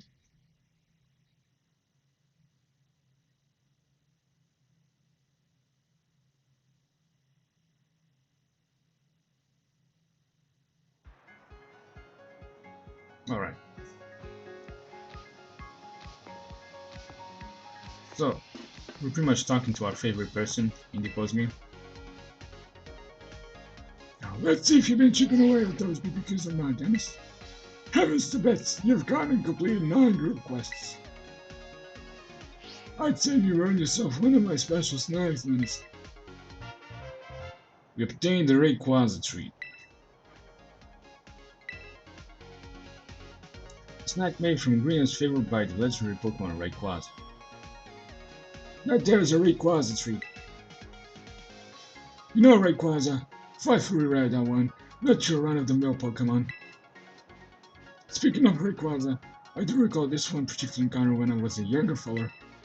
I was doing a bit of mountain climbing, As usual. hauling myself up some mighty steep Paldean cliffs. And I made it up to the top. Now, that was the kind of sight a man lives for. I looked down over to the edge into a sea of white mist, unbroken as far as the eye could see. There was something truly mystical about it all. And what came bursting right out of the dense fog but old Rayquaza, like a cork out of bottle. He nearly fell back down the mountain in a shock. Loves that snack you have there, so might just have a shot at me it too. If you run into old Rayquaza, you be sure to give it my best. Alright. So Rayquaza is the next Pokemon we're gonna be looking for. Let me just put a save.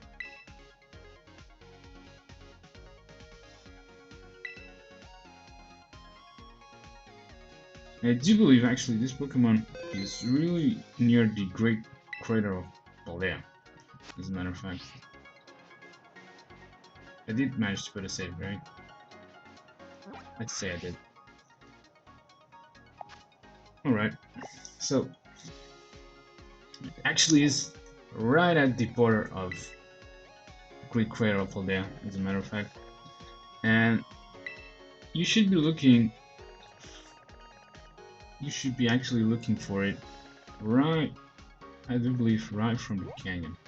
So it should be somewhere around here, as a matter of fact. So we're gonna be climbing the cliffs as well, just like Snacks were dead. And let me fly to the South Province Area 3 Watchtower, so we can actually encounter it as fast as possible from over there.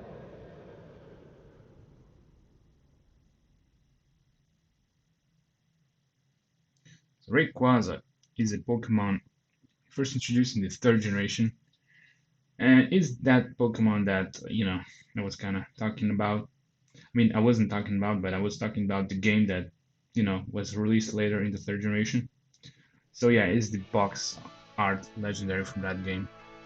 And yeah, it kind of forms the trio along with Groudon and Kyogre. Let me get up there. We should be finding Rayquaza. Actually, I might, let's maybe consider flying instead of climbing, you know, because I guess we're kind of smarter than Snacks was.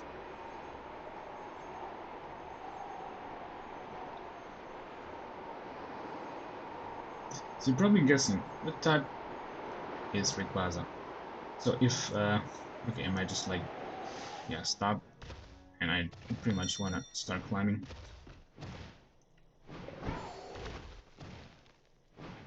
And I don't know, I might just like, okay, that's a Garchomp, right? Yeah, as usual. We kind of saw that before, right? You're probably wondering what type combination is Rayquaza, and you probably guessed it. It's a flying type. So yeah, this is really cool to see. Rayquaza right above the Area 0. Let me just take a look at what I can do. So yeah, Rayquaza is it's pretty terrifying. It's a pretty terrifying Pokemon, to be honest.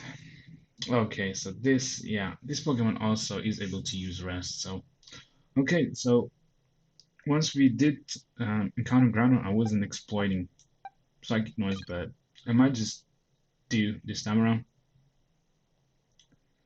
This Pokemon is a Flying and a Dragon type. Let's go for it. So I will be leading with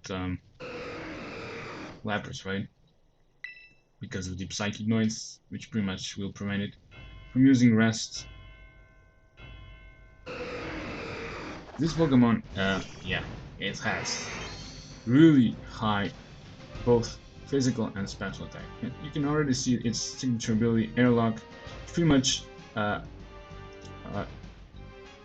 disables the weather effects once this Pokemon enters. So yeah, its ability is pretty much designed to counter the Groudon and Kyogre's abilities, right?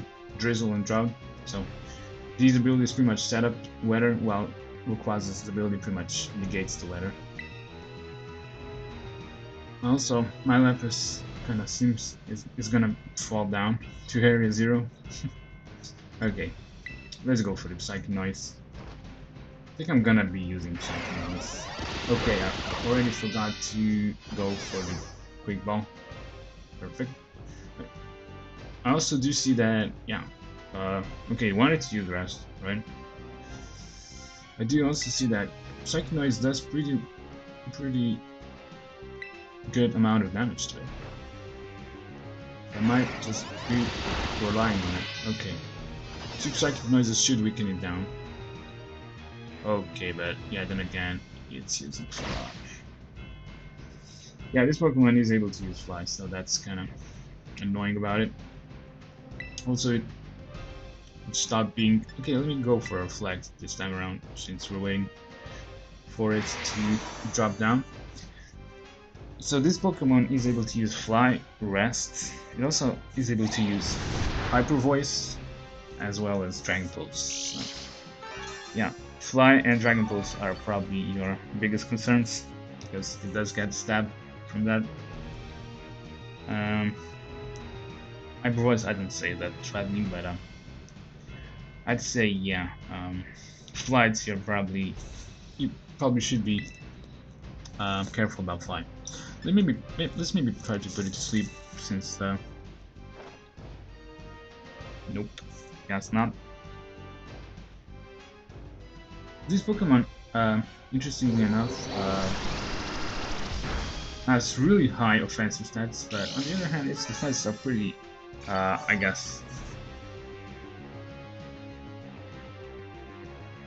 low, I guess, for a legendary Pokemon. I'd say they're actually under average.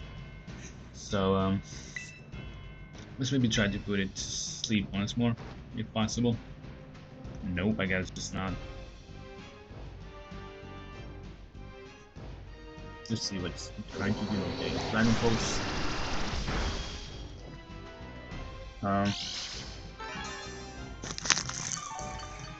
Yeah, its defenses are not the greatest. Well, its offenses are pretty terrifying, so you should be bringing something that can take hit, both physical and special.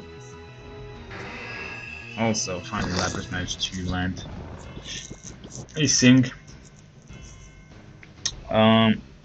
Yeah, being a dragon and a flying type, yeah, it does hurt from ice type attacks, right?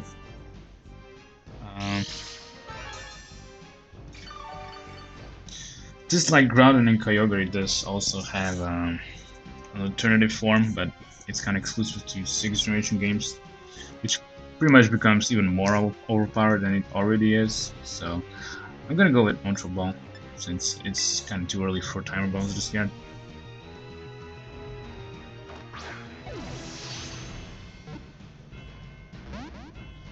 But it should go for a rest sometime soon once it wakes up.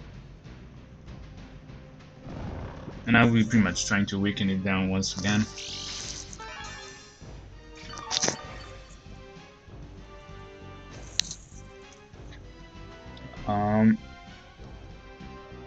Yeah, and that particular form of Rayquaza actually yeah, I think it's probably the strongest Pokemon ever introduced. This Pokemon is just absurdly strong. What am I doing? Yeah, that was a dumb move. Yeah, that form is absurdly strong. I mean, move that form of Rayquaza is absurdly strong. It's actually so strong that it's at some point it was like I think it was the first Pokemon that was too overpowered to be in the overpowered format of Pokemon. Yeah, it was pretty much banned from it. It was just so powerful that it was not even suitable for competitive play. I mean, it was suitable for competitive play, but the least restrictive format of it, right? That's how absurdly powerful that Pokemon was, and it was the first one that was introduced in a Pokemon game. Okay, yeah, you just went for rest.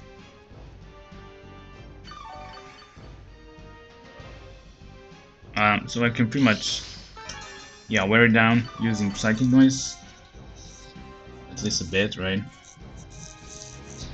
And probably, yeah, once it wakes up, I'll be kind of ready to use Sing. I think so. I think so. Also, I did realize that if you use Psychic Noise 2 times in a row, yeah, that pretty much doesn't help you preventing it from healing.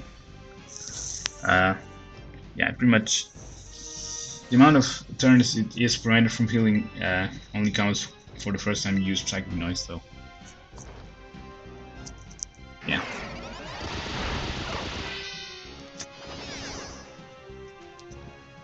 It's still asleep though, which I don't mind, to be honest. I'm just gonna go for an Ultra Ball. I think it's still too early for Timer Balls. I kind of have a feeling though. I'm not counting the turns, but I just have a feeling that. And also, just like Groudon and Kyogre, this Pokemon also has its own signature move. I think it's called Dragon Ascent. Actually, this one is a flying type move. Yeah, this is interesting because it should kind of promote itself as a okay. It went for a rest once more. Okay, so I do see that. Yeah.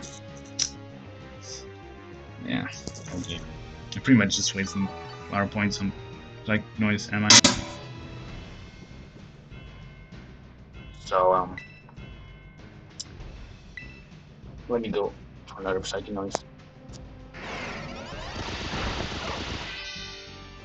Oh, that was a critical hit.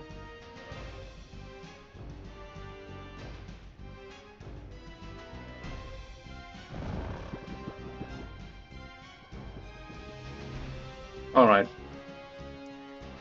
Are we ready for time to use time runs? I'd say we are.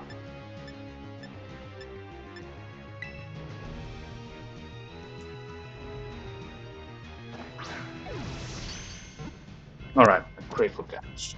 Perfect. So yeah, Dragon Ascent actually is a 120 base power flying type move, which is actually 100% accurate, and it's a physical flying type move, which is kind of ironic. I mean, it should be a dragon type move, right? Considering its name, but it isn't. It's a flying type move. How about that? Okay, I think I'm gonna be healing up. I think there's a Poke Center right over here, right in the canyon. Also, yeah, really good looking Pokemon, especially the shiny. Pretty much is really similar to the shiny Charizard. I really like it. Yeah. All right, let's heal up. And yeah, a couple more of the encounters, and I think actually I might just see what I can do after that.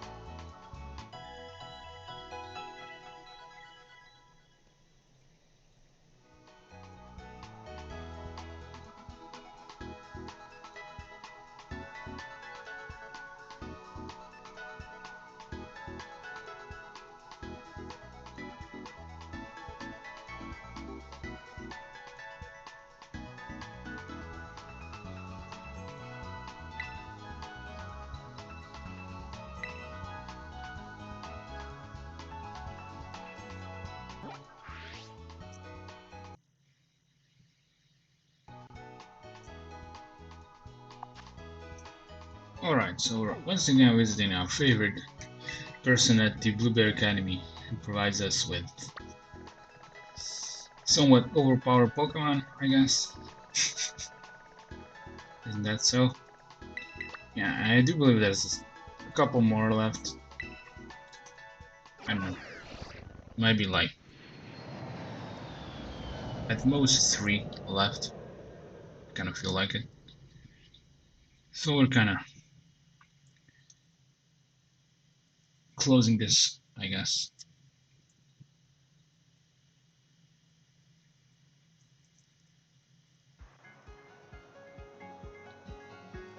Alright.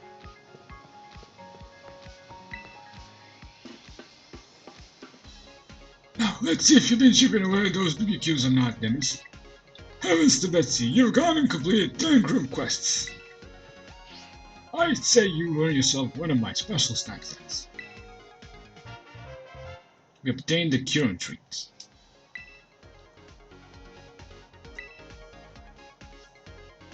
A snack made from ingredients favored by the legendary Pokemon Kyurem. Right there is a Kyurem Treat. You know Kyurem, 5 foot rare that one, not your run-of-the-mill Pokemon. Speaking of Kyurem, I do recall this one particular encounter when I was a younger feller. See, I was climbing up the snowy mountains when a terrible storm blew in, and I had no choice really but to hunker down in a cave underground. Don't even rightly know if I should call that place a cave. It was all stormy heights and wide passages, befuddling as any labyrinth too. I was having a grand time exploring its many nooks and crannies, and this sheet of ice near me suddenly up and moved. I rubbed my eyes, not believing what I was seeing, as I realized it was no ice sheet. It was Kyurem, right there in front of me. Who would have believed it, right? Looks that's nice you have there, so you might just have a shot in a minute. You're until Kyurem, maybe you should give it my best.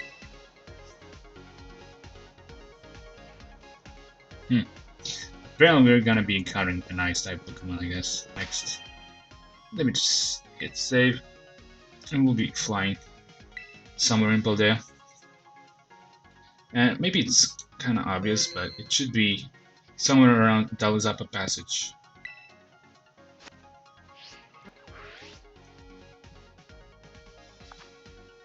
So, Kyurem should be actually found in the Dalizappa Passage back in Paldea. Let me just take a look. Actually, in one of the caves below. Actually, let me rotate this slide.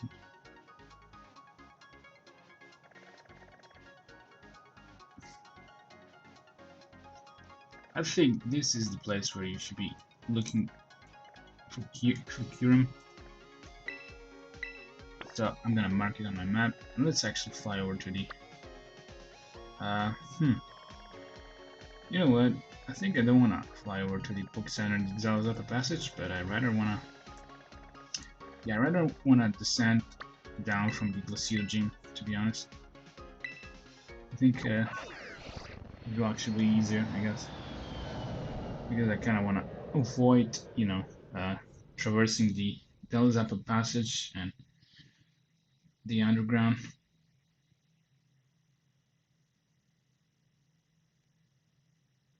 Yeah, it's kind of obvious. Kyurem is an ice type Pokemon, and it actually happens to be first introduced in the 5th generation. And it is kind of related to one of the Pokemon Magic Catch, which can actually also fuse with, and that is Reshiram. So yeah, Reshiram confused with Kyurem, and yeah, I might actually discuss it a bit later, but also we're gonna be seeing the fusion, of course. So I think, yeah, the best way I should approaching this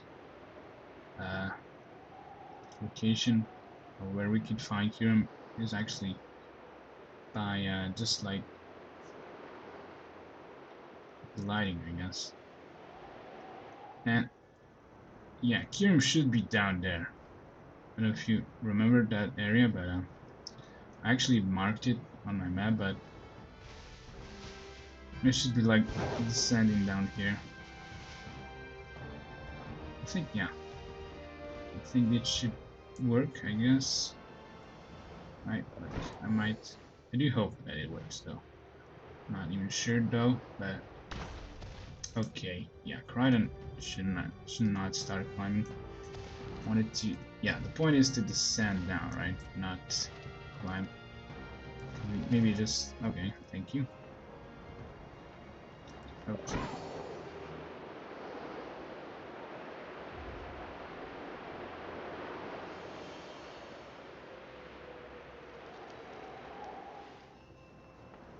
Alright, so we're gonna going down this cave, and yeah, I think I'm pretty much am where I should be.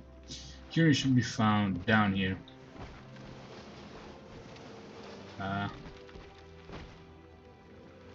Yeah, there it is. There's the Kyurem. Okay, so it's definitely a nice type Pokemon. I don't know if you can see from here, but you can zoom in. Yeah, that's the Kyurem. It's an ice and a dragon type Pokemon. It's gonna. Oh no. We got interrupted by this. What's it called again? Yeah, I already forgot this Pokemon's name. Yungoos, yeah, we have not been seeing this in a while now, so. What's this Pokemon's name again? Yep. It's definitely more forgettable than. Oh. Oh, okay, there it is. Okay, let me just pause in front of it. Okay, so I'm gonna decide which Pokemon I'm gonna be using against it. Okay, I think, yeah, Pikachu might actually work. Yeah, I think I'm gonna leave with Pikachu because this Pokemon, I do realize that it has a lot of special attacks and I want to kind of, you know, do something about it.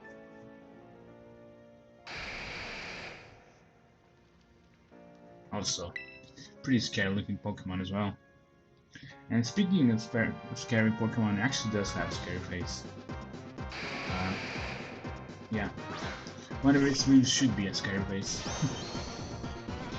So yeah, like I said, it actually does have pressure.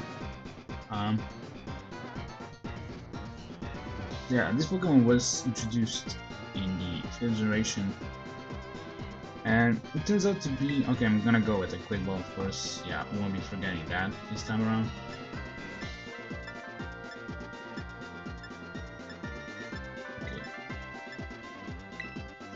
So this Pokemon happens to have both physical and special attack quite high. I mean, it's not like super high, but it's pretty high, I guess.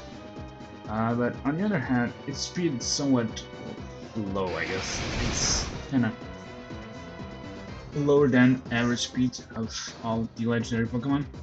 So, okay, which move did it use? Already, I actually did not manage to. I think it was Hyper Voice, right? I think it was. So, I might just like. Should I maybe Encore it? Let's maybe Encore it. Because, yeah, this is pretty much the weakest move we can use, I believe.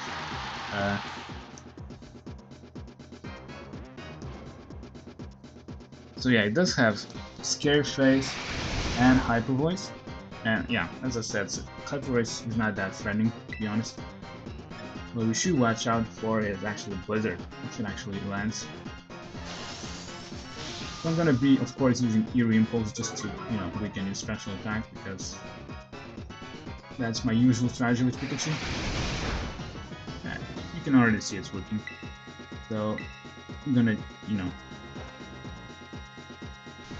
go for 2 more Eerie Impulses, including this one. So yeah. If actually Pikachu manages to survive these blows, I will be also setting. Okay, so it actually ended its Encore. And I don't know if I should be going with Encore right away, but I don't think that Encore works that way, does it? Cannot pretty much Encore the last move that has been Encored, I guess. Anyway, you managed to drop its special attack by 6 stages. Using Imprison, which, yeah, it pretty much doesn't matter if your Pokemon don't have the same moves as it has. So if your Pokemon don't have Blizzard, Scare Face, or Hyper Voice, you should be fine. You shouldn't like the whatever. Okay, I'm gonna go for the light screen because, I don't know, it might just go for either Blizzard or Hyper Voice.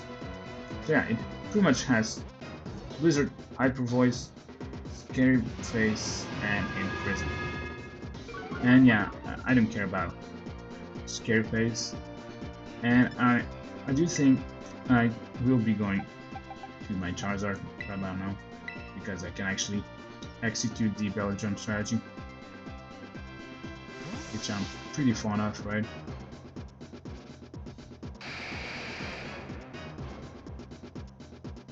can probably tell by now.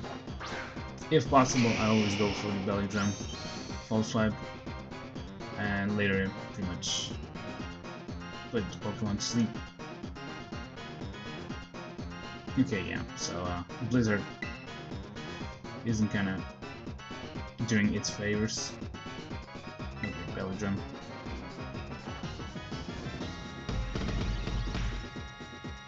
Also, comparatively, this Pokemon turns out to be pretty good. It's just in the usual format way to play. This Pokemon actually isn't as overpowered as you might think.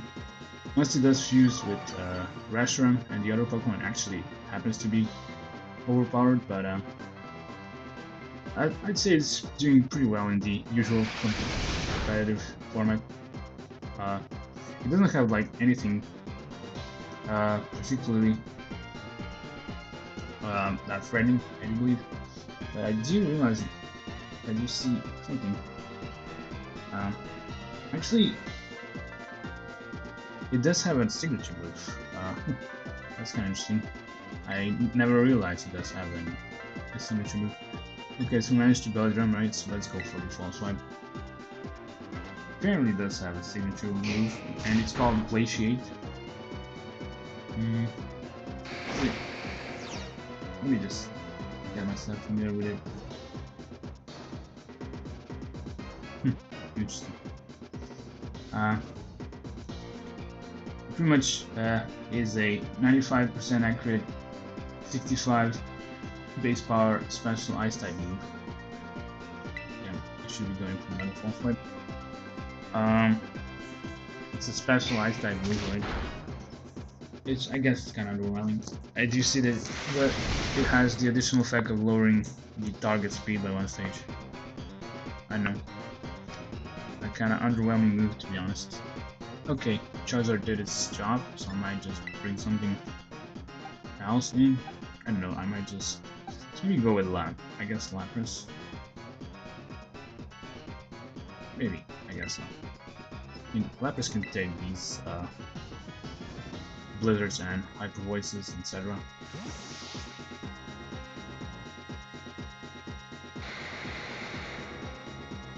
I guess it's a good thing I managed to remove Blizzard from all my Pokemon, because otherwise they wouldn't be able to use it in this situation because of Imprison.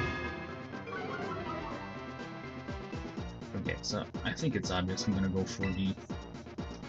I could also go for a Flag, but I don't think it's necessary. I think, yeah, actually, why should I go with Reflect again? Because this Pokemon is pretty much using only special moves, right? Yeah. No, I shouldn't be using Reflect at all. Let's put it to sleep. And yeah, like I said, this Pokemon is pretty good competitively. It can be actually, yeah. It's interesting about it that it can be actually used both as a physical and a special attacker.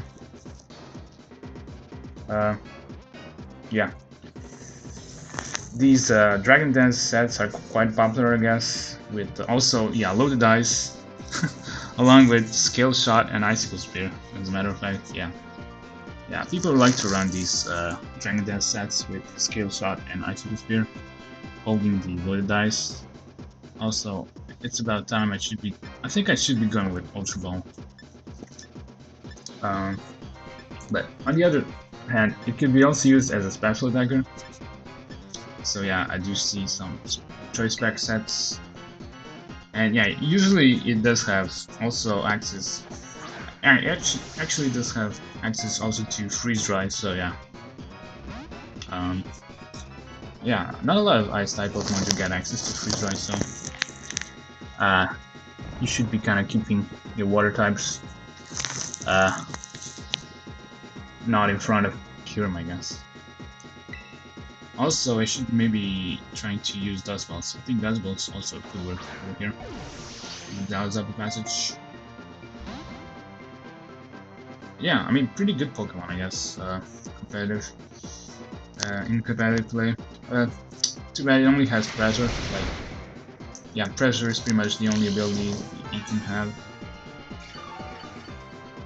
But yeah, I'd say it's pretty okay. I mean, in previous generation, it was kind of considered to be overpowered, because I guess there weren't. Yeah, I'm still sticking with. Okay, I should be maybe like putting it to sleep. Yeah, in previous generations there were not that a lot of options to handle it. Yeah, but in this generation, I guess they are. So this Pokemon pretty much managed to get itself in the usual competitive tier, I guess. Also managed to put it to sleep. Kinda glad about that. And let's maybe return to throwing Ultra Balls.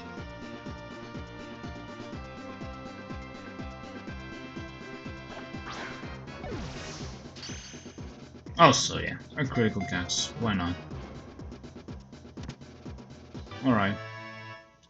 And that's Kyurem. Yeah, like I said, it is able to fuse with Reshiram, right? And the other Pokemon, which we've not seen.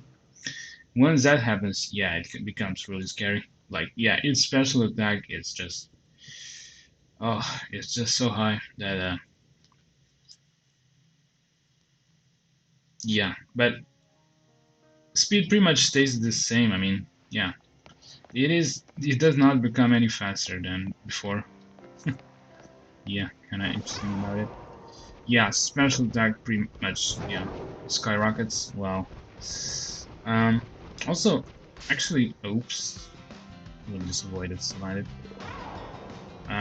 It's actually its physical attack kind of drops a bit. And HP also stays the same, which HP is also pretty good, I guess. Its bulk, I guess, slightly changes. Special defense kind of rises, but like slightly, while physical defense stays pretty much the same. So yeah, but that special attack is just really scary. So, and once you do manage to fuse Reshiram with Kyurem, the form of Kyurem is called Kyurem White. Kind of refers to the color of Reshiram, right? Also, yeah, I managed to get over here, so we can actually heal up at the Medali. And yeah, there's also another Pokemon which we have not seen, and it's the Reshiram's counterpart. So yeah, Reshiram is available in one version, while the other Pokemon should be available in the other version of the 6th generation main series games, right? And yeah, I do expect that this fusion of the other Pokemon with Kyurem should be pretty much the opposite, so it should have like really high physical attack while its special attack should slightly drop. Its physical defense should like be slightly higher, while its special defense should be the same. And yeah, HP should also be the same, and speed as well. And yeah, this fusion forms pretty much inherit the the original abilities of Reshiram and the other Pokemon. So yeah, these Kyurem forms should have actually Triple Blaze and the other ability. And also, yeah, they have access to, you know, Fusion Bolt and Fusion Flare. I think I did mention both of these. So yeah, Fusion Flare is the signature move of Reshiram.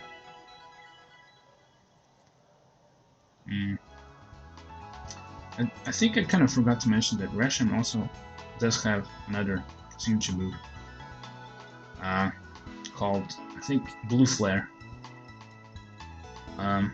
which is a pretty much, yeah, really similar to Fire Blast, I guess. Slightly more powerful, but pretty much the same idea behind it.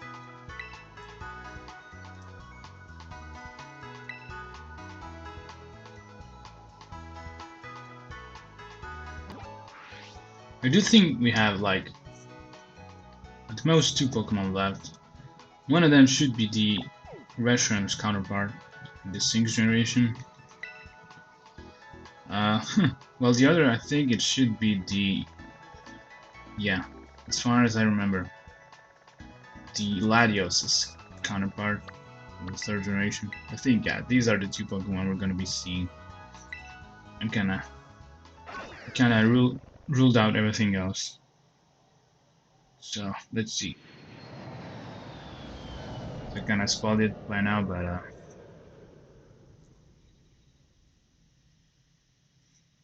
there's no reason not to, I guess, at this point.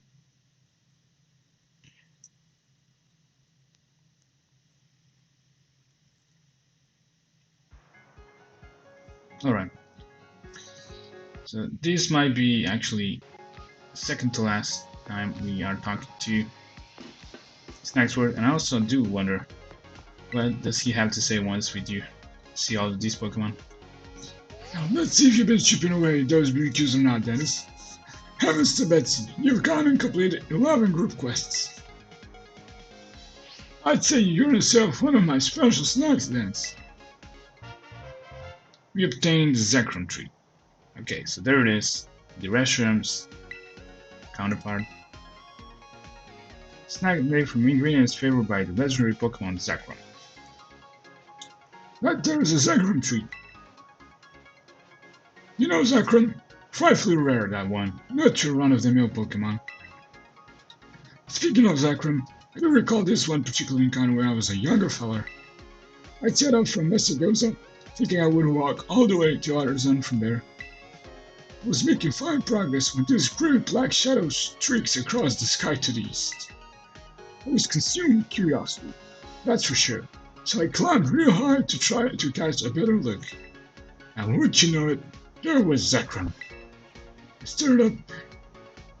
stared up at it like a country lad seeing his first city, and it came down to land right near me. We watched one another for a time.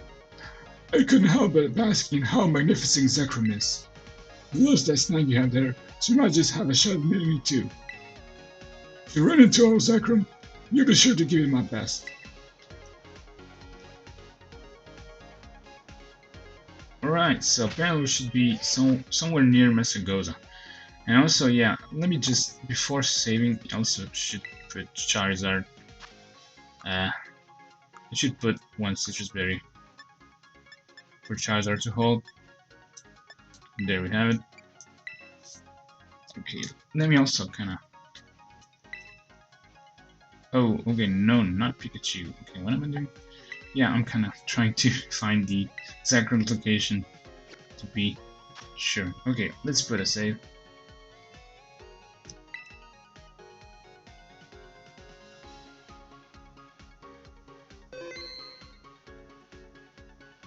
Alright.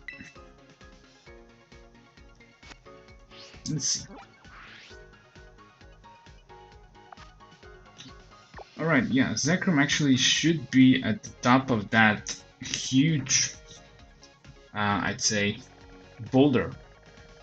In the canyon, actually, yeah, not in, actually, yeah, not in the terrarium, but, you know, in the Paldea. So yeah, it should be actually, yeah, right about over here. So I might just like mark it. Yeah, let's mark it. Let's fly over to this watchtower. So I promised area 5. So yeah, that's the place we should be looking for Zekrom, I guess. So yeah, Zekrom, I already mentioned, is the counterpart of the Reshiram. And also I do think they have a name. Both these two Pokemon kind of belong to the... actually, yeah, they're kind of... Yeah, Reshiram, Zekrom, and Kyurem are called the Tao Trio, I guess. Yeah, they have some kind of yin-yang symbolism involved. I'm not even like sure, but I think it's some... Yeah, it definitely has something to do with yin-yang symbolism. Okay, we're pretty much... Okay, I might just like... Yeah, oh no, almost ran into this. Actually... I think I'm... Okay. Palmoniards.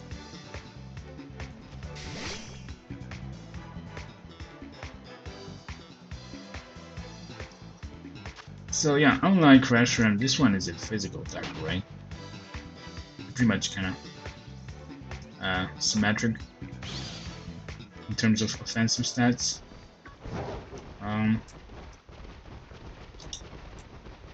Okay, come on. So just like Reshiram, this one also has a signature ability as well as 2 signature moves. I did mention one of them, Fusion Bolt, right? I do believe it's a like 100%, 100 base power electric physical move, which also has that mold breaker effect, which can pretty much bypass the you know, abilities that actually should prevent the target from being hit. You know, the mold breaker effect, you know, bypassing the immunities given by abilities. For example, like if a Pokemon, like, yeah, perfect example should be Excadrill, uses Earthquake upon the target to levitate, it actually should hit it despite the target having levitate. That's pretty much what Mold Breaker does. And I could actually like give you many other examples as well. Also another example might be, okay, what's happening again? Another example might be also the Ogerpon, the Heartflame Mask Ogerpon, using a fire move against a Pokemon with Flash Fire, pretty much negates the Flash Fire because of the Mold Breaker that Heartflame Ogerpon does have. And okay, it should be somewhere around here. I'm not even sure where, but I guess we're gonna be finding out sometime soon. It's definitely somewhere around here, but let me just take a look.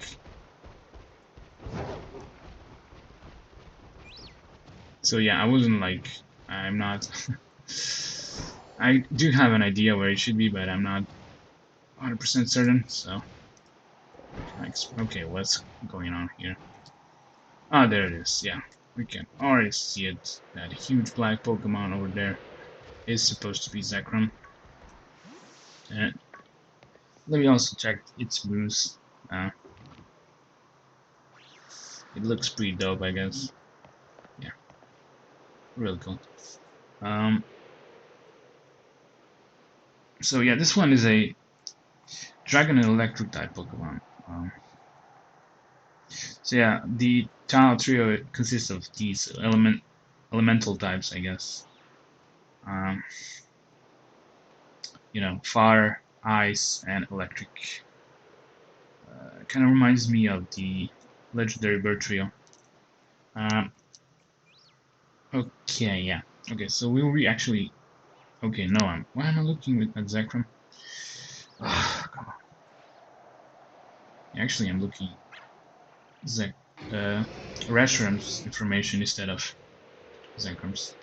Okay, here we go. Let me just, I'm kind of looking just what moves it could use, so I should actually get my team prepared for that.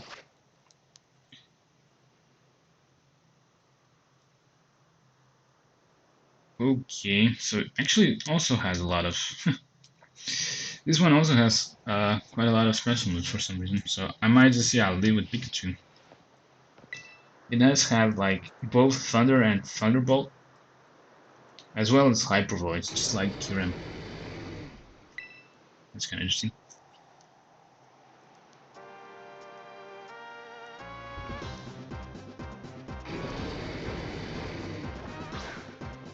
And it also has Fusion Bolt, which is actually its physical move, right?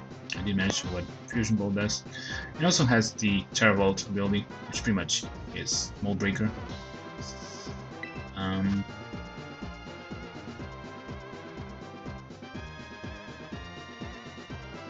Is it? I think so. I mean, okay. Let's go for the Quick Ball right away.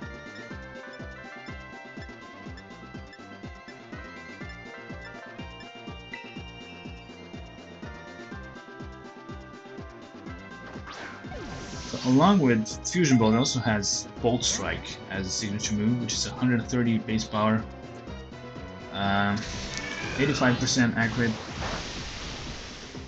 physical electric move. It also has 20% chance of paralyzing. Interesting. Okay, I'm gonna go for the Eerie Impulse this time around. It's a good Encore it. I mean, yeah, I actually might also consider Anchoring it, but I'd rather even Anchor it once it does use. So it's pretty accurate this Thunder move. If it does use Hyper Voice, I'm gonna Anchor it.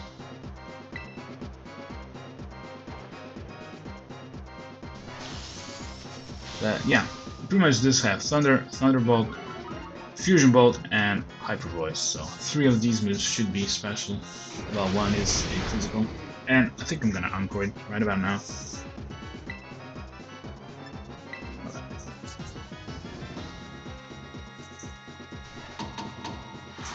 So it's pretty much forced to use Hyper Voice. I guess, the weakest of its moves. Because it does not get stat for that compared to the others. And I'm gonna go for the last Eerie Impulse. And I'm pretty much gonna go for the same strategy as with Kyurem.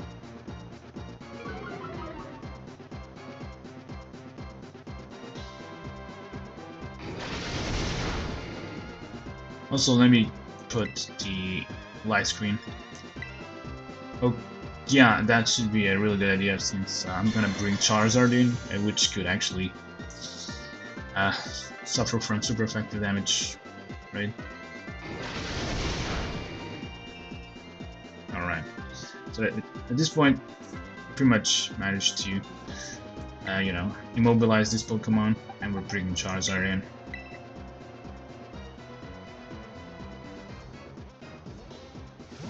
So yeah, the Tagtree actually isn't that hard, I guess, to catch. I mean, apparently they do all have Hyper Voice, as well as their signature moves, except for Kyurem. Okay, we're gonna go for the Belgium.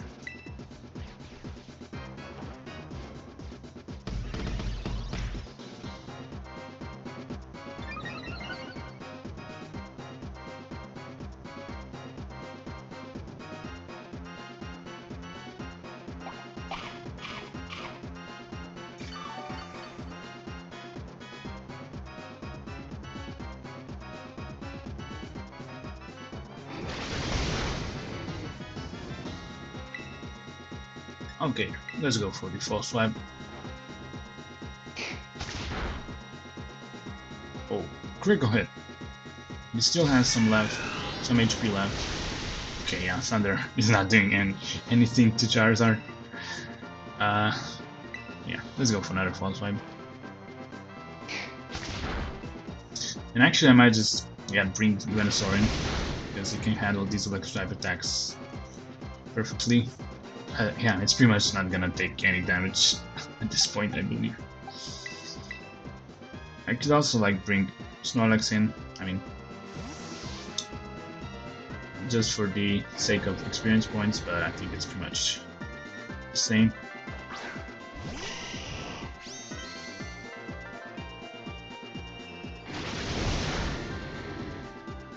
Alright, let's go for the sleep powder.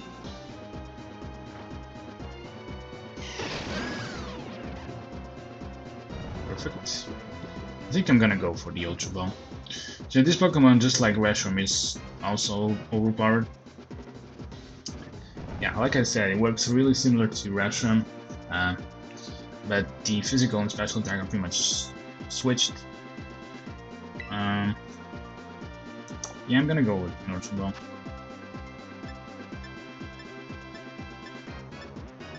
There we go.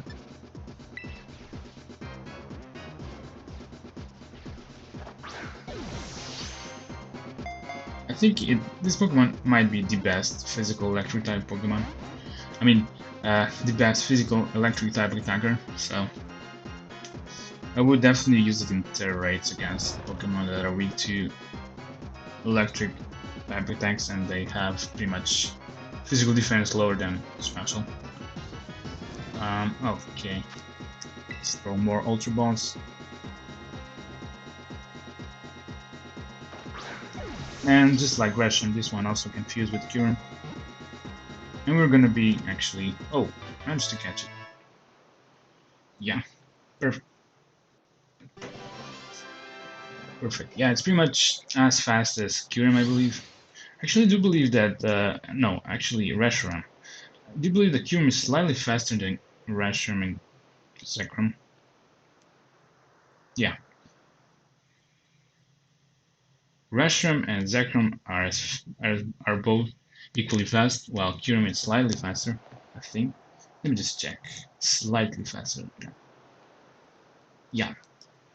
It's barely faster than these two. But I think yeah, Reshiram and Zekrom should have actually equal amount of HP. Let me just check. Okay, so I'll be pretty much trying to get myself to the nearest. Yeah, let's say that's the nearest Poké Center I can get myself to. Okay, let's see. Zekrom. Yeah. Yeah, like I said, physical defense is way higher than special defense. And also special attack is not that bad either. I mean, yeah, it's kind of high, but not as high as physical attack. So yeah, that's the reason why you should be using Zekrom as a physical and not a special attacker. And yeah, it pretty much is overpowered, just like Reshiram. And it gets even more overpowered once you manage to fuse it with Kyurem, right? And yeah. We're gonna be checking out Pokemon Fusions really soon. But let's first heal up. And I do believe the last Pokemon is actually, yeah, Latios' counterpart.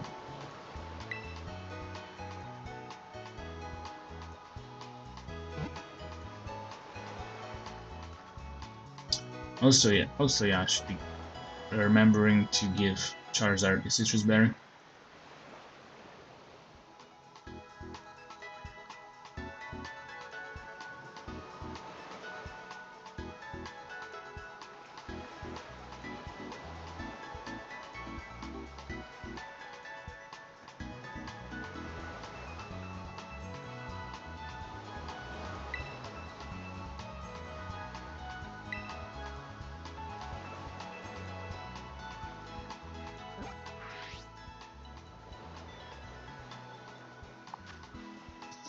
Alright, let's fly to Blueberry Academy and get ourselves the very last treat from Snacksworth.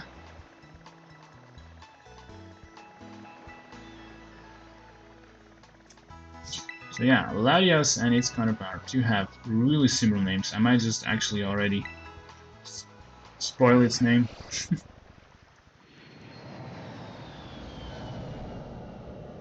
Also kinda wanna check. Are they kinda referred as a duo?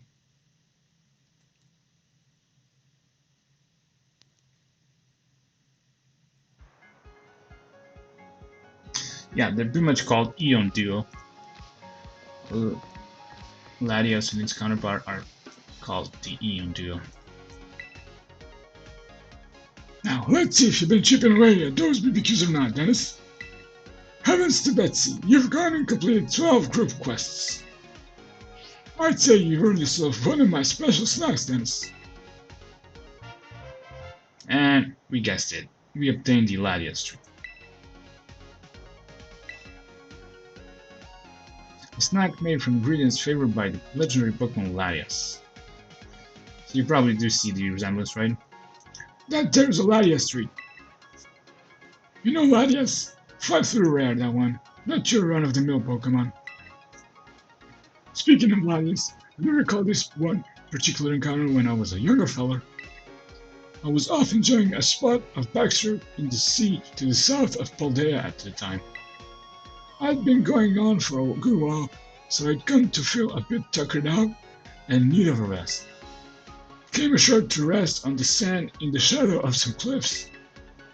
When, you won't believe it, there's Latias, just right there before me. Our eyes met, and he gave me a jolly little smile. Then he flew off again, out of sight. Loves that snack you have there, so you might just have a shot at meeting it too. If you run into old Latias, you be sure to give it my best. So apparently, Well, knock me over with a feather. Looks like you completely cleared me out of snacks. Simply goes to show how much hard work you put in those BBQs, Dennis. I'm afraid I've no more snacks, but please stop by and lend an ear to my old tales now and then. interesting. So yeah, we pretty much, took all of the snacks that he provides us with. Alright, let's maybe grab that very last Pokemon. Also, yeah, Citrus Berry for Charizard. So yeah, I guess this was kind of fun. I mean, it is kind of nostalgic to see all these Pokemon once again. I managed to, I managed to play the 5th generation games, so seeing Reshiram, Zekrom, Kyurem, and the Swords of Justice trio kind of made me pretty much nostalgic. Let me put a save, and we'll be actually flying to the location where Paldea should be found.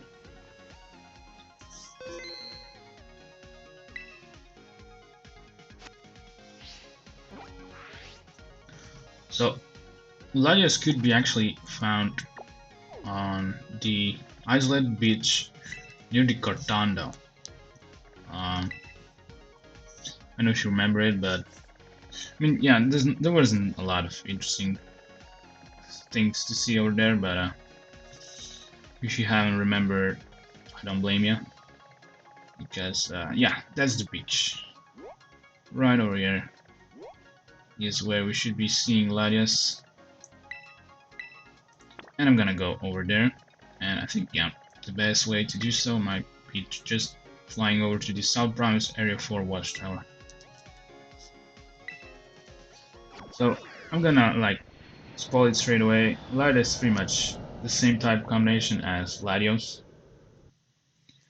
So, actually, I don't think I mentioned that they both actually have Levitate as their abilities, and Levitate is pretty much the only ability they can get. So just like Latios, we should be expecting to see a signature move, right? I don't know if you remember. Latios did have Luster Purge, right? Well, Latias should have something else. Actually, I'm not sure which move is it gonna use, because I was kind of surprised once I fought Latios, because those weren't the moves I actually expected. Almost ran into that Tarantula. A little Riolu over here, kind of cute to see. Probably get it where we're going.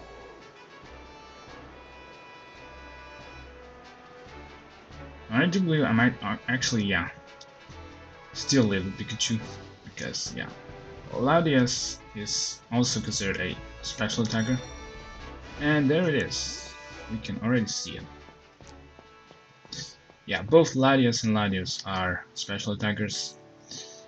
Uh, so Latios actually should have slightly lower special attack than Latios, while Latios should have slightly lower special defense. And that's also the reason why Latias is actually more popular than Latios, because of its higher special defense.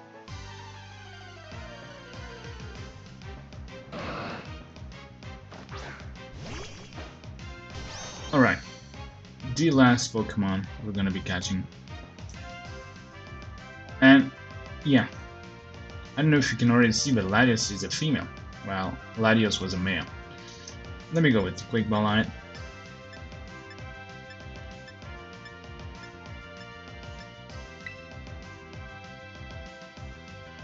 And we'll also see what kind of boosts it does have. It would be really cool to like critical catch it. Okay, it does have Psychic. Yeah, so yeah, okay. I don't like this so far. So let me, yeah, I'm not gonna anchor it, but I'm definitely gonna Eerie Impulse. Gonna definitely go for the Eerie Impulse.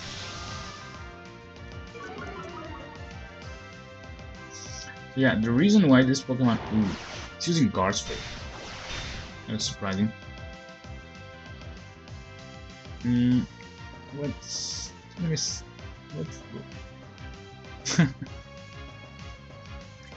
okay, yeah, your impulse might not be a good idea, as a matter of fact, because what just happened is that Latias just averaged the Pikachu and Latias's defensive stats, so yeah, if I manage to drop its special defense, this pretty much means I'm also gonna be dropping Pikachu's special defense, which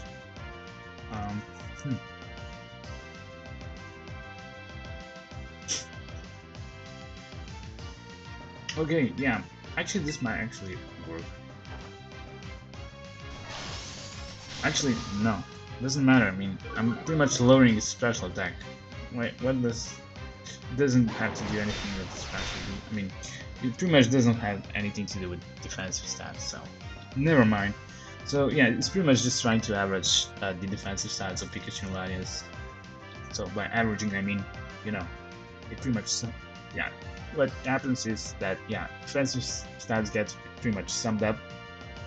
Pikachu's and Latias's defensive stats pretty much get summed up, and you know, they get halved.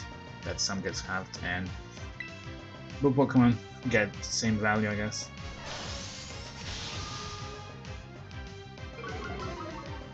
Okay, so yeah, beside my paranoid talking, I think I'm doing pretty great, and I think, yeah, pretty much we only saw like Guard Split, right, and Psychic so far. So, what I could do is maybe Anchor it. That might be fun. Yeah, let's maybe do that. That could give me some momentum, I guess. Yeah, that's actually a good idea. Yeah, we will pretty much just try to, you know, average the defensive stats from now on for a couple of turns. Do whatever will be brought in, and you know, you probably guessed it, it's gonna be Charizard. You know, for obvious reasons.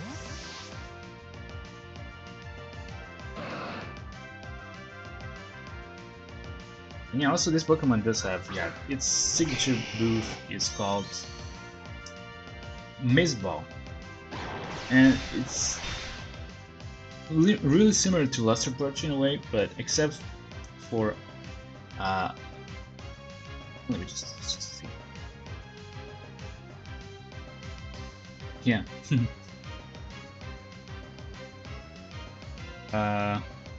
Actually, no. Okay, never mind. Never mind. Let's go for the Beldrum.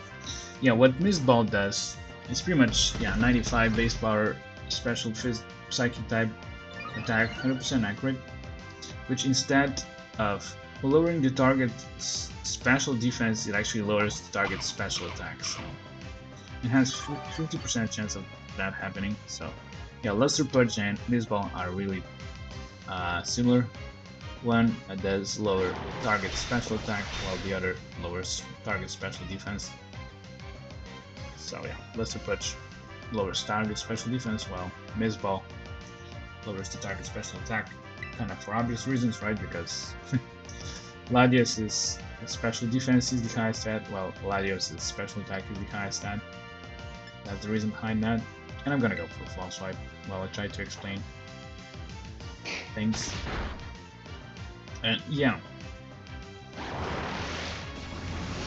the reason why Latias is slightly more popular than Latios, as for now, is that it's a bit more defensive, right? I mean, it has way more special defense than Latios, which kinda really goes well with the fact that it can go with Calm Mind and boost its special attack and special defense. Also, it does have Reflect type. The Reflect type pretty much changes the target's type to the users. So I guess Charizard became Dragon and Psychic. About that. Okay, let me bring something else. Pretty much doesn't matter. I might just go with Snorlax on it. Pretty much anything that can put it to sleep. I think, yeah, Snorlax might be a good idea.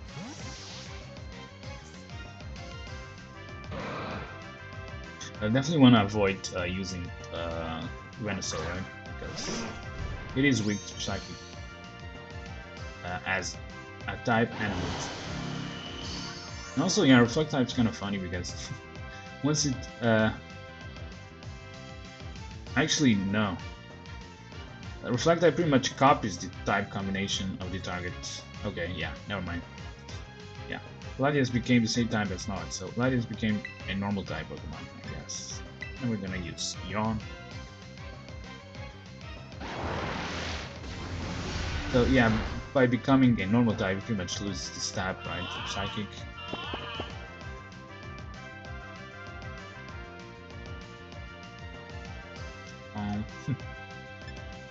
I don't know, pretty much doesn't matter. I might just like, for the sake of waiting a turn, I might just switch to Blastoise. I might just like switch between Snorlax and Blastoise. Why not, right? I've never done that before.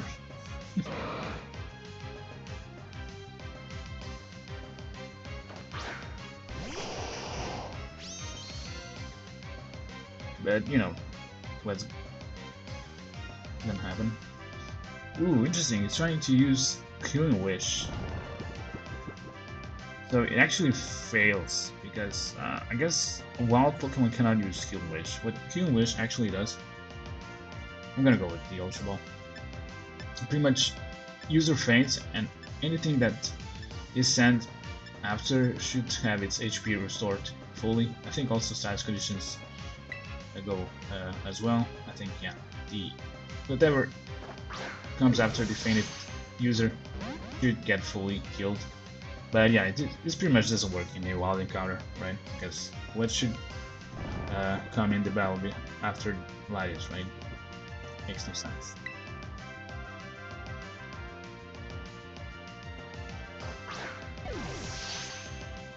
But I guess Reflect type, Healing Wish, Psychic, and Guard Split. Okay, these are the moves that Latias does use in this encounter. So yeah, it's not very threatening at all, and it already woke up. So we'll be pretty much, you know, going for the Yawn, and I might just like switch to Snorlax back. Yeah, the only concerning move is actually the Psychic, I guess. Everything else is pretty much not that threatening.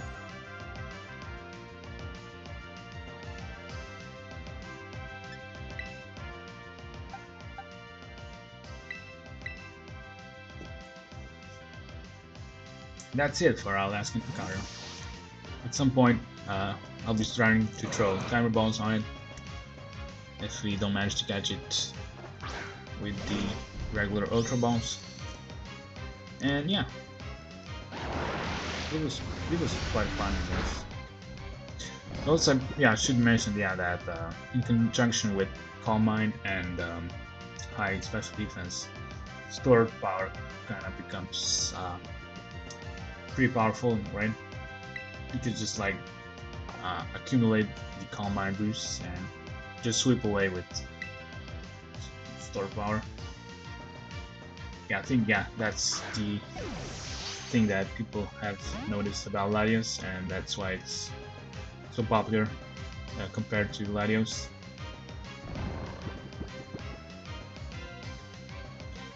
But yeah, on the other hand, these Pokemon pretty much have the same stats. What am I doing?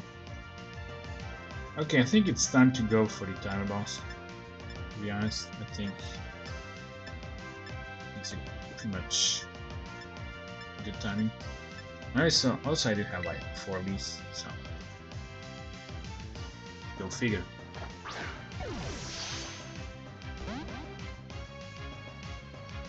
Yeah, I might just like run out of the balls right at the very last encounter. That would be kind of funny, I guess. Yeah, I do also see that I don't have a lot of Ultra Balls, so okay, yeah, that's not gonna happen. But we are seeing another critical catch. That was the last legendary encounter. Of course I'm gonna heal up, right? And actually we'll be flying back to Blueberry Academy. Not in hopes to get another treat from Snacksler, but I'd rather want to talk to him, and also yeah, probably will experiment with the Pokemon Fusion. Pretty much like, yeah, deposit my team, and we'll be playing with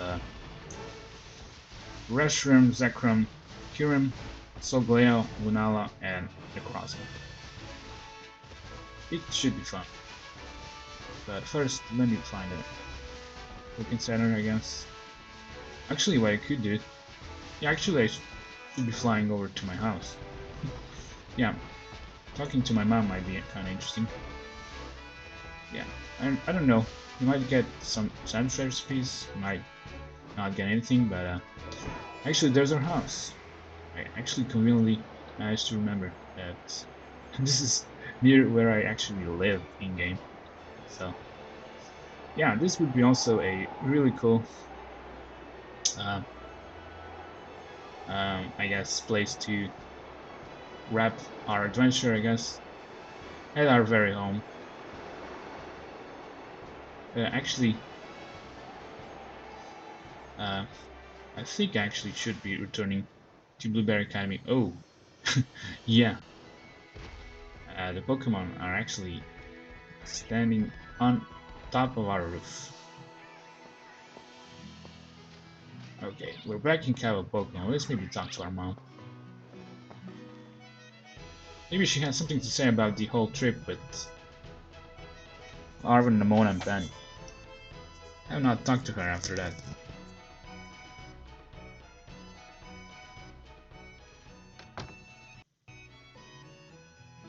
Okay, here we are. Back at home. Let's talk to our mom. She probably will be healing our team. Oh, good to have you home, Dennis. Pokemon are looking a bit worried though. Why don't you have a nice rest together?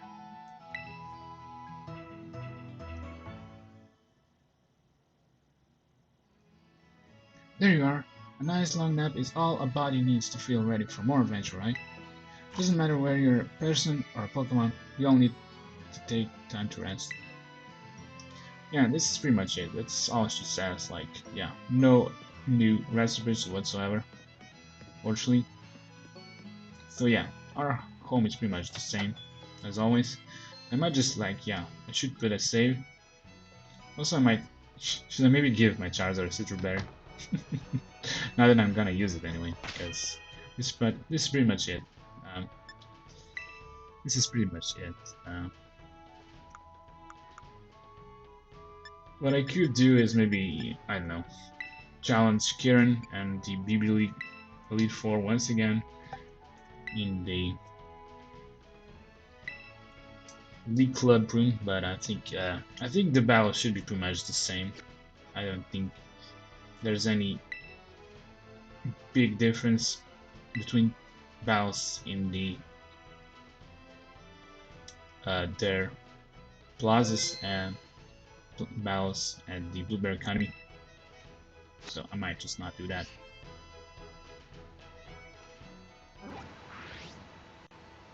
Actually, also already managed to put the 6 Pokemon we're gonna be using for the fusion in my party, and we'll be flying to the Blueberry Academy once again.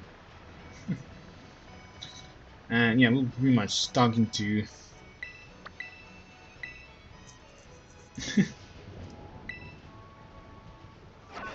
Snack's word for the last time.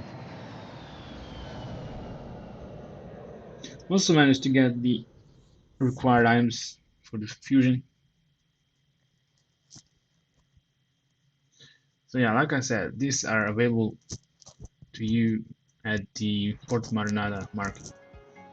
Once you manage to catch, I believe once you manage to catch Necrozma and Kyurem. Okay, Snacks were here. Oh, Snacks has been all over the world. I've walked many routes, and not only in Paldea. There are so many lands to explore, and so many tasty snacks to discover in each one. That's pretty much it. That's pretty much what he has to say about our expedition and catching the legendary Pokemon. Okay, so here we are with Reshiram, Zekrom, Kyurem, Solgaleo, and Lunala. So, like I said, once you manage to catch Kyurem, you should be actually able to bid for a particular item at the Portland market. And the same thing goes for the Necrozma. Once you manage to capture Necrozma, you should be able to bid for a particular item that pretty much is able to fuse Pokemon with Necrozma. Okay, let's go to our pack. And these items should be in your key items section. And okay, actually no, never mind. Once you do catch Kyurem, you should be able to bid for DNA splicers. DNA splicers is an item that can be obtained from bidding at the Port Marinada market. Splicer that fuses Kyurem and a certain Pokemon. They are said to have originally been one. Interesting.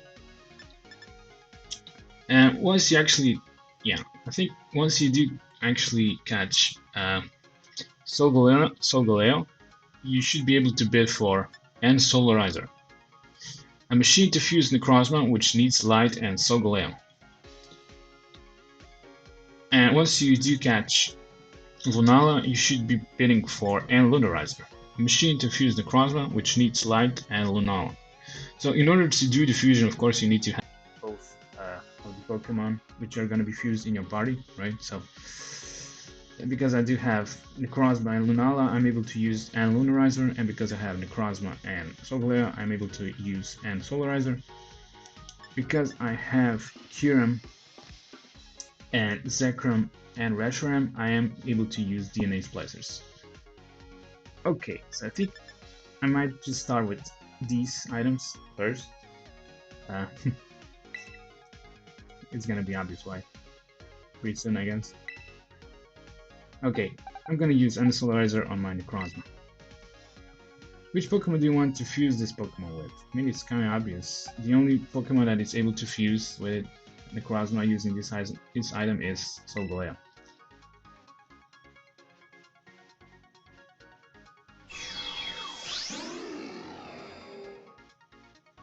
Necrozma transform. Oh, okay. Necrozma wants to learn the move Sunsteel Strike. So yeah, once you do manage to fuse the Pokemon, it's pretty much trying to learn the other Pokemon's signature moves. So yeah, we managed to fuse Solgaleo with Necrozma, and it's pretty much kinda is asking, should we actually teach our Necrozma Sunsteel Strike? I'm gonna skip it for now. so this is Necrozma Dusk main, right? Also, I don't know if you can tell, but we managed to lose a Pokemon in our party, which is pretty much obvious, right? Okay, so can we get Solgaleo back? Actually, yeah, the answer is yeah, yes, we can. This is, yeah, let's maybe just check. This is Necrozma Dusk main. Yeah, pretty much retains the Psychic and Steel type of the Solgaleo, right? And I did kind of explain its features. Its ability should be Steel Prism Armor. Yeah, ability pretty much doesn't change. It kind of stays the same of the Necrozma. And yes, I kind of did talk about stats, so I do believe it should have the same moves as the Necrozma, but it also has access to, you know, the Sunstone Strike in this case. Okay, so this is Dusk main Necrozma. Let's maybe check our bag and let's see if are we actually even able to get. Yeah, we are. I guess it just placed over here. So if we use N-Solarizer again on the Dusk main Necrozma, we should be able to defuse Solgaleo and Necrozma. So Necrozma transforms back to its base form, right? And yeah, Solgaleo is back in our party. So yeah, no need to worry, you're gonna lose a Pokemon. Yeah, this is pretty much Dusk main Necrozma. Let's also maybe check out the Downwings Necrozma, which is obtainable through using N-Lunarizer on Necrozma while Lunala is in your party. Which Pokemon do you want to fuse this Pokemon with? We can only choose Lunala.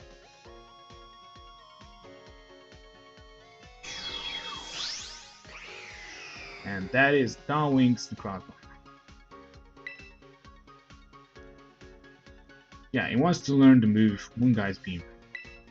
Yeah, it's pretty much the same as before, right? Yeah.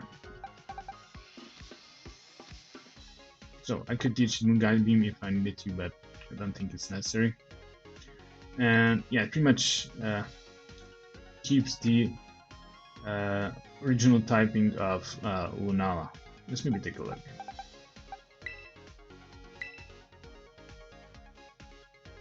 So yeah, it's a Psychic and Ghost type, just like Lunala is, right? But it does keep the Necrozma's ability. Prism Armor. And that is Downwings Necrozma.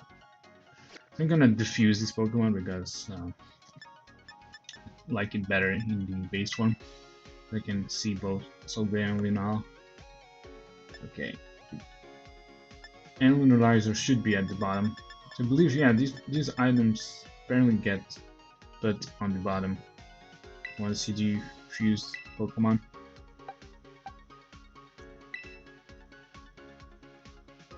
I think, yeah, the game kind of understands them as different items depending on Necrozma, if it's fused or not. I think, yeah, the game kind of treats them as different items. Okay, so this is Necrozma's fusion with Solgaleo and Lunala. Let's also maybe check the Kyurem's fusion with Reshiram and Zekrom. So yeah, compared to Necrozma, Solgaleo, and Lunala, you don't actually need two items, you just need one.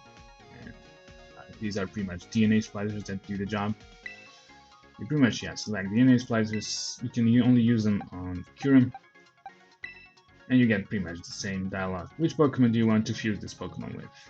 You can choose either Zekrom or Reshiram. Let's maybe see Reshiram first.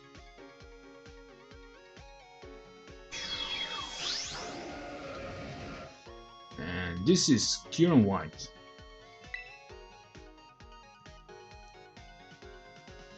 Let me take a look.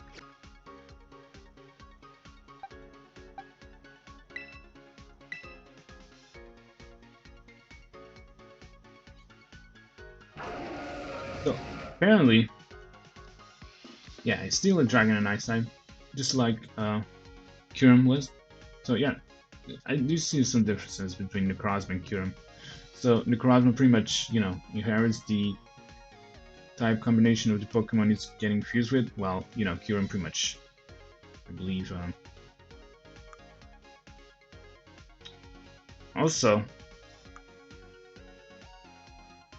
yeah, we didn't get any, like, the game didn't ask us whether do we want to teach Kyurem Fusion Flare. Fusing Flare was automatically taught to Kyurem for some reason. It's kind of weird, though. Yeah, we do see Fusion Flare. Also, yeah, Kyurem got Turbo Blaze ability. So, there you have it. Kyurem White.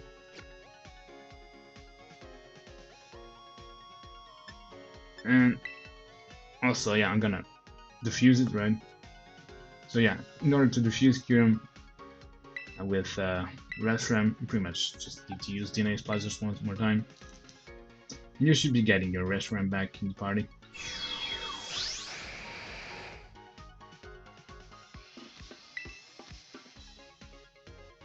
And let's use DNA Splicers also on Kyurem and Zekrom.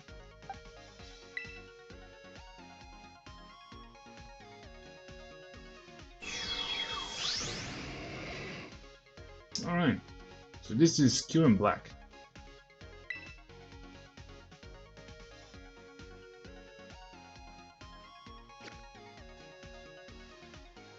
Let's maybe take a look. I do believe it has been taught Fusion Ball, right?